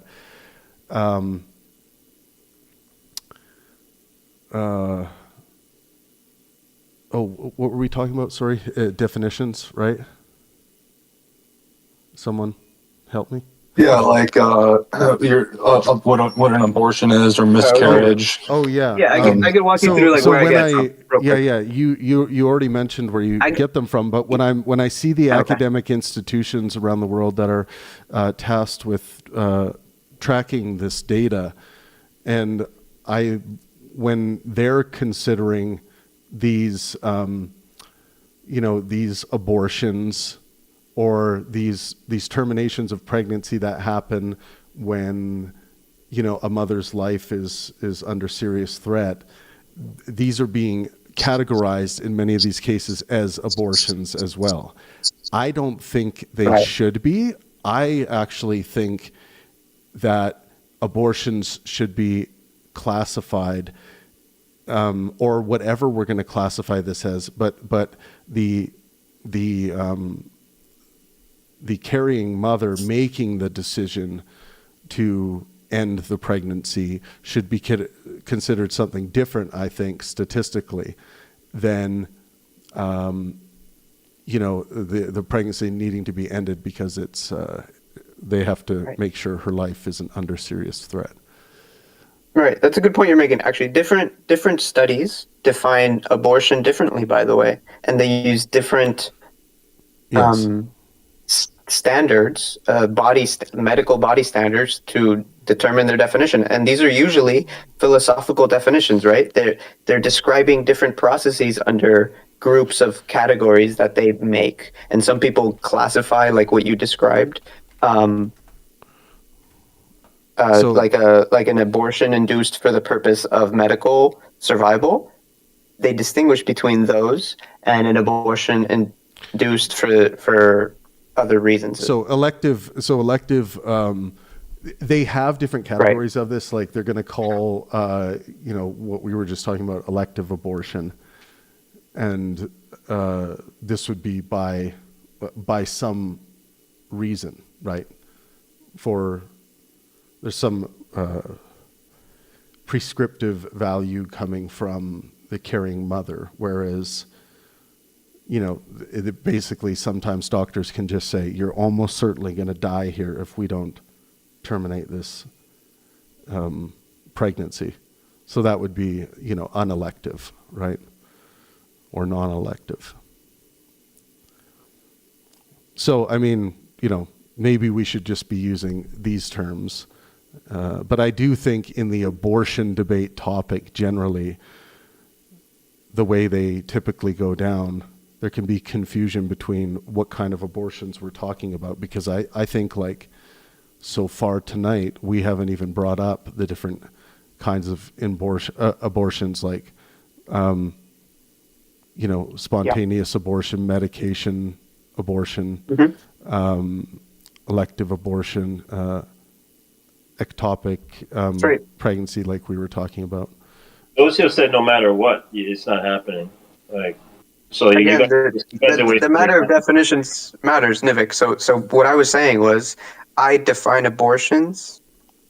Well, actually, I don't define them. I use a definition such that only the thing that I'm against is abortions, right? And so, getting rid of an ectopic pregnancy to me is not an abortion.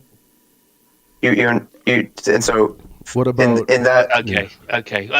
Thank you. That's the end of the debate. Thank you very much. I define it as something which can't be disproven. So there we are. Again, using the CDC definition. Just the CDC. Okay. Docio's too dogmatic. He's too locked in. I mean that was like 2 hours of wasted time because you just said that. Exactly. You're never going to change it. It could be the end of the world. You're basically just defining your position to be correct. You can say that a woman that doesn't want a pregnancy defines abortion as self-defense. I disagree that it is self-defense. Yeah. I like that you chuckled at that. Good. But I define it seems 2 hours later, Robert was correct after all. About what? Just took us 2 hours to learn that he was right. About what? All abortion debates end in an abortion of the debate. No, I think there's good stuff discussed here. I appreciate you guys. I appreciate it's a hard topic to bring up, and I appreciate you guys are bringing it up continuously. It's maybe the third time I've seen you guys talking about this. It's tough. It's a big topic. Well, it is. It's a huge topic. It's very relevant to voters. Go ahead, Brett. Docio, are you for? And before you wait till I name a few things, okay? Are you for universal health care, food for all, affordable housing, daycare, affordable daycare, so that we're not doing extreme positions people have of over changing the workforce, because that's not going to happen? Are you for many of those policies that people argue are very systemic today that make the cost of having children very difficult? Aside from abortion for a second, those policies, are you for those? I'm super for those. What I think we might disagree about is how it is that we pay for those. Our taxes should absolutely go for those. And the wealthiest portion of society needs to the greed needs to stop. It's out of control.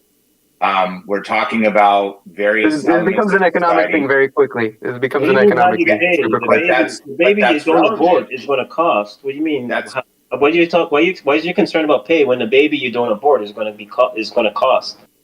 It's not that I'm concerned about the pay. It's that I'm concerned about how the money you're using is going to affect the rest of the things. And so I would use specific money, not random money. You're forcing the baby to be born out, and then you're crying about whoa. Not forcing. Just preventing people from killing the baby. Not like if the baby's there, the baby's there. You know. He's a penny pincher all of a sudden. That's why I can't take these abortions seriously. You got it. Bro, it'll balance out by all the women. Totally, yeah. I agree. By force, not preventing them to kill the baby. By force. Don't hide from that. Okay. I don't hide from.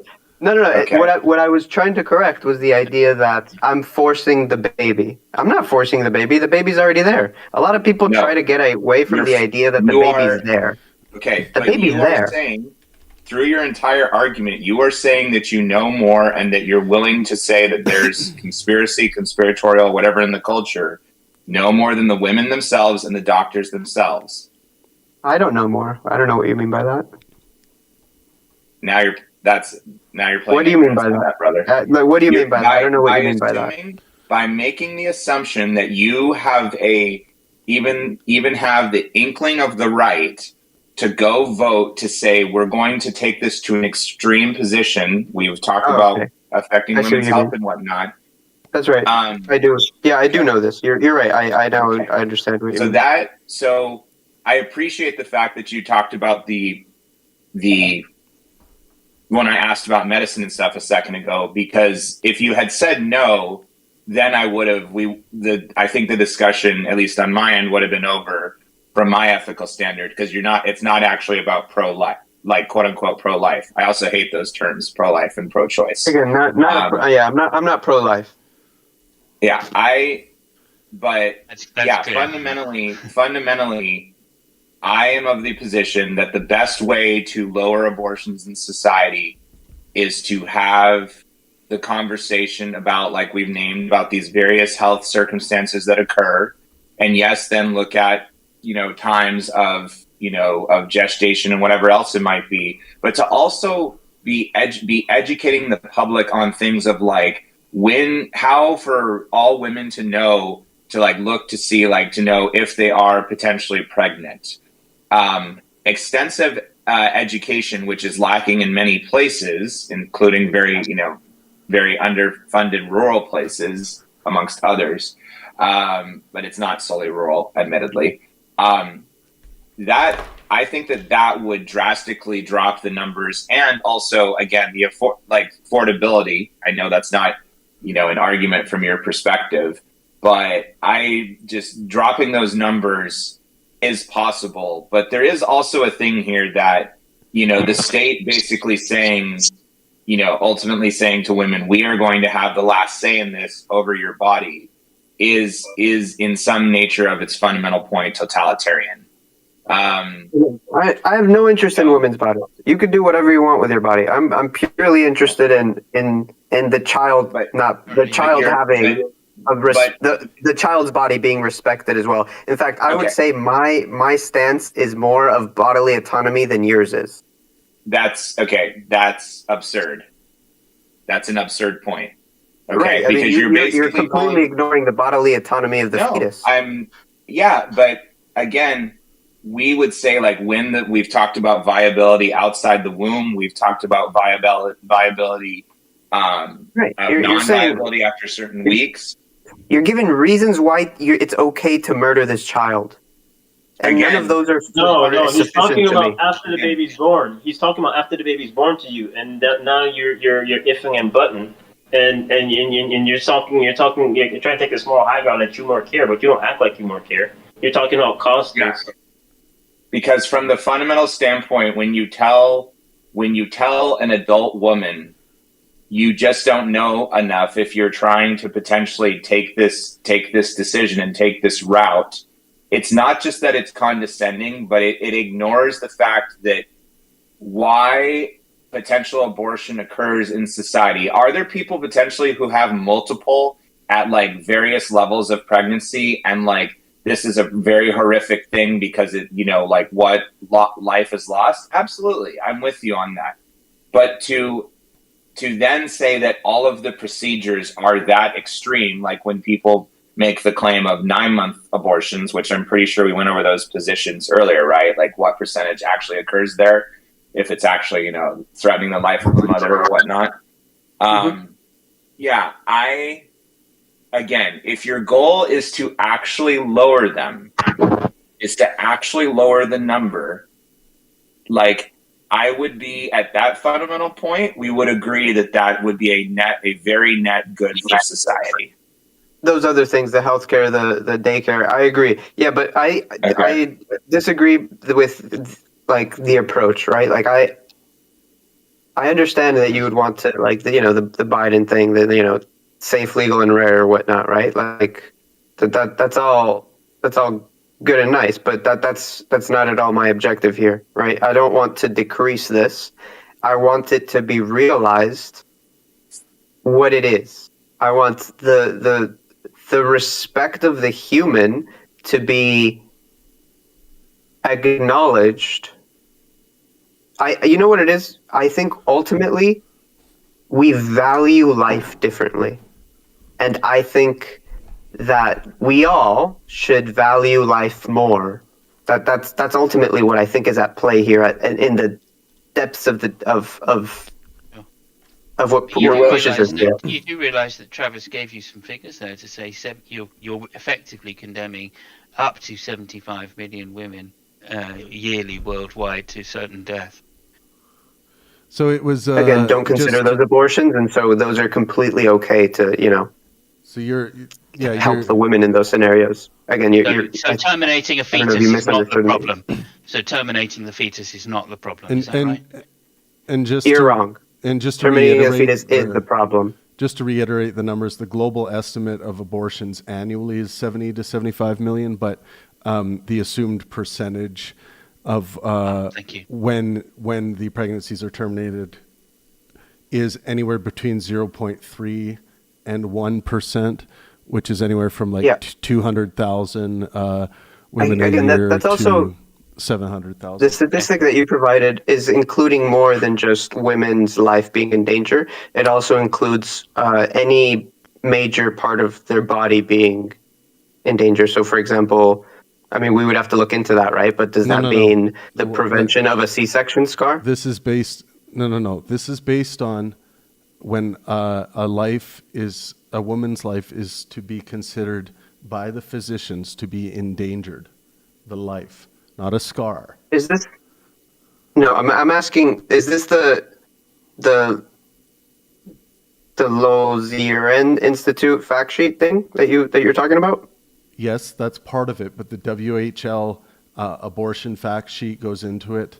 The maternal mortality fact sheet from the WHO, the United Nations Population Fund maternal health overview goes into it as well. Right, but so this is the information I'm just looking at the bullet point. Is not just from one. Right. It's all of these important sources. What the general consensus is on this very issue. I'm asking. It's not one. Right. It's not one source. The one that you. Right. I'm saying the source that I do have here that you posted is mentions risks to the woman's life or a major bodily function. Right. It groups those together in the 0.3, and then it gives reference. Scar is not a major bodily function loss. I agree. I agree that it's not. And again, I misquoted when I said like a body part. I said I meant to say what I just read. It's important to also not just try to confirm, trying to find a hole of escape, right? You want to look at the other sources I posted as well, and the language that is being used on those websites is also important. But I only see two fact sheets you posted here. But what's that? I only see the two fact sheets you posted. Am I missing one? Oh, okay. So if you want the actual links, I can give them to you, but there is a way to get. My bad. I thought I had it. That's why. Oh, okay. There's a long list there. Here are the sources referenced in the previous answer, and there's a long list of sources there. But there are also I can also click on some and provide them.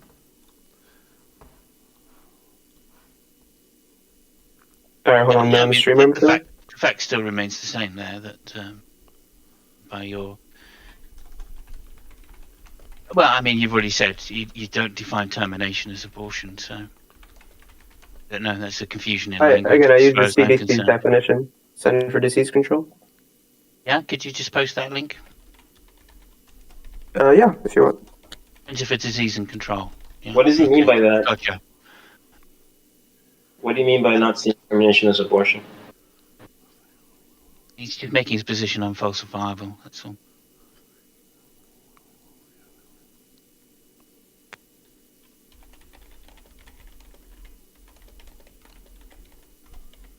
And it's like somebody... this is very curious. It's super falsifiable. There's a lot of abortions, so I mean, again, there's a lot of things I am against. There's also some things I'm not against. You've just defined it as being abortion as being everything you are against. So what's the difference? So that's literally making your argument unfalsifiable. Just to be clear, it's not me making the definition. What's the difference? Termination and abortion. The choice, right? So, for example, there's immediate abortion. We should, if you're really into this topic, which it sounds like you are, you care a lot about it. You should use the academic terms. Elective abortion is what you're talking about. That you are against, right? That's true. Yeah.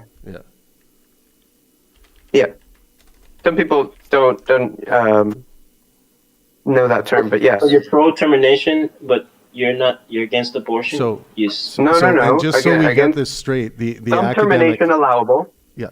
So the academic definition of abortion alone, not with the other subclassifications like we just talked about, elective abortion, but abortion in and of itself, the academic definition is the termination of a pregnancy before the fetus has reached viability, the ability to survive independently outside the uterus, resulting in the end of the pregnancy.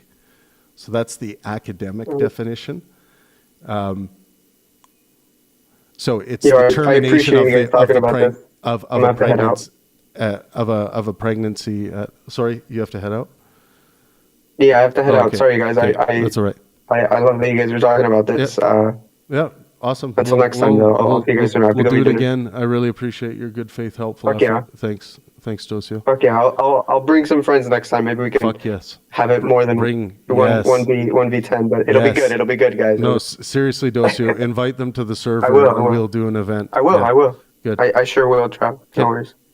See ya. Have a good night.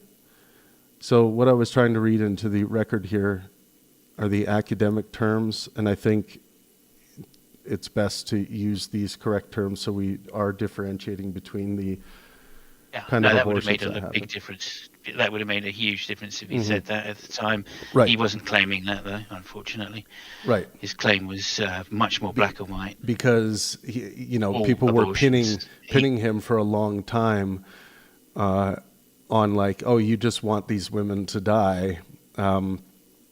But he's not considering those abortions. He's considering those just like... Yeah, no, I just read through the definition that he's provided, and if he'd said, no, like he didn't mean that at the time. That's definitely bad faith. If he originally said, no, all abortions, and then when I brought up unviable fetuses, he should have said, yeah, no, that's a different case.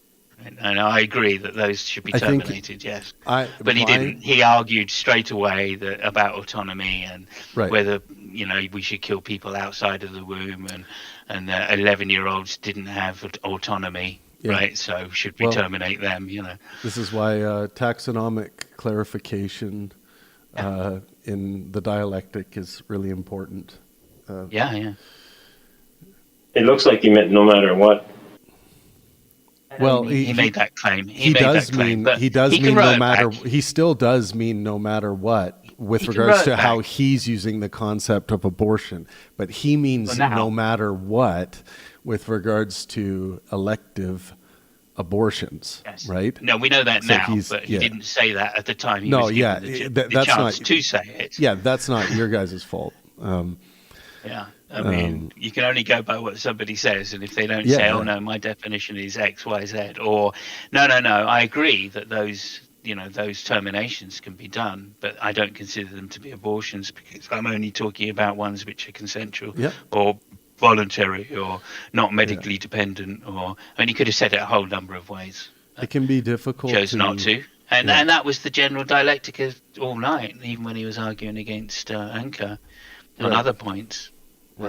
Said, we got, like he literally said, I don't know if you've ever met 11-year-olds, but they don't have autonomy. I'm like, also said that he doesn't care about women's body, which I thought was so funny because why is he putting so much care into the life of a fetus when half of them are born women? And then we don't care about their body anymore. It's almost like I missed that. Let's.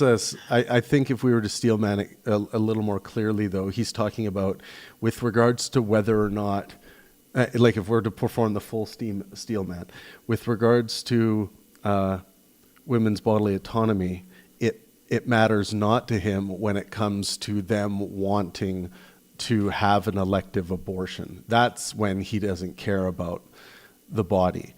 He didn't make a statement that he overall doesn't care about women's bodies. He did say that, but yeah.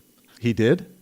He did say that. Yeah. He said that he doesn't care about. He said many things. Which were not really. We'll have to go back. We'll have to go back in the tape on that. I would be very surprised. Maybe he misspoke, but if Docio came back in and I was like, so you don't care about women's bodies at all, like in total, like for that they have an autonomy. I find it very hard to believe that he would actually hold a position that evil. I would be very surprised. I may think he may redefine certain things and walk that back as well. Right. But I tried to explain to you, he said some things which were just incoherent and like trying to call me out on. I mean, he didn't say, "Oh no, I accept there are unviable pregnancies." Right? Of course, there's. He said, "No, I want to see, I want to know what is killing the women." Right. About the pregnancies, and I read out that list that you read out and said, "Look, these are the things." And he said, "No, I need to know what about those things kill the women." Yeah, he wants to know that. Well, I mean, I can go down that road with him if he wants, like disorder by disorder, but that's going to take. Yeah, it's going to take a long fucking time because, like you were saying, you're not an expert in the field. I'm not an expert in that field, but we can dive into what's known. But it's going to be a simplified, watered down version. Always going to be. So once I've read the list of possible medical conditions, that's as far as I want to go. And if you don't think those are real, right, then maybe you should do a little research yourself. If you're just going to deny all of science, then that's fine. Yeah. Evolution, it's like speaking to a creationist, And of course the claim was 11-year-olds don't have autonomy. That's one of the things he said, I said, I remember I used to cycle to school when I was 12. What are you saying? I didn't have autonomy? And I said under 12 was his answer. Yeah. So just changed it to 11. He's conflating being a dependent with having autonomy. I think to be fair to him, I did think he felt under attack for a long period of time and refused to budge on any positions. Yeah. That's generally what happened, and the pressure built up. So he started saying silly shit. I actually, that's how that goes. Yeah, I think there's definitely some development that needs to be made in his argumentation. Like some of the stuff just is silly. Of course, children of all ages are going to start building some autonomy and more autonomy. And it depends. Like some children are going to have, more difficulty developing personal autonomy, but that doesn't mean they don't have any. Yeah, exactly. Which was the claim. Yeah, they don't have. He said they don't have autonomy. Right. It's not like they don't have some autonomy. My son, they don't have much autonomy. Yeah, my son is like but it's also a legal question. Yeah, my son's a year and a half old, and he's got more autonomy than some adults I know. Yeah, and we saw as he was climbing around the car, just trying to investigate it. Pretty freaking autonomous. Yeah. Yeah. That's kids for you. Maybe Docio's asking from like a legal autonomy perspective. But even then they have legal autonomy. That's disingenuous then, isn't it? I mean, that's just autonomy. There is a whole category of legal autonomy, but I would doubt he was talking about that. Why say under 12 if he meant that? Though? Exactly. Surely you should say under 18 or maybe under 21 in your country. Yeah, exactly. That doesn't make sense either. No, it's a good, important topic that more conversations need to be being had about this, and it's hard to find, the for lack of a better term, pro-life and pro-choice side having good faith, helpful conversations. Usually these explode. So I appreciate everyone reining their selves in and practicing a large amount of patience and calm with the conversation. Yeah, I learned a bit from the conversation from both Casey and Anchor, which because I don't I have arguments for it and stuff, but they tend to lie along the more philosophical lines. They're not medical lines, and because I don't have that personal perspective of being able to carry a child, I'm not emotionally invested in the way that maybe it's such a Oh, you guys did awesome. Actually, I think the males of the group did a pretty good job. I think that I'm still very curious. I think there's like a fundamental, interesting aspect of Docio's worldview that I would like to explore. For example, I get the sense that he values quantity of people as opposed to quality of life. Somewhere, because he says that, we're missing 10,000 people walking, or 10 million people millions or whatever, are missing. And I wanted to ask him, how will that improve the world, having 10 million more? And I think he has some interesting worldview there that I would like to understand, because to me, quantity, given the fact that we're not in any danger of extinction, is secondary to quality. Yeah, so that's interesting. I'm curious about that too, because I presented to him, and I don't know if he had thought about this, and I want to go down this road more with Docio and with Brody, because I think Brody, he was kind of confronting it. He said he needed to think about it more. But this idea of 80, or what is it? It's like, I just want to double check. Yeah, so 80 to 90% of women or females worldwide will have at least one child during their life. And if he truly is in this for a numbers game, quantity over quality,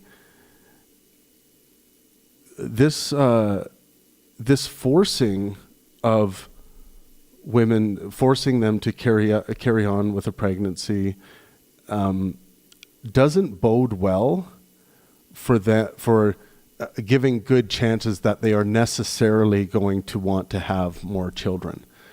So it's not, it just doesn't follow that, that forcing something like this is a very good pathway into wanting to encourage people to be having more children. I just don't see that as a strong argument. And on the other side of that, women who have abortions when they want to have them, the chances of them again wanting to eventually have a child someday, or more than one child, is about 80 to 90% again. So it's like there is this idea that, like, you're losing an opportunity for another child in the world, but that's not really the right calculus, because a woman can reproduce again and again, as try however many times they want, and maybe they will have one or two children. But I feel like the black and white binary thinking of this makes it seem like that, like, the abortion is the end of life's potentiality, and it's not. The potentiality is still there if an abortion is performed, and there's an 80 to 90% chance that potentiality will be actualized. So, and presumably under conditions which are more favorable for the child. Exactly. Anyway. So in philosophy, we talk a lot about the temporal layer, and I feel like in the black and white thinking, that temporal layer is being forgotten or missed. And an important fact being missed is, like, yeah, but this can be repeated and done again, and more children can be made that maybe wouldn't have had an opportunity to live, So yeah. It's that aspect of the argument is just hardly ever talked about. But I think that's much more difficult to, if you believe in the sanctity of life, there's a chance that, using that idea as a way of, like, okay, under the worst of circumstances, I'll even support elective abortions, fine, because I understand that, like, even if you have to say, like, yeah, but I feel like she owes us one, even if you have to say that in order to open yourself up to at least some allowance in some circumstance of elective abortion, then at least your toe is in the door about, at least you're getting off the totalitarian back of trying to shut down this service. Part, yeah.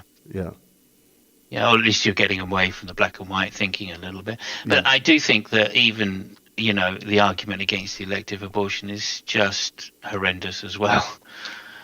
It is, but you have to, but we have immoral. To, like, I think, like, if we think it's wise that regurgitating what I view as a strong ethical argumentation of the carrying mother's bodily autonomy, if we think that just doing that over and over again ad nauseum by repetition, that somehow that those rockets are somehow going to penetrate that fortress, I think we got to get more creative with different argumentation, try some external critiques to get out of the internal critiques of the issue. Talking about the meta-ethical standards, for example, the specific ethical standards that Docio is calling upon to determine this position, get to articulating that, get to showing where that articulation of that principle may not really graft on as much across the board as he maybe thinks it is, and showing that, even your moral stance might give way in some of these other circumstances, like the analogy of war. There are so many, terminated pregnancies by way of rockets and missiles and guns and all kinds of stuff during wars that Docio has admitted, he could find righteous. So it's like, why can there be righteousness for the abortions that are viewed as a righteous sacrifice in particular wars that are being caused by bombs being dropped, bullets being flown? Why is that? Why are those abortions acceptable? And he might say, well, they're not specifically being targeted, because they're holding a baby. Sure, but we've just demonstrated that those you could find a way to call those deaths righteous. Right. I mean, if he agreed, presumably, like he wouldn't want to hold the, say, American troops that accidentally killed a woman who was pregnant, right? Murderers. Yeah. So someone just drops the a bomb fact and of war kills a pregnant woman, and therefore they ought to take maybe they're due the death penalty then. So. Yeah, I mean, it's this just a is fact. A logical consequence, isn't it's it? Just a fact. Of his position. It's just a fact of war that pregnant, women are killed, and the fetuses are killed, the innocent fetuses. And almost certainly, Docio would accept the righteousness of some wars at some point in time where, pregnant women were killed, and that this was considered, not good at all, but righteous because of the greater cause behind the war. I think he would say yes. I mean, if he were in the room now, I think he would say yes, that is immoral, and that yes, those American troops that even by accident kill pregnant women should be, tried for murder. But this is where where that would be his position. So if he does say that, then he's really can't throw his lot behind the Allies in World War II, because the Allies surely they can't be expected when bombing certain targets to know. The two we've spoken of, right? Right. But specifically, there must have been hundreds of thousands of babies killed. And surely in Dresden, right? Like Dresden, that's what I mean. We're talking, we're talking about almost certainly there was X amount of pregnant mothers in Dresden. Docio would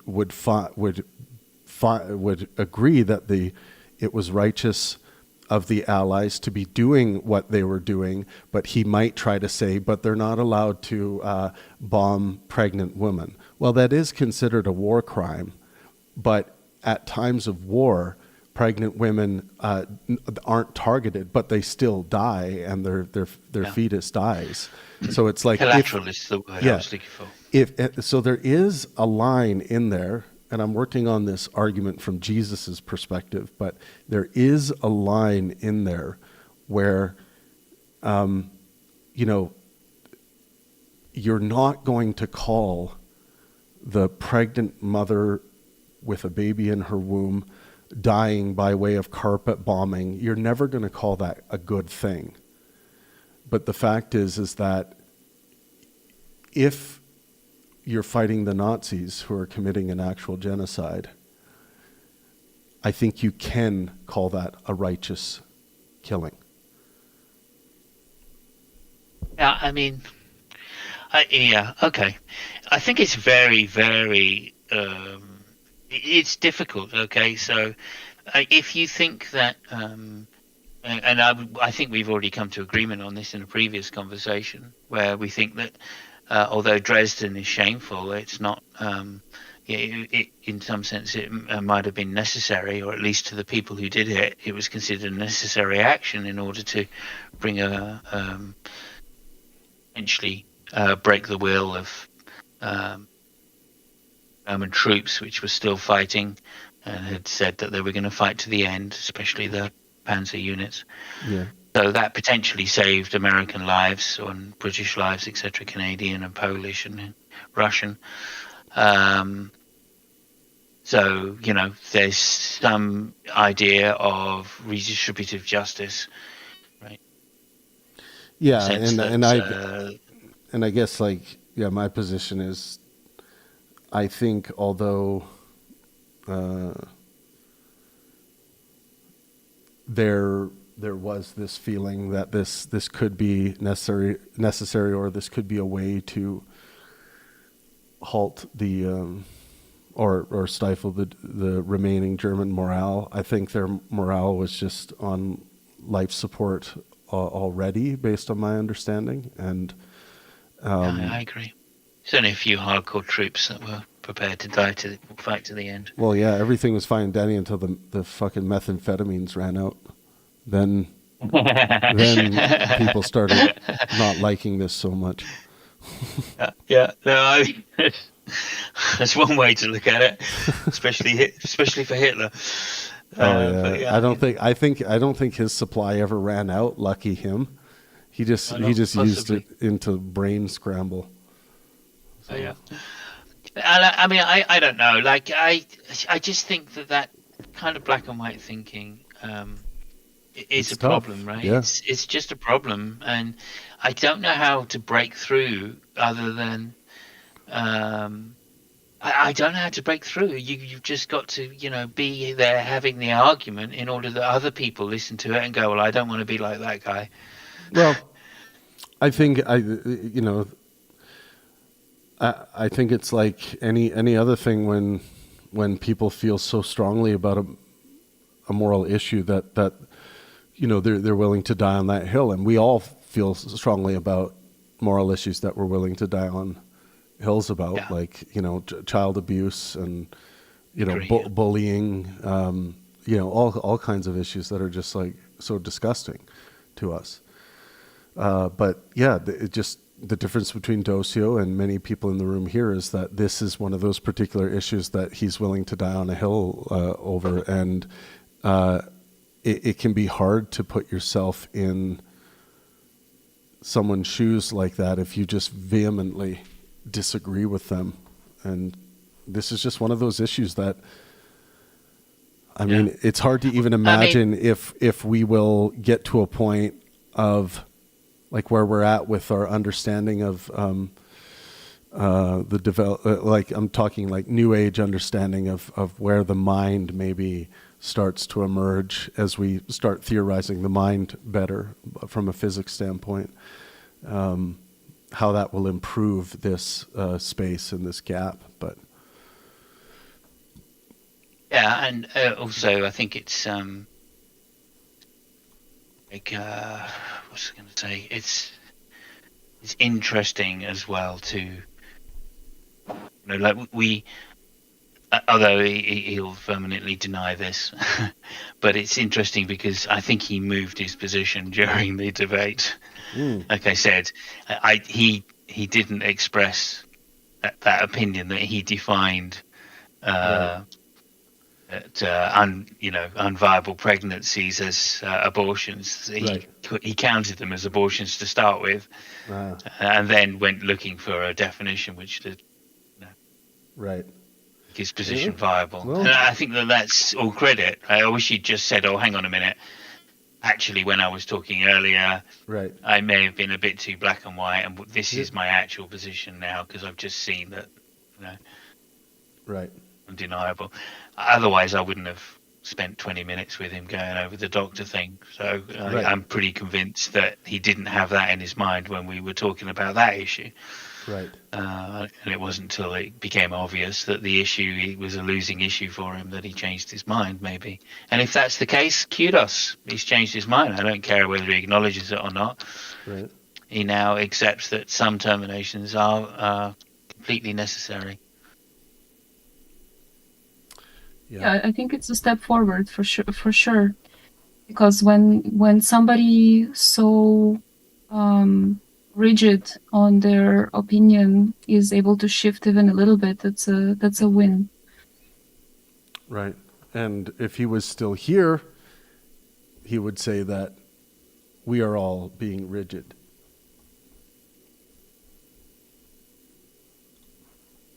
Yeah, well, maybe I am. I don't know. Well, this is why the dialectic's important.